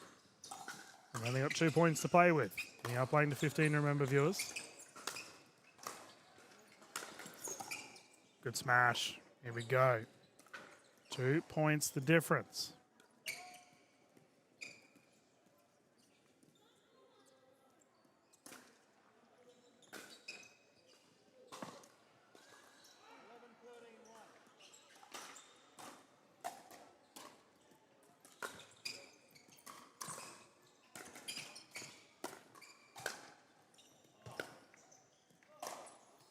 We've got Richards on the other side here. Yeah, swing and a miss. Unsuccessful there for Shannon.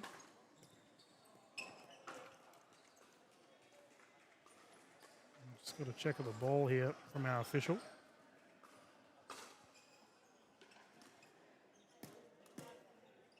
One point the difference. Good run once again.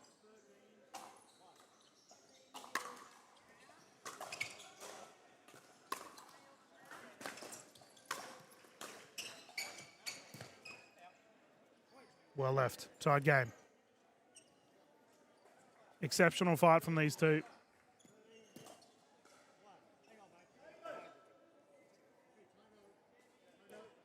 We have a timeout here on the side of Shannon and Richards.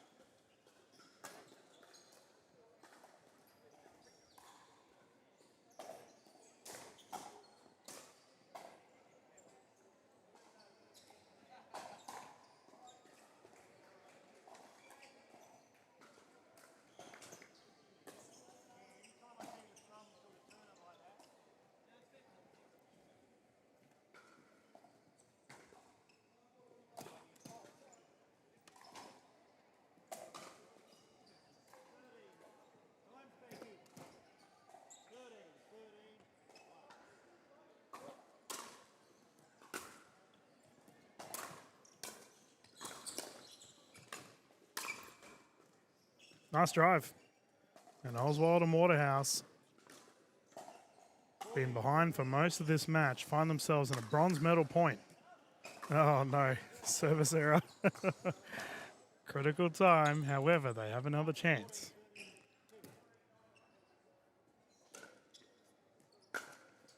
They've done it.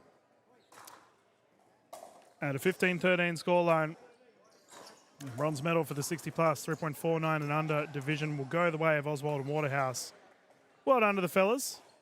Shannon and Richards securing the 4th place for this division. A big thank you to our official for calling this match. And as always, viewers, a big thank you for you tuning in here to DinkFest. We will get ready for our next set of matches. As I said earlier, we'll probably go through to about 7:30 tonight. Plenty of footage for you live here on YouTube. Look forward to seeing you on the next set of games live here at PCYC Port Macquarie.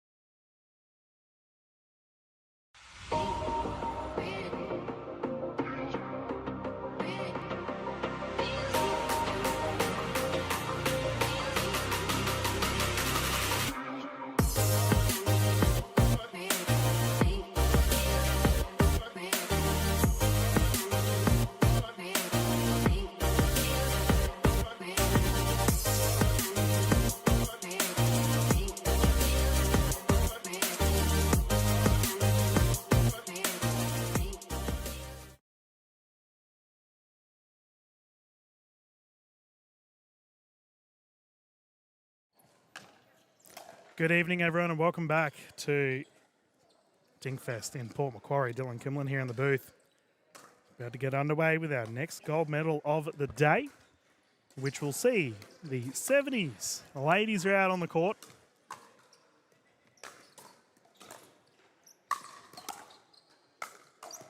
And it looks like we're getting started with a terrific rally.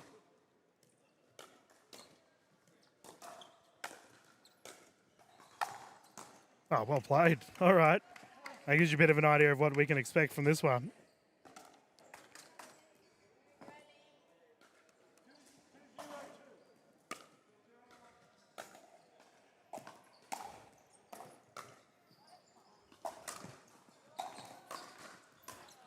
We have closest camera in the black tops. The duo of Karen Noach and Janet McCausland. Currently up 3-0, and they're up against Barbara Blaine and Doreen Kearney. Mr. Turnbull, our official for this game. This will be 3 games to 11 viewers, with the ladies rotating at 6 should we get to a game 3.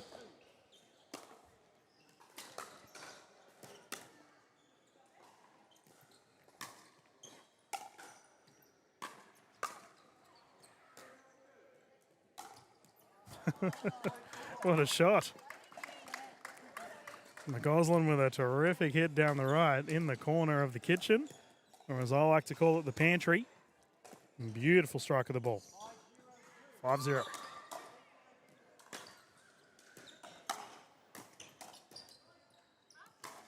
Yeah, smart drop into the kitchen there. Blaine and Kearney. A little bit of work to be had here early in the first. They come from the same club as our official. Turnbull has made sure he's going to be very fair on the court. Swing and a miss there. The lob is perfect. But also he was very proud to see ladies getting through to the gold medal.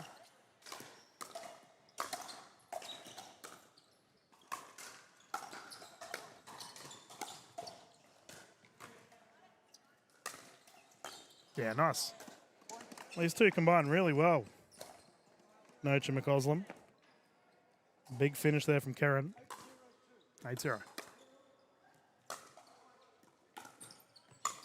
Nice. Big smash.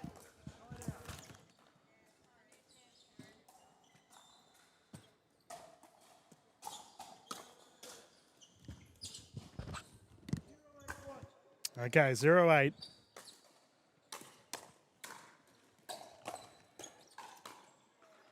Well left. Noach opted to see that one across.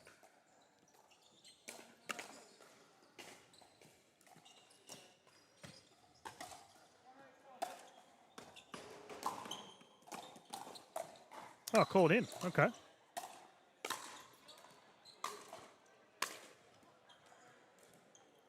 That one's gone wide. Janet and Karen having a good joke about that one.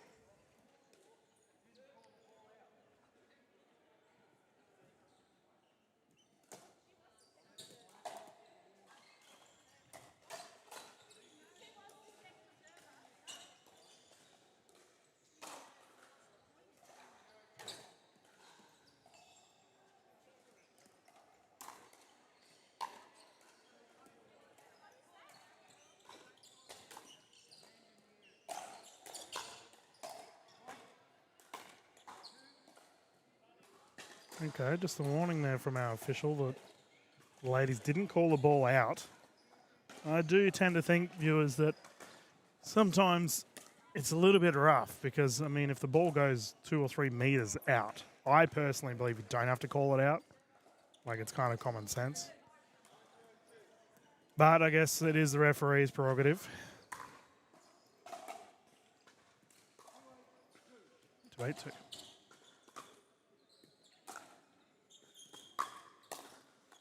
Oh, good approach.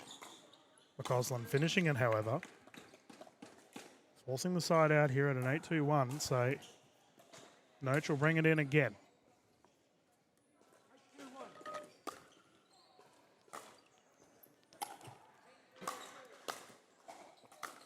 Oof. Sheesh, that had some pace on it. Janet managed to get the paddle up. Got caught, however.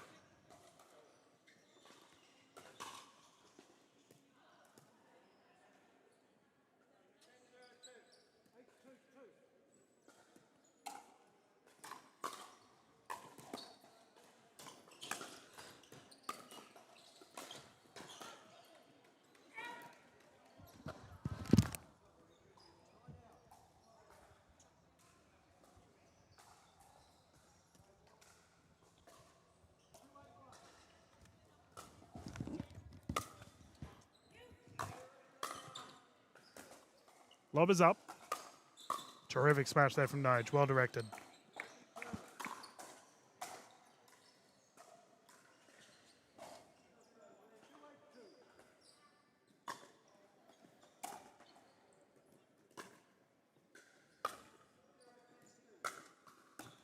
Oh, clip top of the battle. Let's skid it away.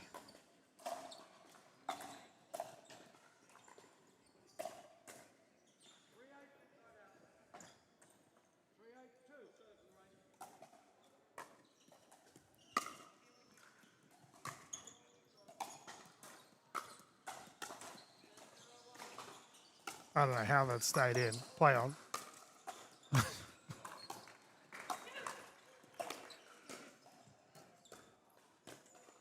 Oh, what a rally. Great rally there from both teams. Terrific defensive effort.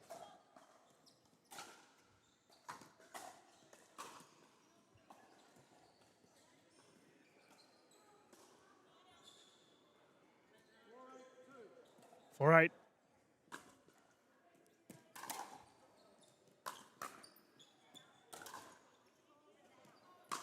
Ball was called out on the service.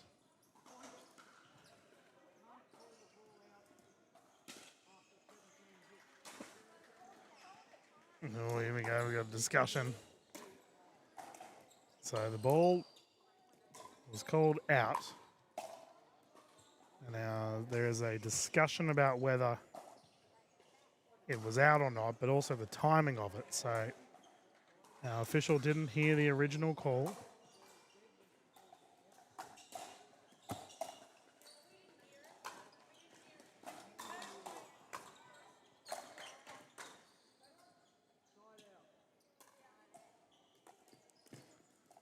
So it looks like the ball has gone the way of Noach and McCausland. 8-4.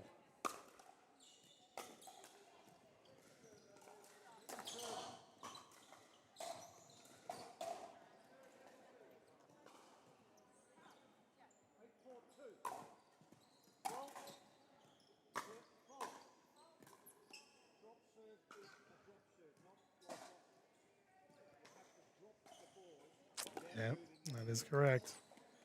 So we're getting real finicky on the rules here, viewers. But what McCausland has just been penalised with is on the drop serve, she has imparted force on the ball.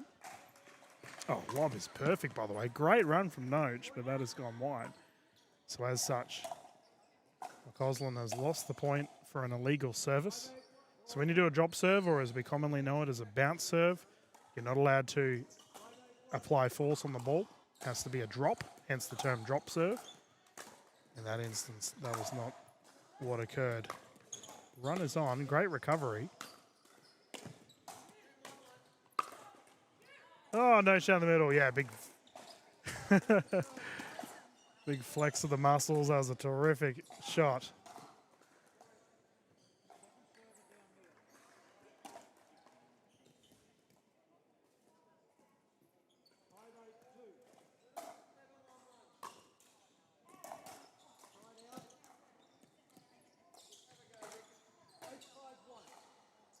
Eight five.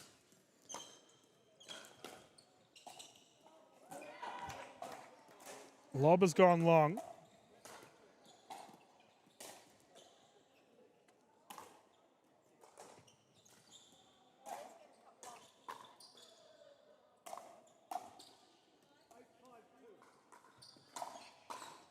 Yeah, she caught it. Yeah, that's better. McCausland was all over it there. Well done, Janet. Lob. Noach plays it on. McCausland up at the net.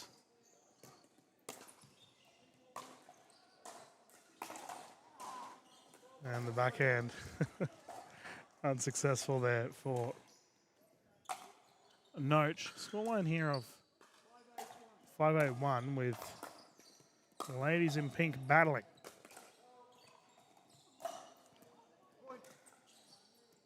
And that one is floating along.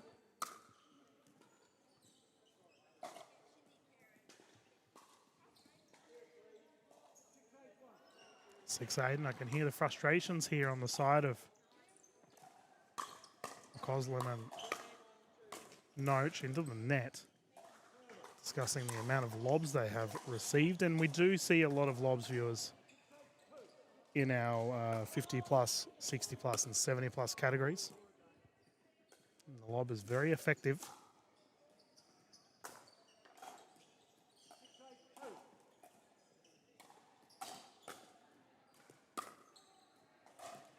In the corner.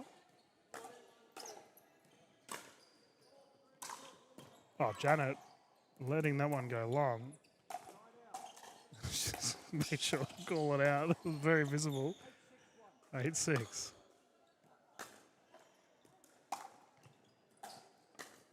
Ball still good.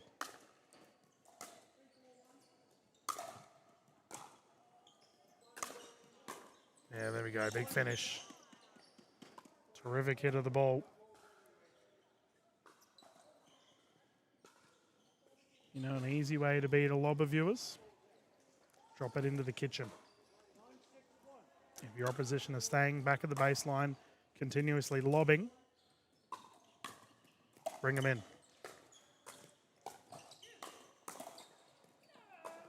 There we go, Noach successful. McCausland and Noach now find themselves in a game point situation to take game one here at the 70s. 10-6-1.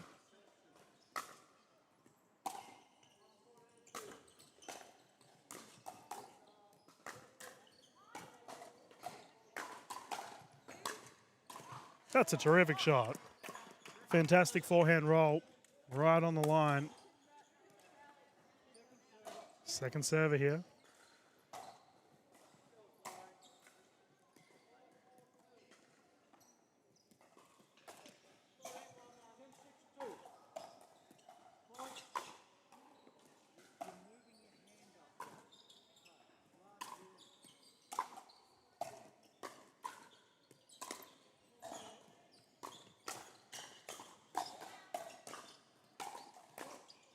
Yeah, McCausland sees it through. Noach and McCausland will take game one here in the gold medal. The players will come in for a quick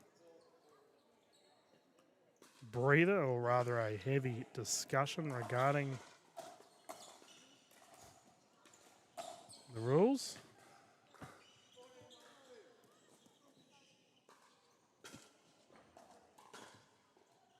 Oh, we got a bit of fire on our courts here from the 70s. Oh dear.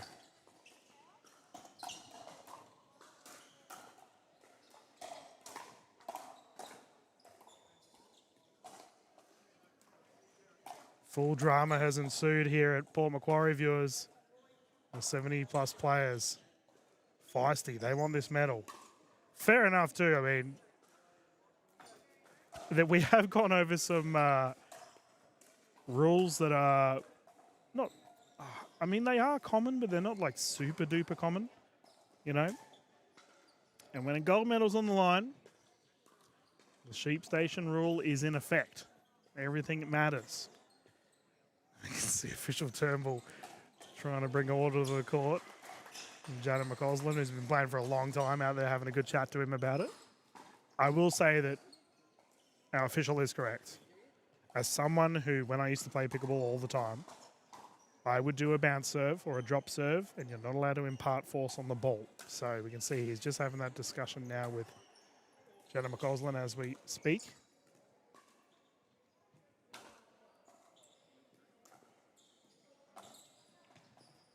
Ah, 70 plus division, I love it. The fire from these players. Great to see. Meanwhile, the gentleman on the left is going for a record. How many balls can you hit on the side of your paddle? Oh, come on, mate. Put on a show. He's going to be our halftime entertainment while we wait for our ladies to come back. No, it looks like he's got a medal match of his own.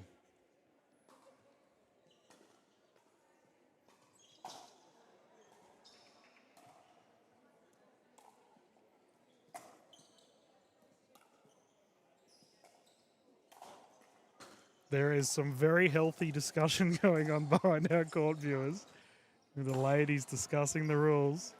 And it looks like we will get back into it.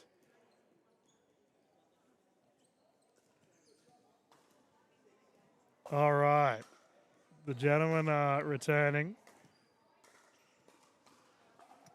This is pandemonium off our court right now.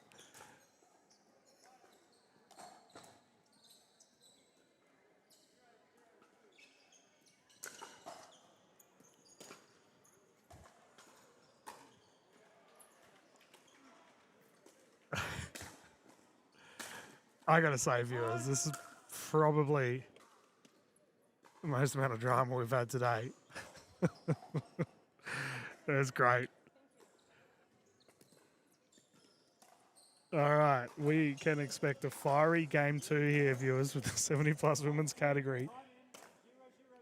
Can Blaine and Kearney respond?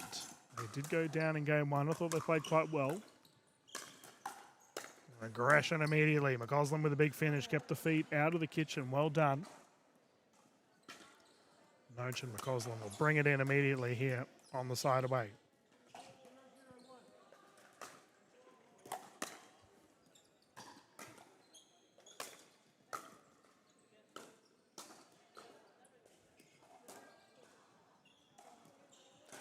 Oh, wow. Wide.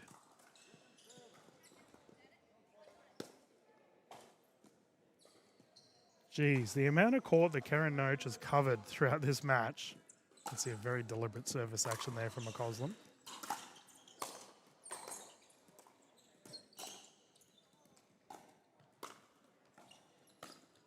Okay. Had 2 clips of the paddle.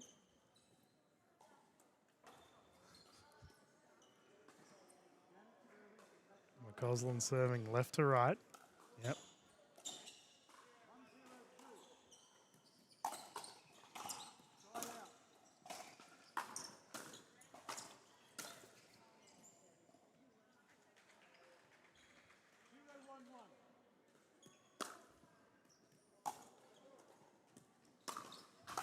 Oh, great drive. Nice flat, just over the net. Great pace on it. Good to see.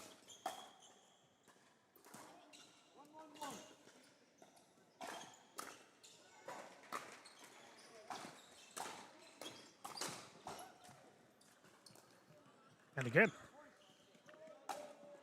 Fantastic footwork from Blaine and Kearney, and they have got a 1-point lead now. Can they build something?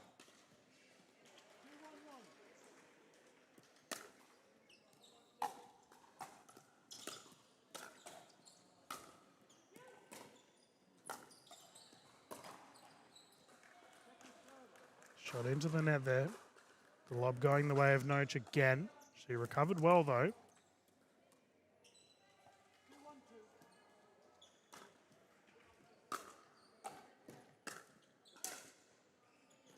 Switch on the side of McCausland and Noach. And that smash is good.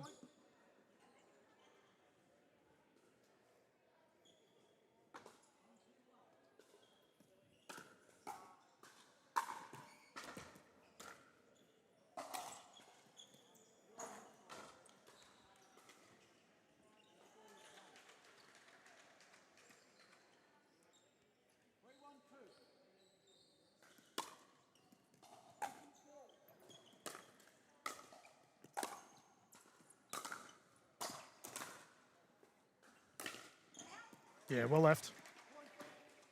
Got the feet moving, moved out of the way. Great to see.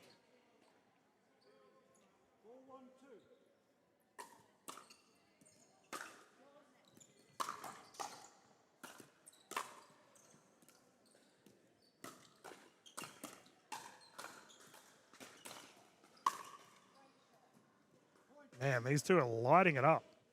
After that game 1 loss, Wayne and Kearney have come out fired up after their heavy discussions with the crowd. They mean business.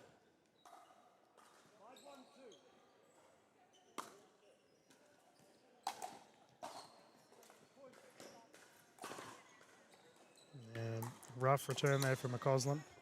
Timeout, smart, good call. That is definitely the time for it. Heavy momentum on the side of Wayne and Kearney, and the ladies in the black tops have recognised it. Now, viewers, we will progress throughout today and tomorrow. Our mixed doubles events will kick off tomorrow morning. But we will also have all of our Grand Slam events kicking off throughout this year. Pickleball Tournaments Australia, one of the sponsors for DinkFest. A big thank you to them for getting behind us here. And I've just put the events up for you all if you are interested in getting amongst more Masters Pickleball. Grand Slam events cater to all divisions, including our wonderful Masters crowd. And we have a ton of events coming up. Can't wait to cover them all. It's going to be a lot of fun. Timeout is finished. Our ladies are back on court, and let's get stuck into it once again. Blaine and Kearney. Heavily momentum favoured side here closest to camera. Good timeout, and that has been sent along.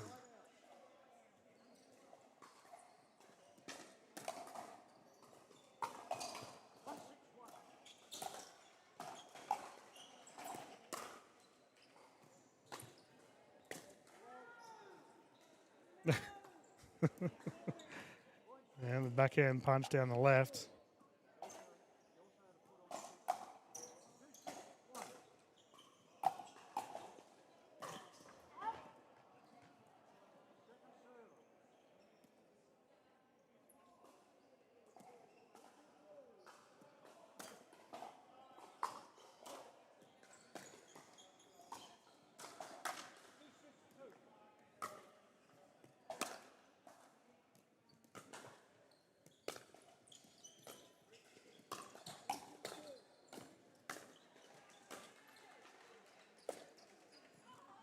Oh, has that landed in? What a shot.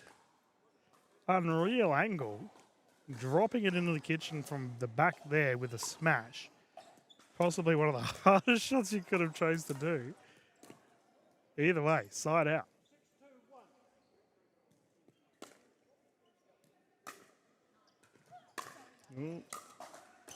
Miscommunication. Ladies in pink recover. Lob up. Lob called. See what the call is. Yep, that is the correct call. If you don't know whether it was in or not, you've got to play it in. That's right. Yep. Good call. Good call.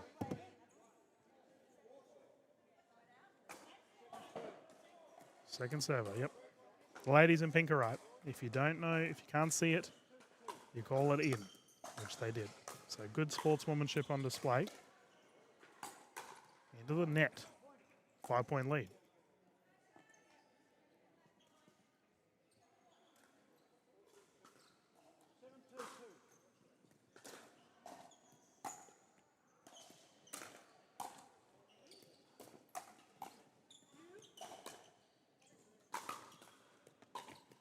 Good hustle.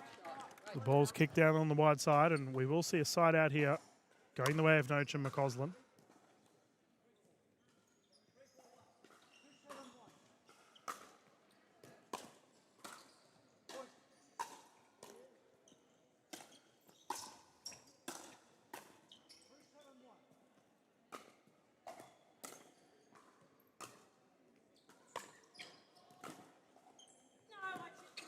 Yep. Clip the paddle.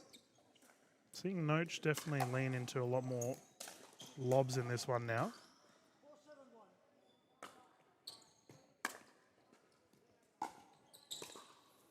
Good speed up.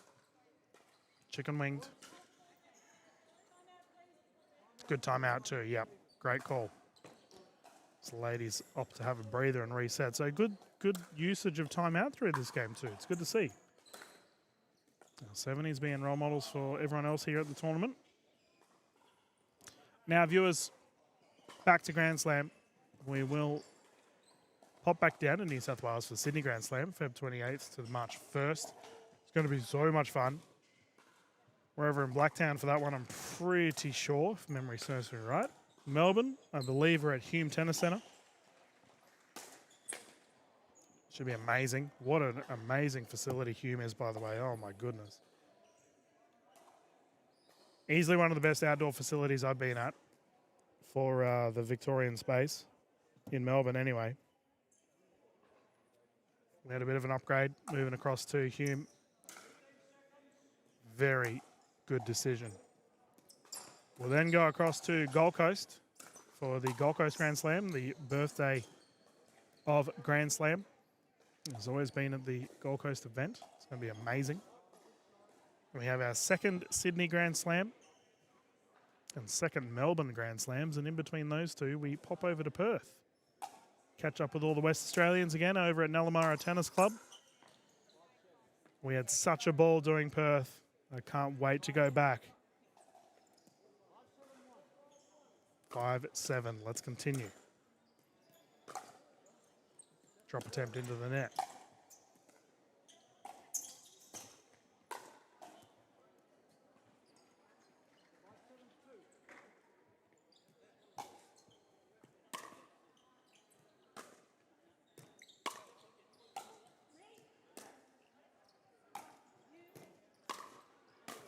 Good rally, great defense. Side out forced. Can Blaine and Kearney make it to a game 3?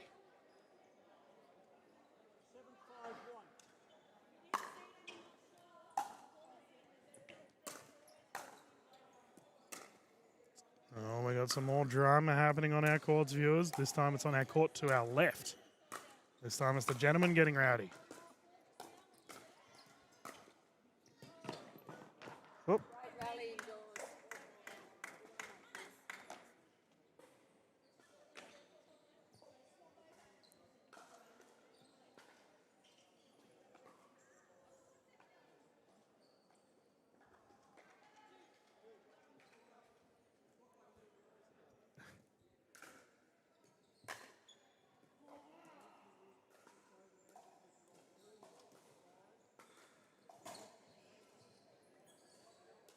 Just figuring out where people should be.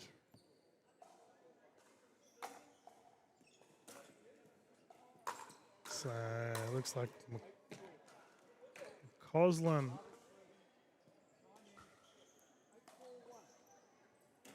See, late for the score. Lob. Clip the battle. Lob is successful.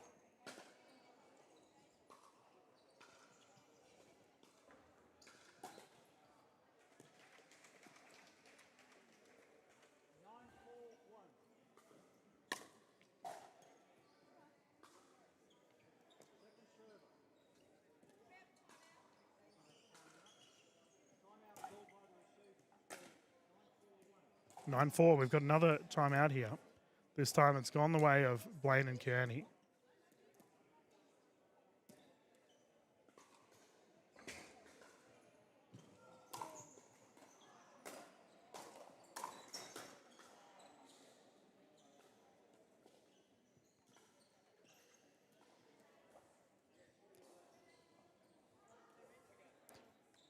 Now we should be progressing still through to 7:30 tonight, roughly, viewers. So that's another hour minimum of pickleball for you all at home, which is awesome.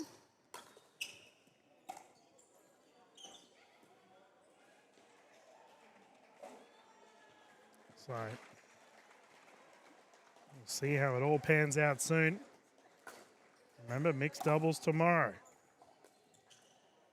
I got to say, viewers, the Australian Masters scene is so fiery.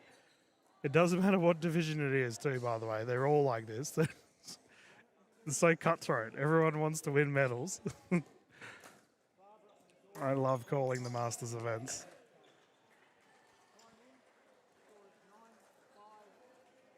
9-5. Let's get under.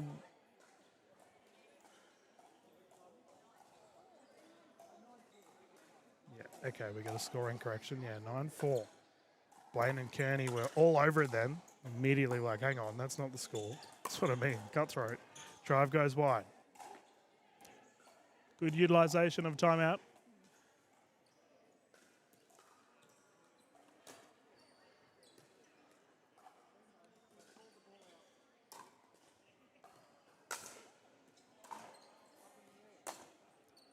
The dispute on whether the ball was called out.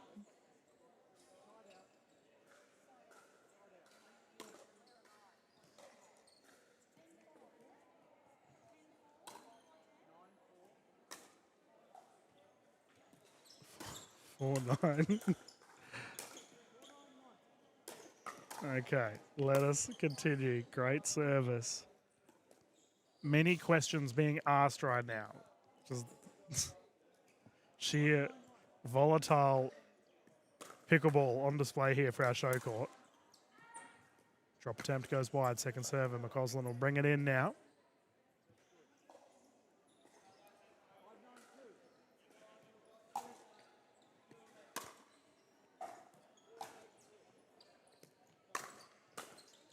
Yeah, good smash there from Noach. Smacked it down the right side. We've got a gentleman on our court here. He looks okay. I was a bit worried he might have done a hemi then. Just landed proppy. You know how people do the hamstring, like, I don't know what they call it, sort of shuffle? The skip. Never looks good, whatever it is. That return is called long.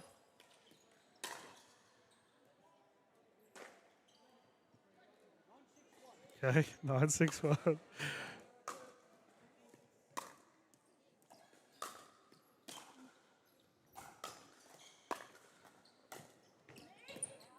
That one's called long as well.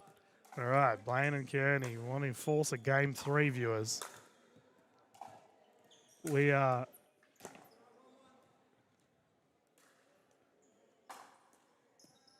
witnessing a good fight back here. 10-6. Into the net.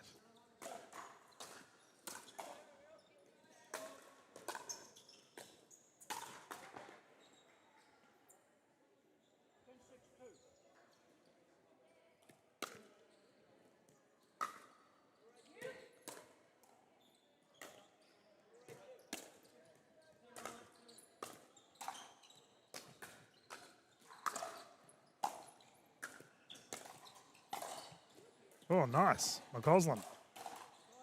Janet jags it down low. Nice backhand swing.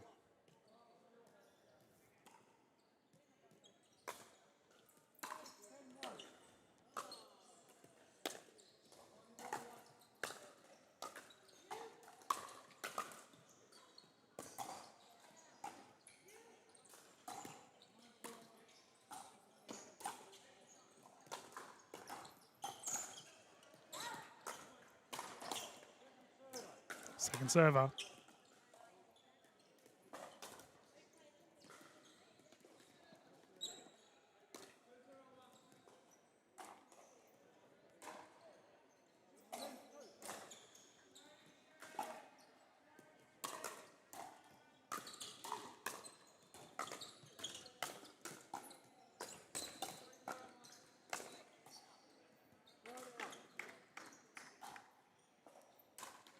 All right, another side out here.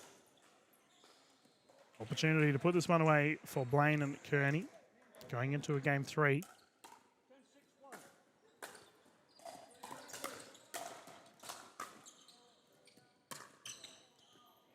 Wide.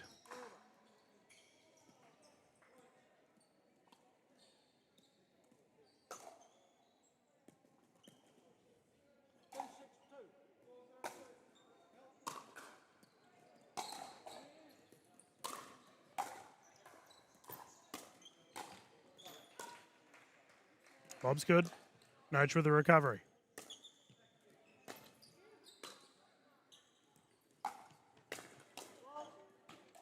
Foot fault.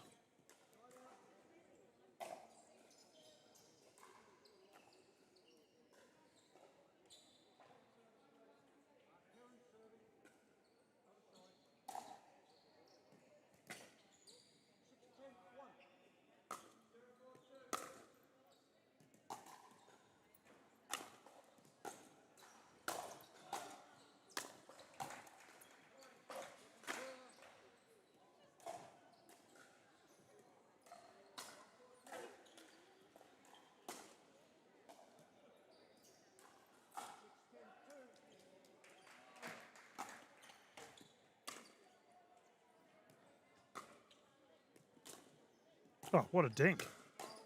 McCausland on approach. Foot fault again. Here we go. Noach and McCausland starting to build some momentum.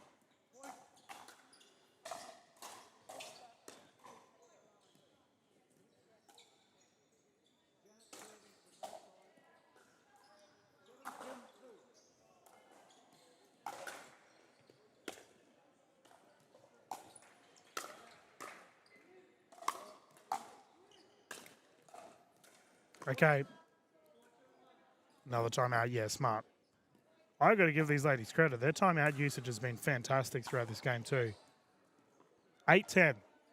Close game again. We're on track for another hour-long game if this goes to a game 3. High intensity. Lots of rules being debated over. Lots of lobbing. Some great shots and good smashing. 70-plus pickleball. Good to watch.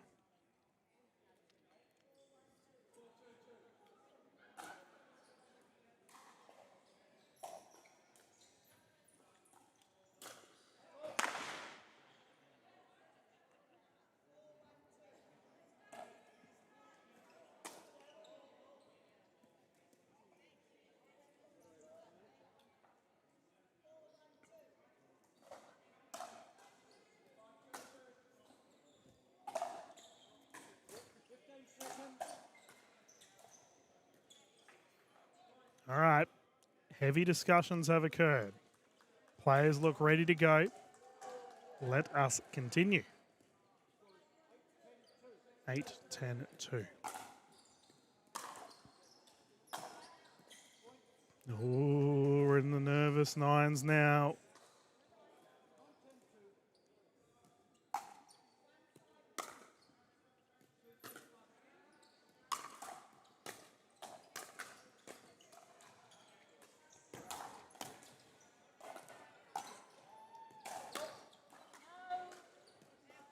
Tied game.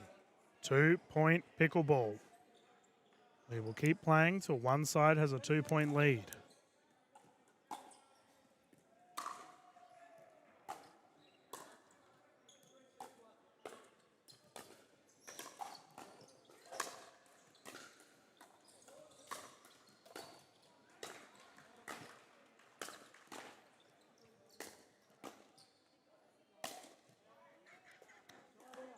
What a rally. Oh my goodness. He's had multiple crazy smash defenses and then a terrific shot down the left side. Oh my goodness. Okay, 10-10. They still have a chance to put this one away, Blaine and Kearney, and force a game 3. They need to get this first point, however.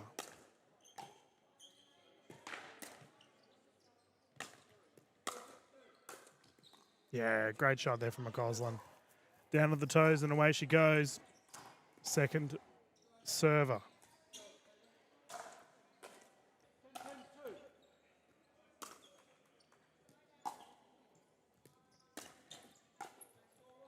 Perfect drop. Beautiful shot there.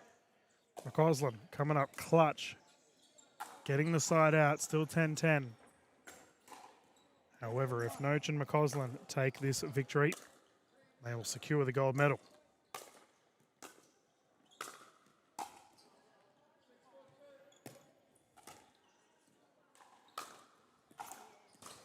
Off-base smash does the job there for Noach, and the ladies are now in a gold medal point. They've defended multiple game point situations. They've fought hard.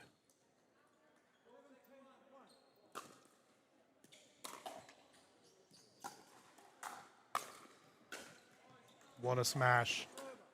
Great coverage. Forehand down the left side, too strong. Jana McCausland will bring it in again at an 11-10-2.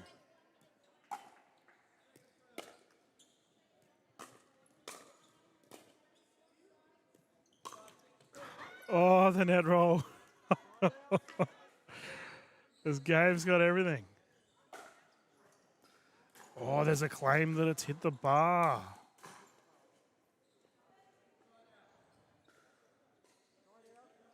No, did not hit the bar. So we can continue. Third shot lob. Noach hits it. Tied game 11-11. Was that going wide? High drama here for our 70s.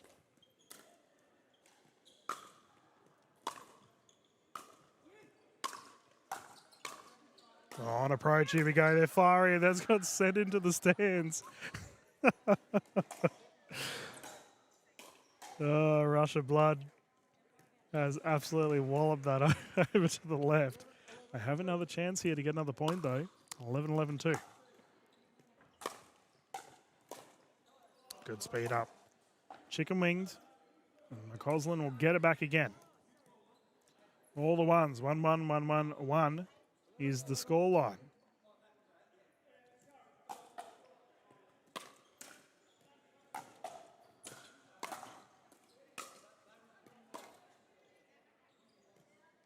There we go. They get the point.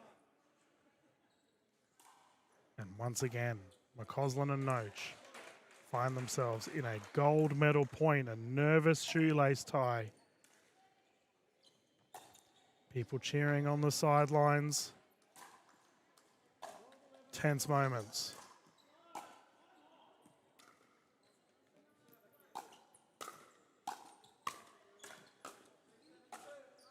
Oh, the lob's good. Oh, they've done well. Noach and McCausland have secured the gold medal here for the 70s women's. Silver going the way of Blaine and Kearney. It was a fantastic battle. Big thank you to our official Turnbull for calling this game. And as always, a big thank you to all of our viewers at home. It's a high intensity match there. And entertaining to boot. And that is all she wrote, viewers, for that matchup. I'll find out who our next set of games are live here at DinkFest. Get back to you very soon. We won't be too far away before our next set of games here at Port Macquarie.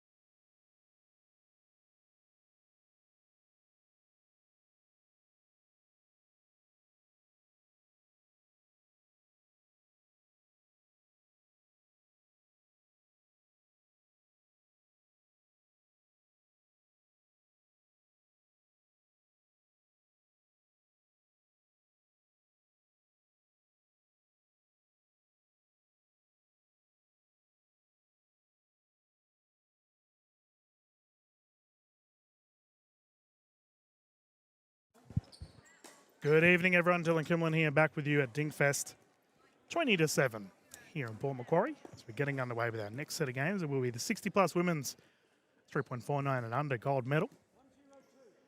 Just get your scorecards ready for you at home.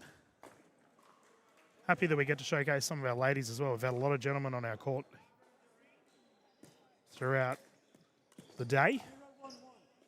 Tournament team recognised that and said, no, I'm going to get some of the ladies on. Bang. Great finish.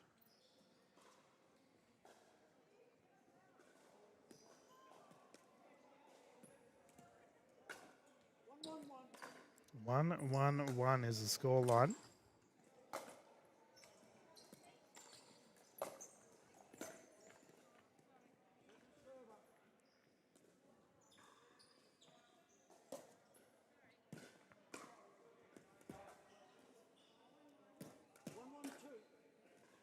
And this match that we have on screen right now is between Helen Garrett, Janine Spradbro, and their opposition of Libby and Debbie. So Thompson and Waterhouse. We had a Waterhouse on earlier, actually. Oh, this is the crazy pool, actually, where there's like 17 Debs. I saw the tournament team discussing this particular division earlier. So 1-1 still the score line.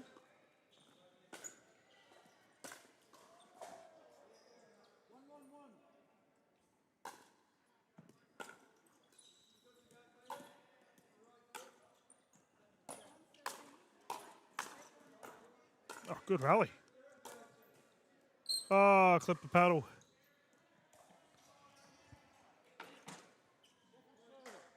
You can see the ladies close to camera rocking the Warhope Tennis Club uniform. Great to see.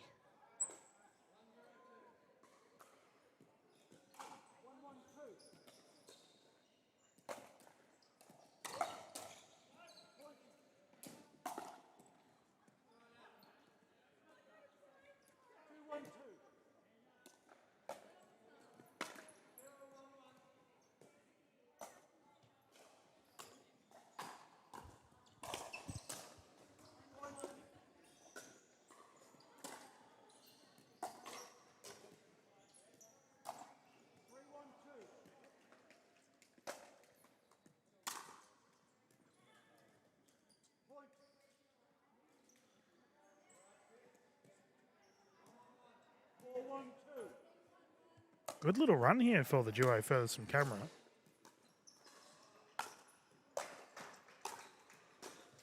Recovery, good. Wow, what a play.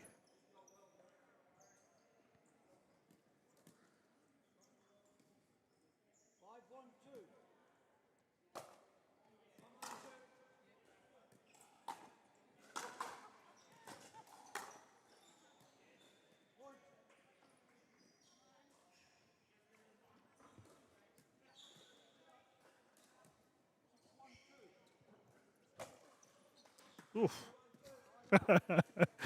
She got hold of that one and look immediately not impressed with her service there. Absolutely rocketed it.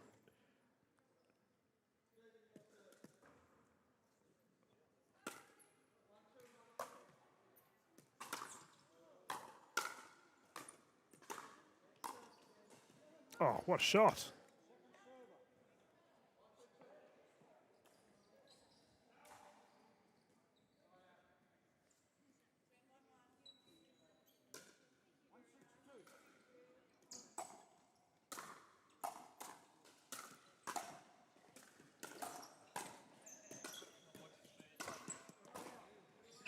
Up on your side.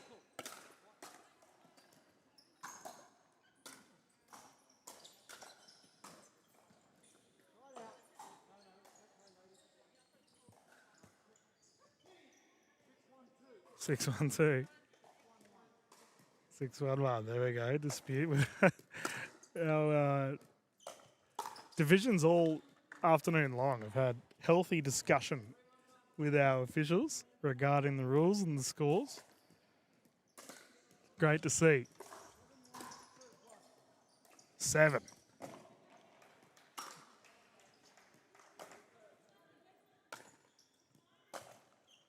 Yes, beautiful drive again. My goodness, these two are on fire.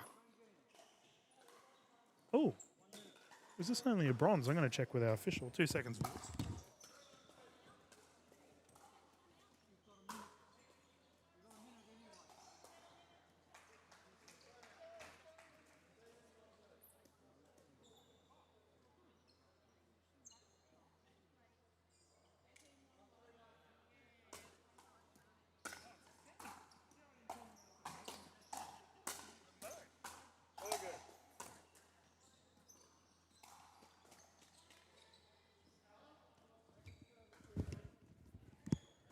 All right, so it's not a gold.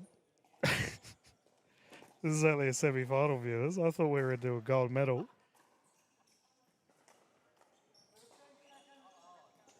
That's okay. Winner of this will go through to a gold medal.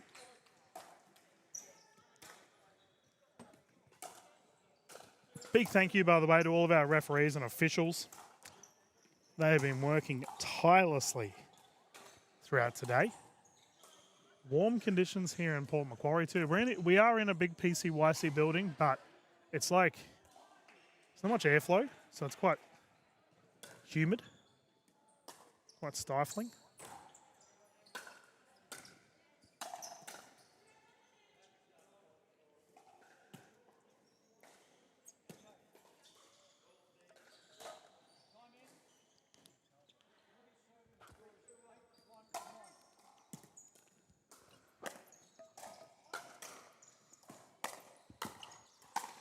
Oh, beautiful shot.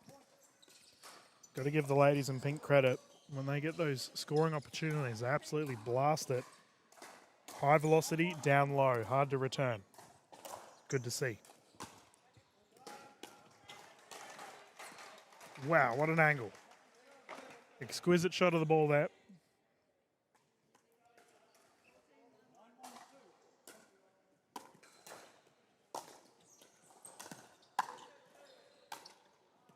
Oh, she's gone for it again. Well, consistency is key. Ticking it on that yellow line again. Perfect.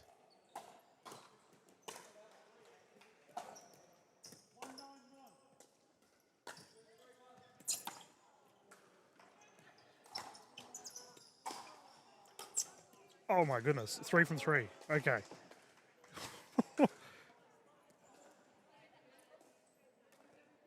This lady's just a ball machine. She just keeps hitting the same spot over and over again. Very crisp, clean strikes of the ball. Oh, okay, they're on fire.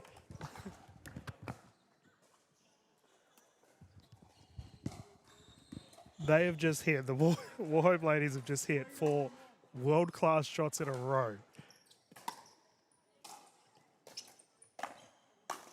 And the big finish as well. Here we go, they're on a run. Momentum, building.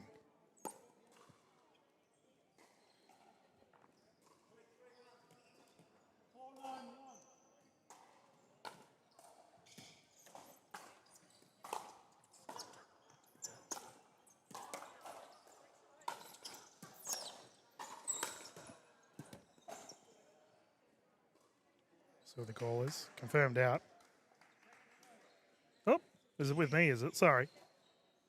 Ball was confirmed out, by the way. That was a outrageous smash attempt. These Warhope ladies are just trying to paint lines at the moment.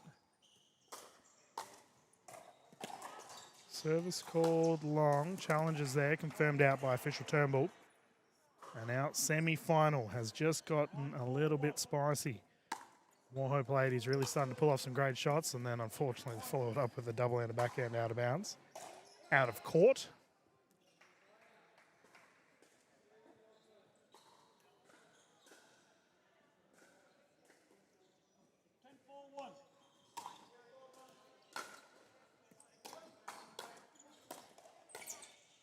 Lob. Ball's good. Unfortunately, that has been sent far and wide. Thompson and Waterhouse continuing to build this lead.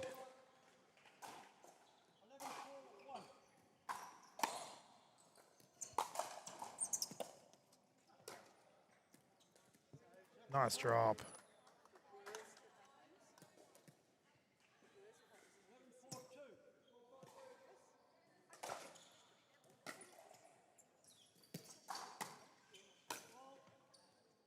Foot fault? Didn't matter. End of the net.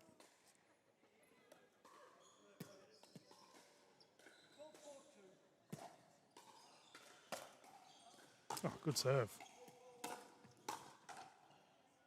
Here we go. They're on a roll now. 2 points away from moving through to the gold medal.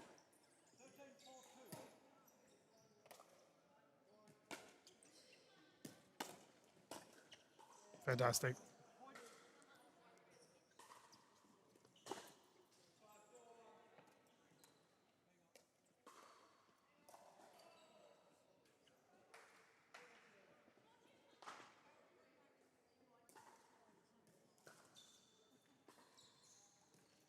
Official Turnbull's just fixing the net up. There we go.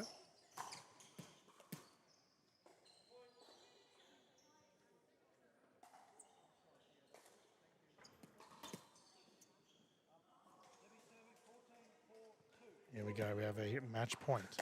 14-4. Tomahawk unsuccessful. And despite Garrett and Spadbro coming out with playing some outrageous pickleball shots, the victors go the way of Thompson and Waterhouse. They will progress through to the gold medal here, viewers, for our 60-plus division. The broadcast will continue. We'll be back on very soon with our next set of games here at DinkFest, live from Port Macquarie.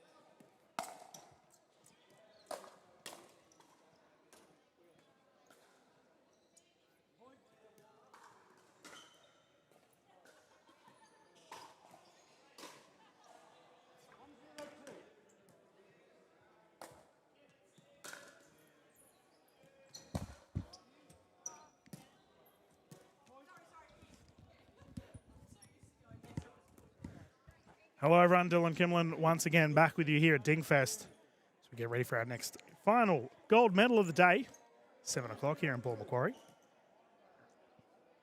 in which we'll see the 60 plus 3.49 and under division for the ladies.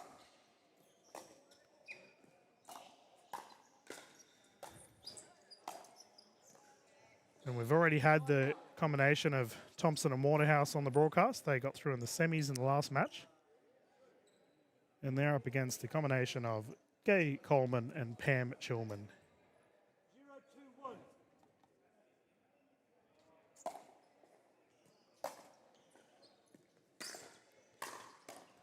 Whoa, nearly. This will be 3 games to 11 viewers. Oh, better change that. It's no longer a semi, it's a gold.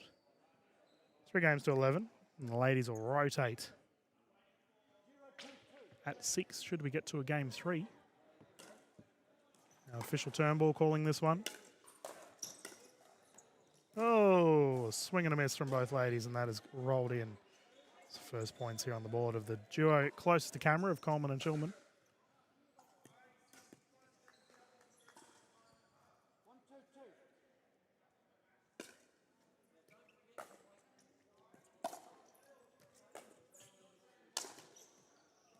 That'll work.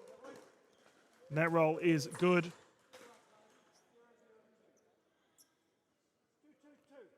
2-2-2. Scoreline here of 2-2.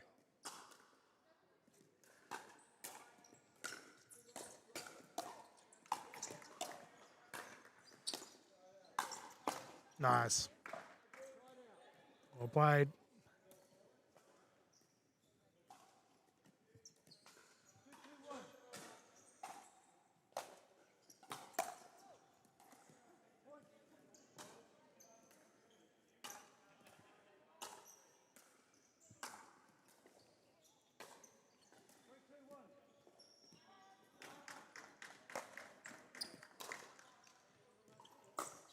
Oh, drive into the net there. And as our day one slowly starts to round out, viewers, I'd like to give a big thank you to our tournament officials, our referees, our volunteers, and our tournament team. Aaron and Jade have worked tirelessly today. Nice rally. And they're still here, working hard. Aaron's over there giving medals as we speak, and Jade's manning the medal and scoreboard desk. Nice. We've had Kirsty McCalkindale and a couple of our local juniors jumping in and helping out. And big thank you to them all. And I just got told Kirsty will be singing tomorrow. So she'll be singing for all of our players, which is awesome.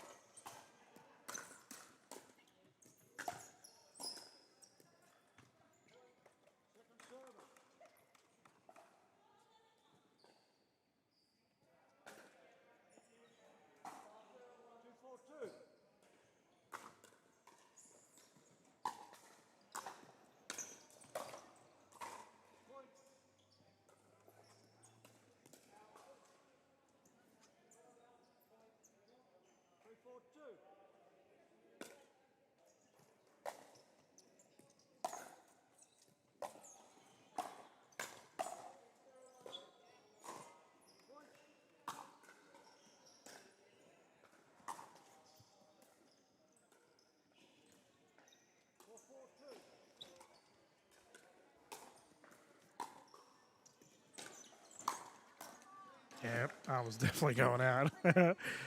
Sometimes the paddle just gets in the way, viewers. We've all been there.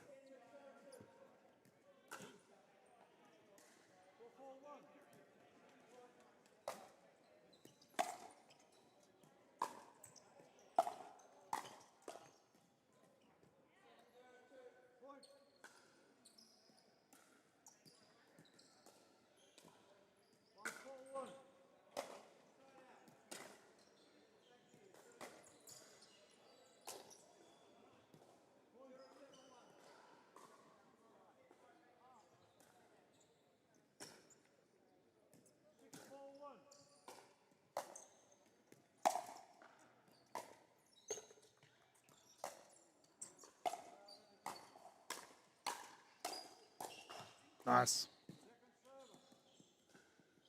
Solid play there.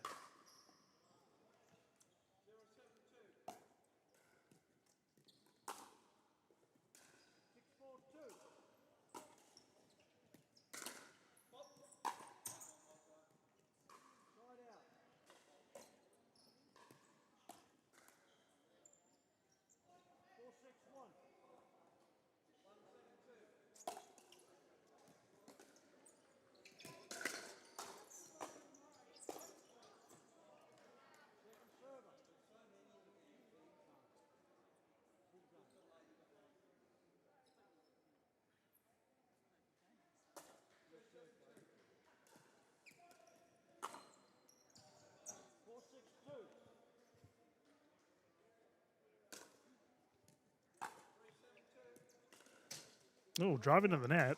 Bit of pace on that one.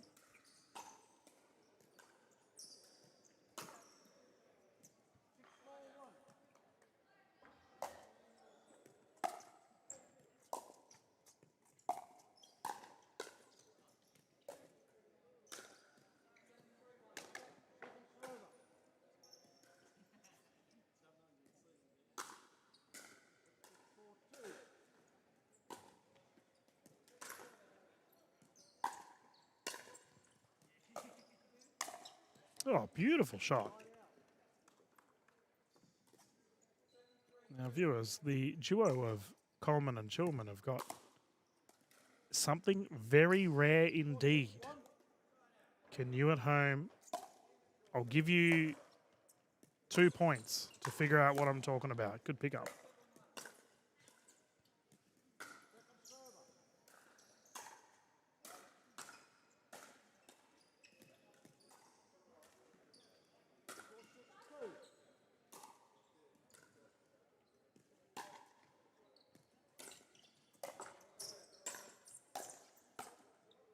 All right, it's been 2 points.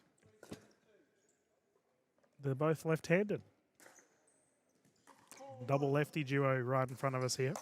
Doesn't happen too often, and we've only got one right-handed player overall. So this does not happen very often at all. Oh, what a pickup. Terrific. Great rally.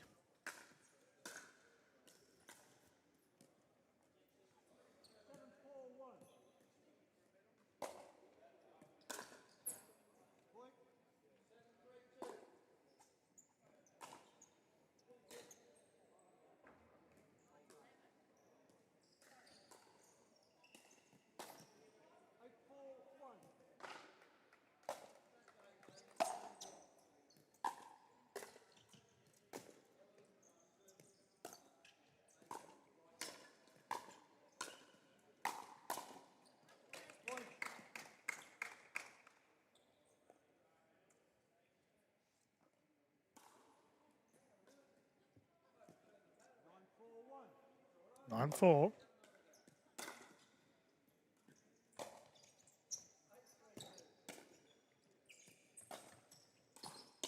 Good hustle.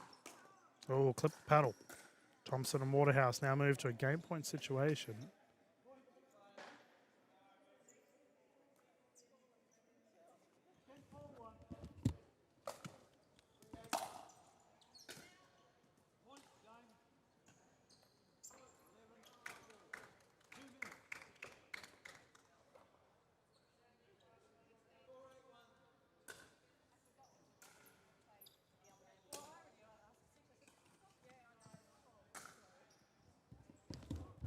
Thompson and Waterhouse have taken the first, viewers. I notice we have a little bit of lag for you at home. That's no good. Let's try and fix that up for you for our final match of the day. Of course, it happens now. Oh, dear. Quickly get it all sorted for you at home because that is not good. And while I do, I'll leave the Grand Slam banner up for you at home as we have a 2-minute breather for our next match.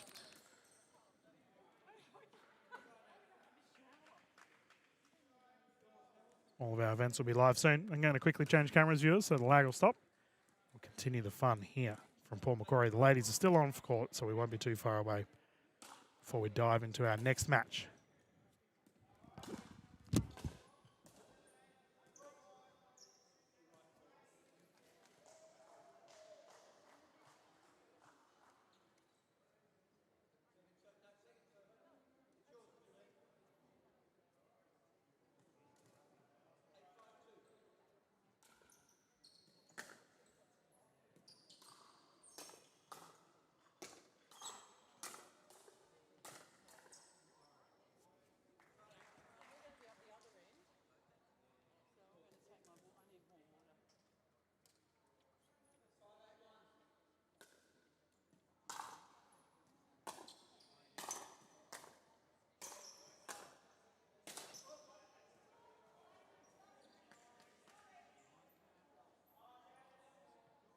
Seconds.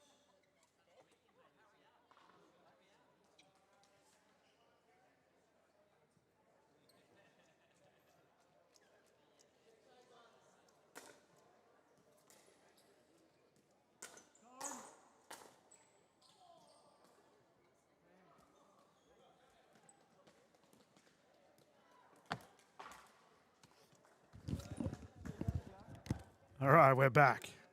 Change cameras so the lag will stop.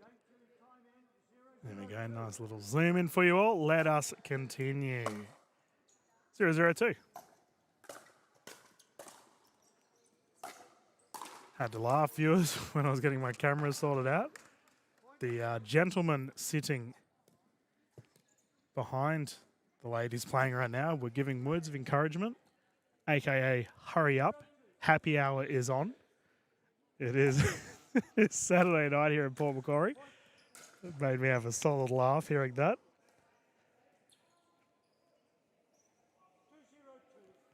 2-0. Oof. All right, they're off to a fly. The words of encouragement have worked.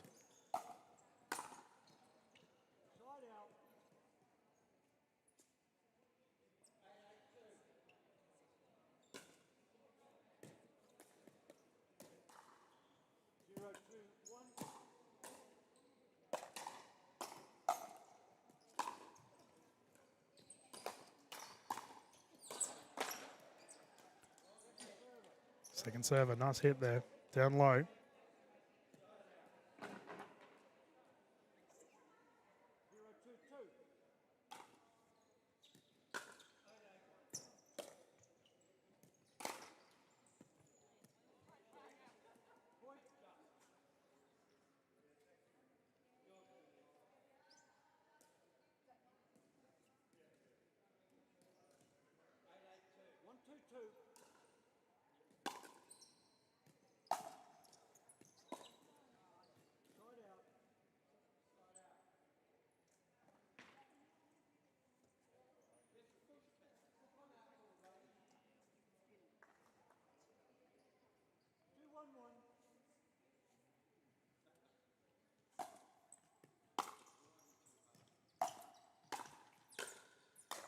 All kept in and put away. Nice hit.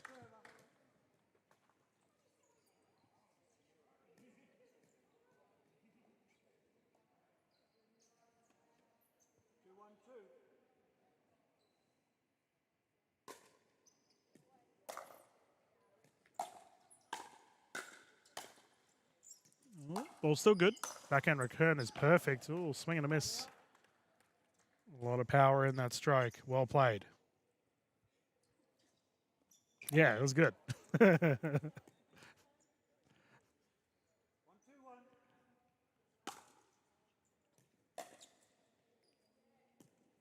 it's gone wide, and Thompson and Waterhouse doing well here.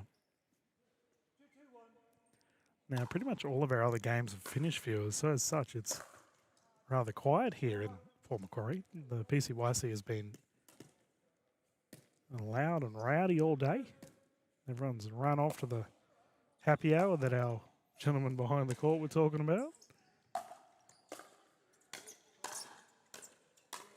Pop up. Smash is good. Take two.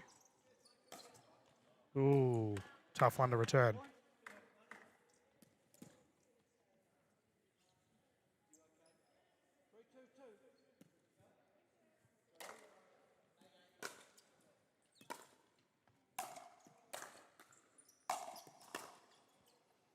Oh, no. We'll have some communication. The middle is the riddle, is the old saying, and it has definitely come into play there.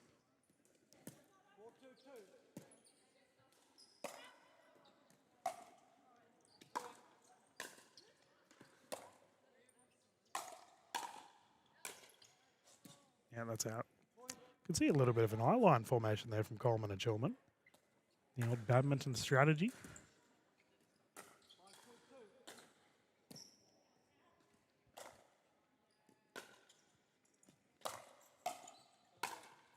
Terrific. Yeah, they're really seeing the ball big right now. 4-point lead, continue to build momentum, and as I mentioned a couple of times throughout today, I'd like to see another timeout, if possible, from Coleman and Chilman.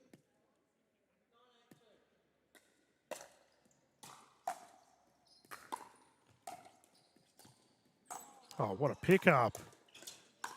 And a finish. There we go. That's a highlight play. Well done.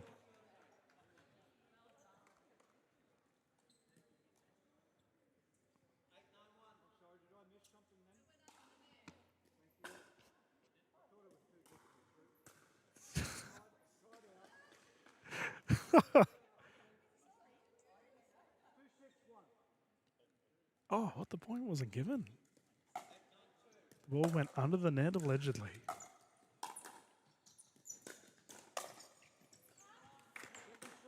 Oh, I'm gobsmacked, viewers. I thought from here that was good. Anyway, it doesn't matter. Be quiet, Dylan. 2-6-2.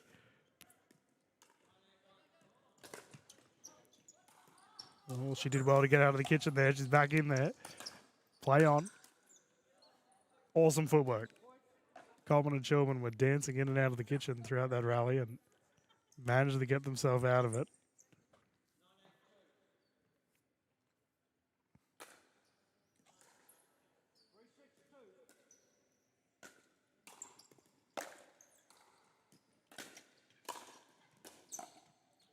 Oh, drop attempt unsuccessful. Another side out here. Remember, viewers, if Thompson and Waterhouse take this, they will progress through to take the gold medal. Good deep service.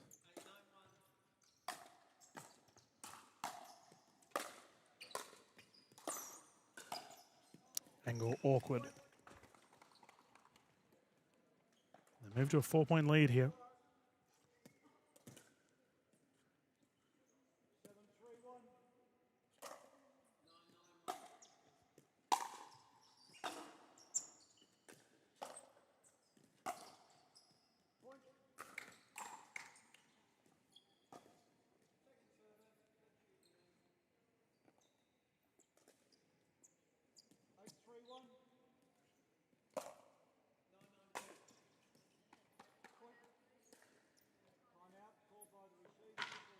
Timeout. There we go. At least they're using them. Maybe a little bit late in the match, but it's good to see. Now, viewers, we will finalise the broadcast after this match. Kick off at 10 o'clock tomorrow morning for you all.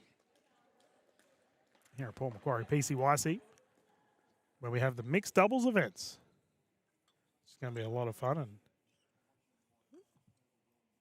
official Turnbull has come over here and telling off some of our crowd about apparently they're being overwhelming with their support of our players. I love to hear it. The banter in full effect. And honestly, viewers, like I get asked all the time, Dylan, how come you come out to like rural events? You know, why don't you focus on the pro tour events, etc.? No way. Events like this are the bread and butter of Australian pickleball, and I will forever, always want to come to them. Meet so many amazing people, so many amazing players. I get to broadcast all of the skill levels. You know, right now, 60 plus 3.49 and under event. You tell me how many pro tournaments are going to showcase that. Let us continue. I'm all about giving broadcast opportunities to all players of all skill levels and all age levels. 9-3-1. Thompson and Waterhouse with a strong lead here.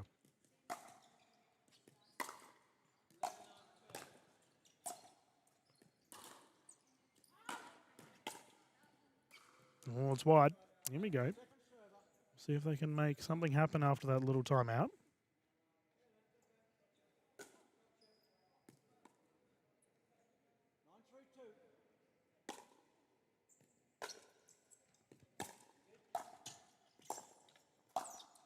Nice. Angle was good.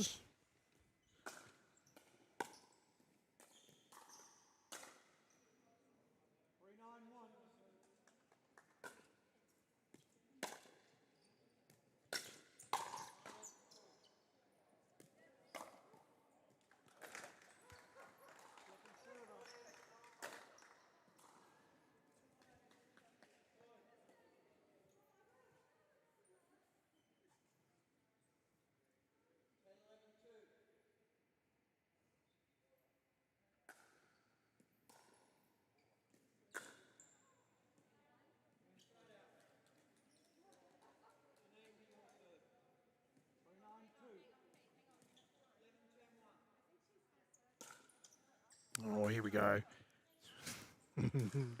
We had some drama earlier today regarding serving positions. Seems all is okay. Calm has returned to the court. Smash into the net.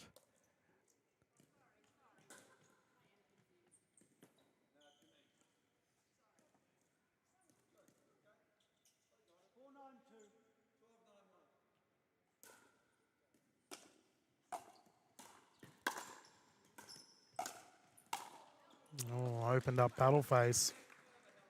It was only going one direction and it was up. 4 points of difference. Here we go. Can Coleman and Chillman build a bit of a comeback here? We've seen some great comebacks throughout our events today.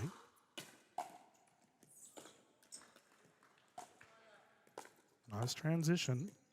Lob is up. Lob is long. All right, the comeback is on.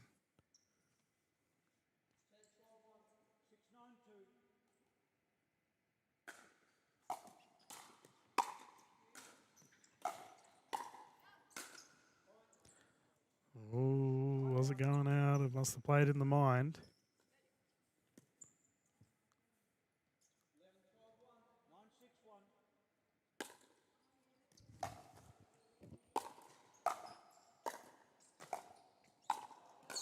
Good pick up. Down low, terrific shot. Here we go. They have a gold medal point. Great opportunity here for Thompson and Waterhouse.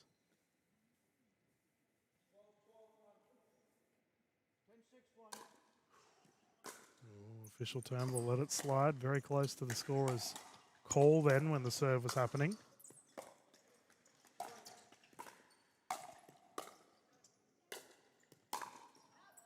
Yep. That one's definitely going wide.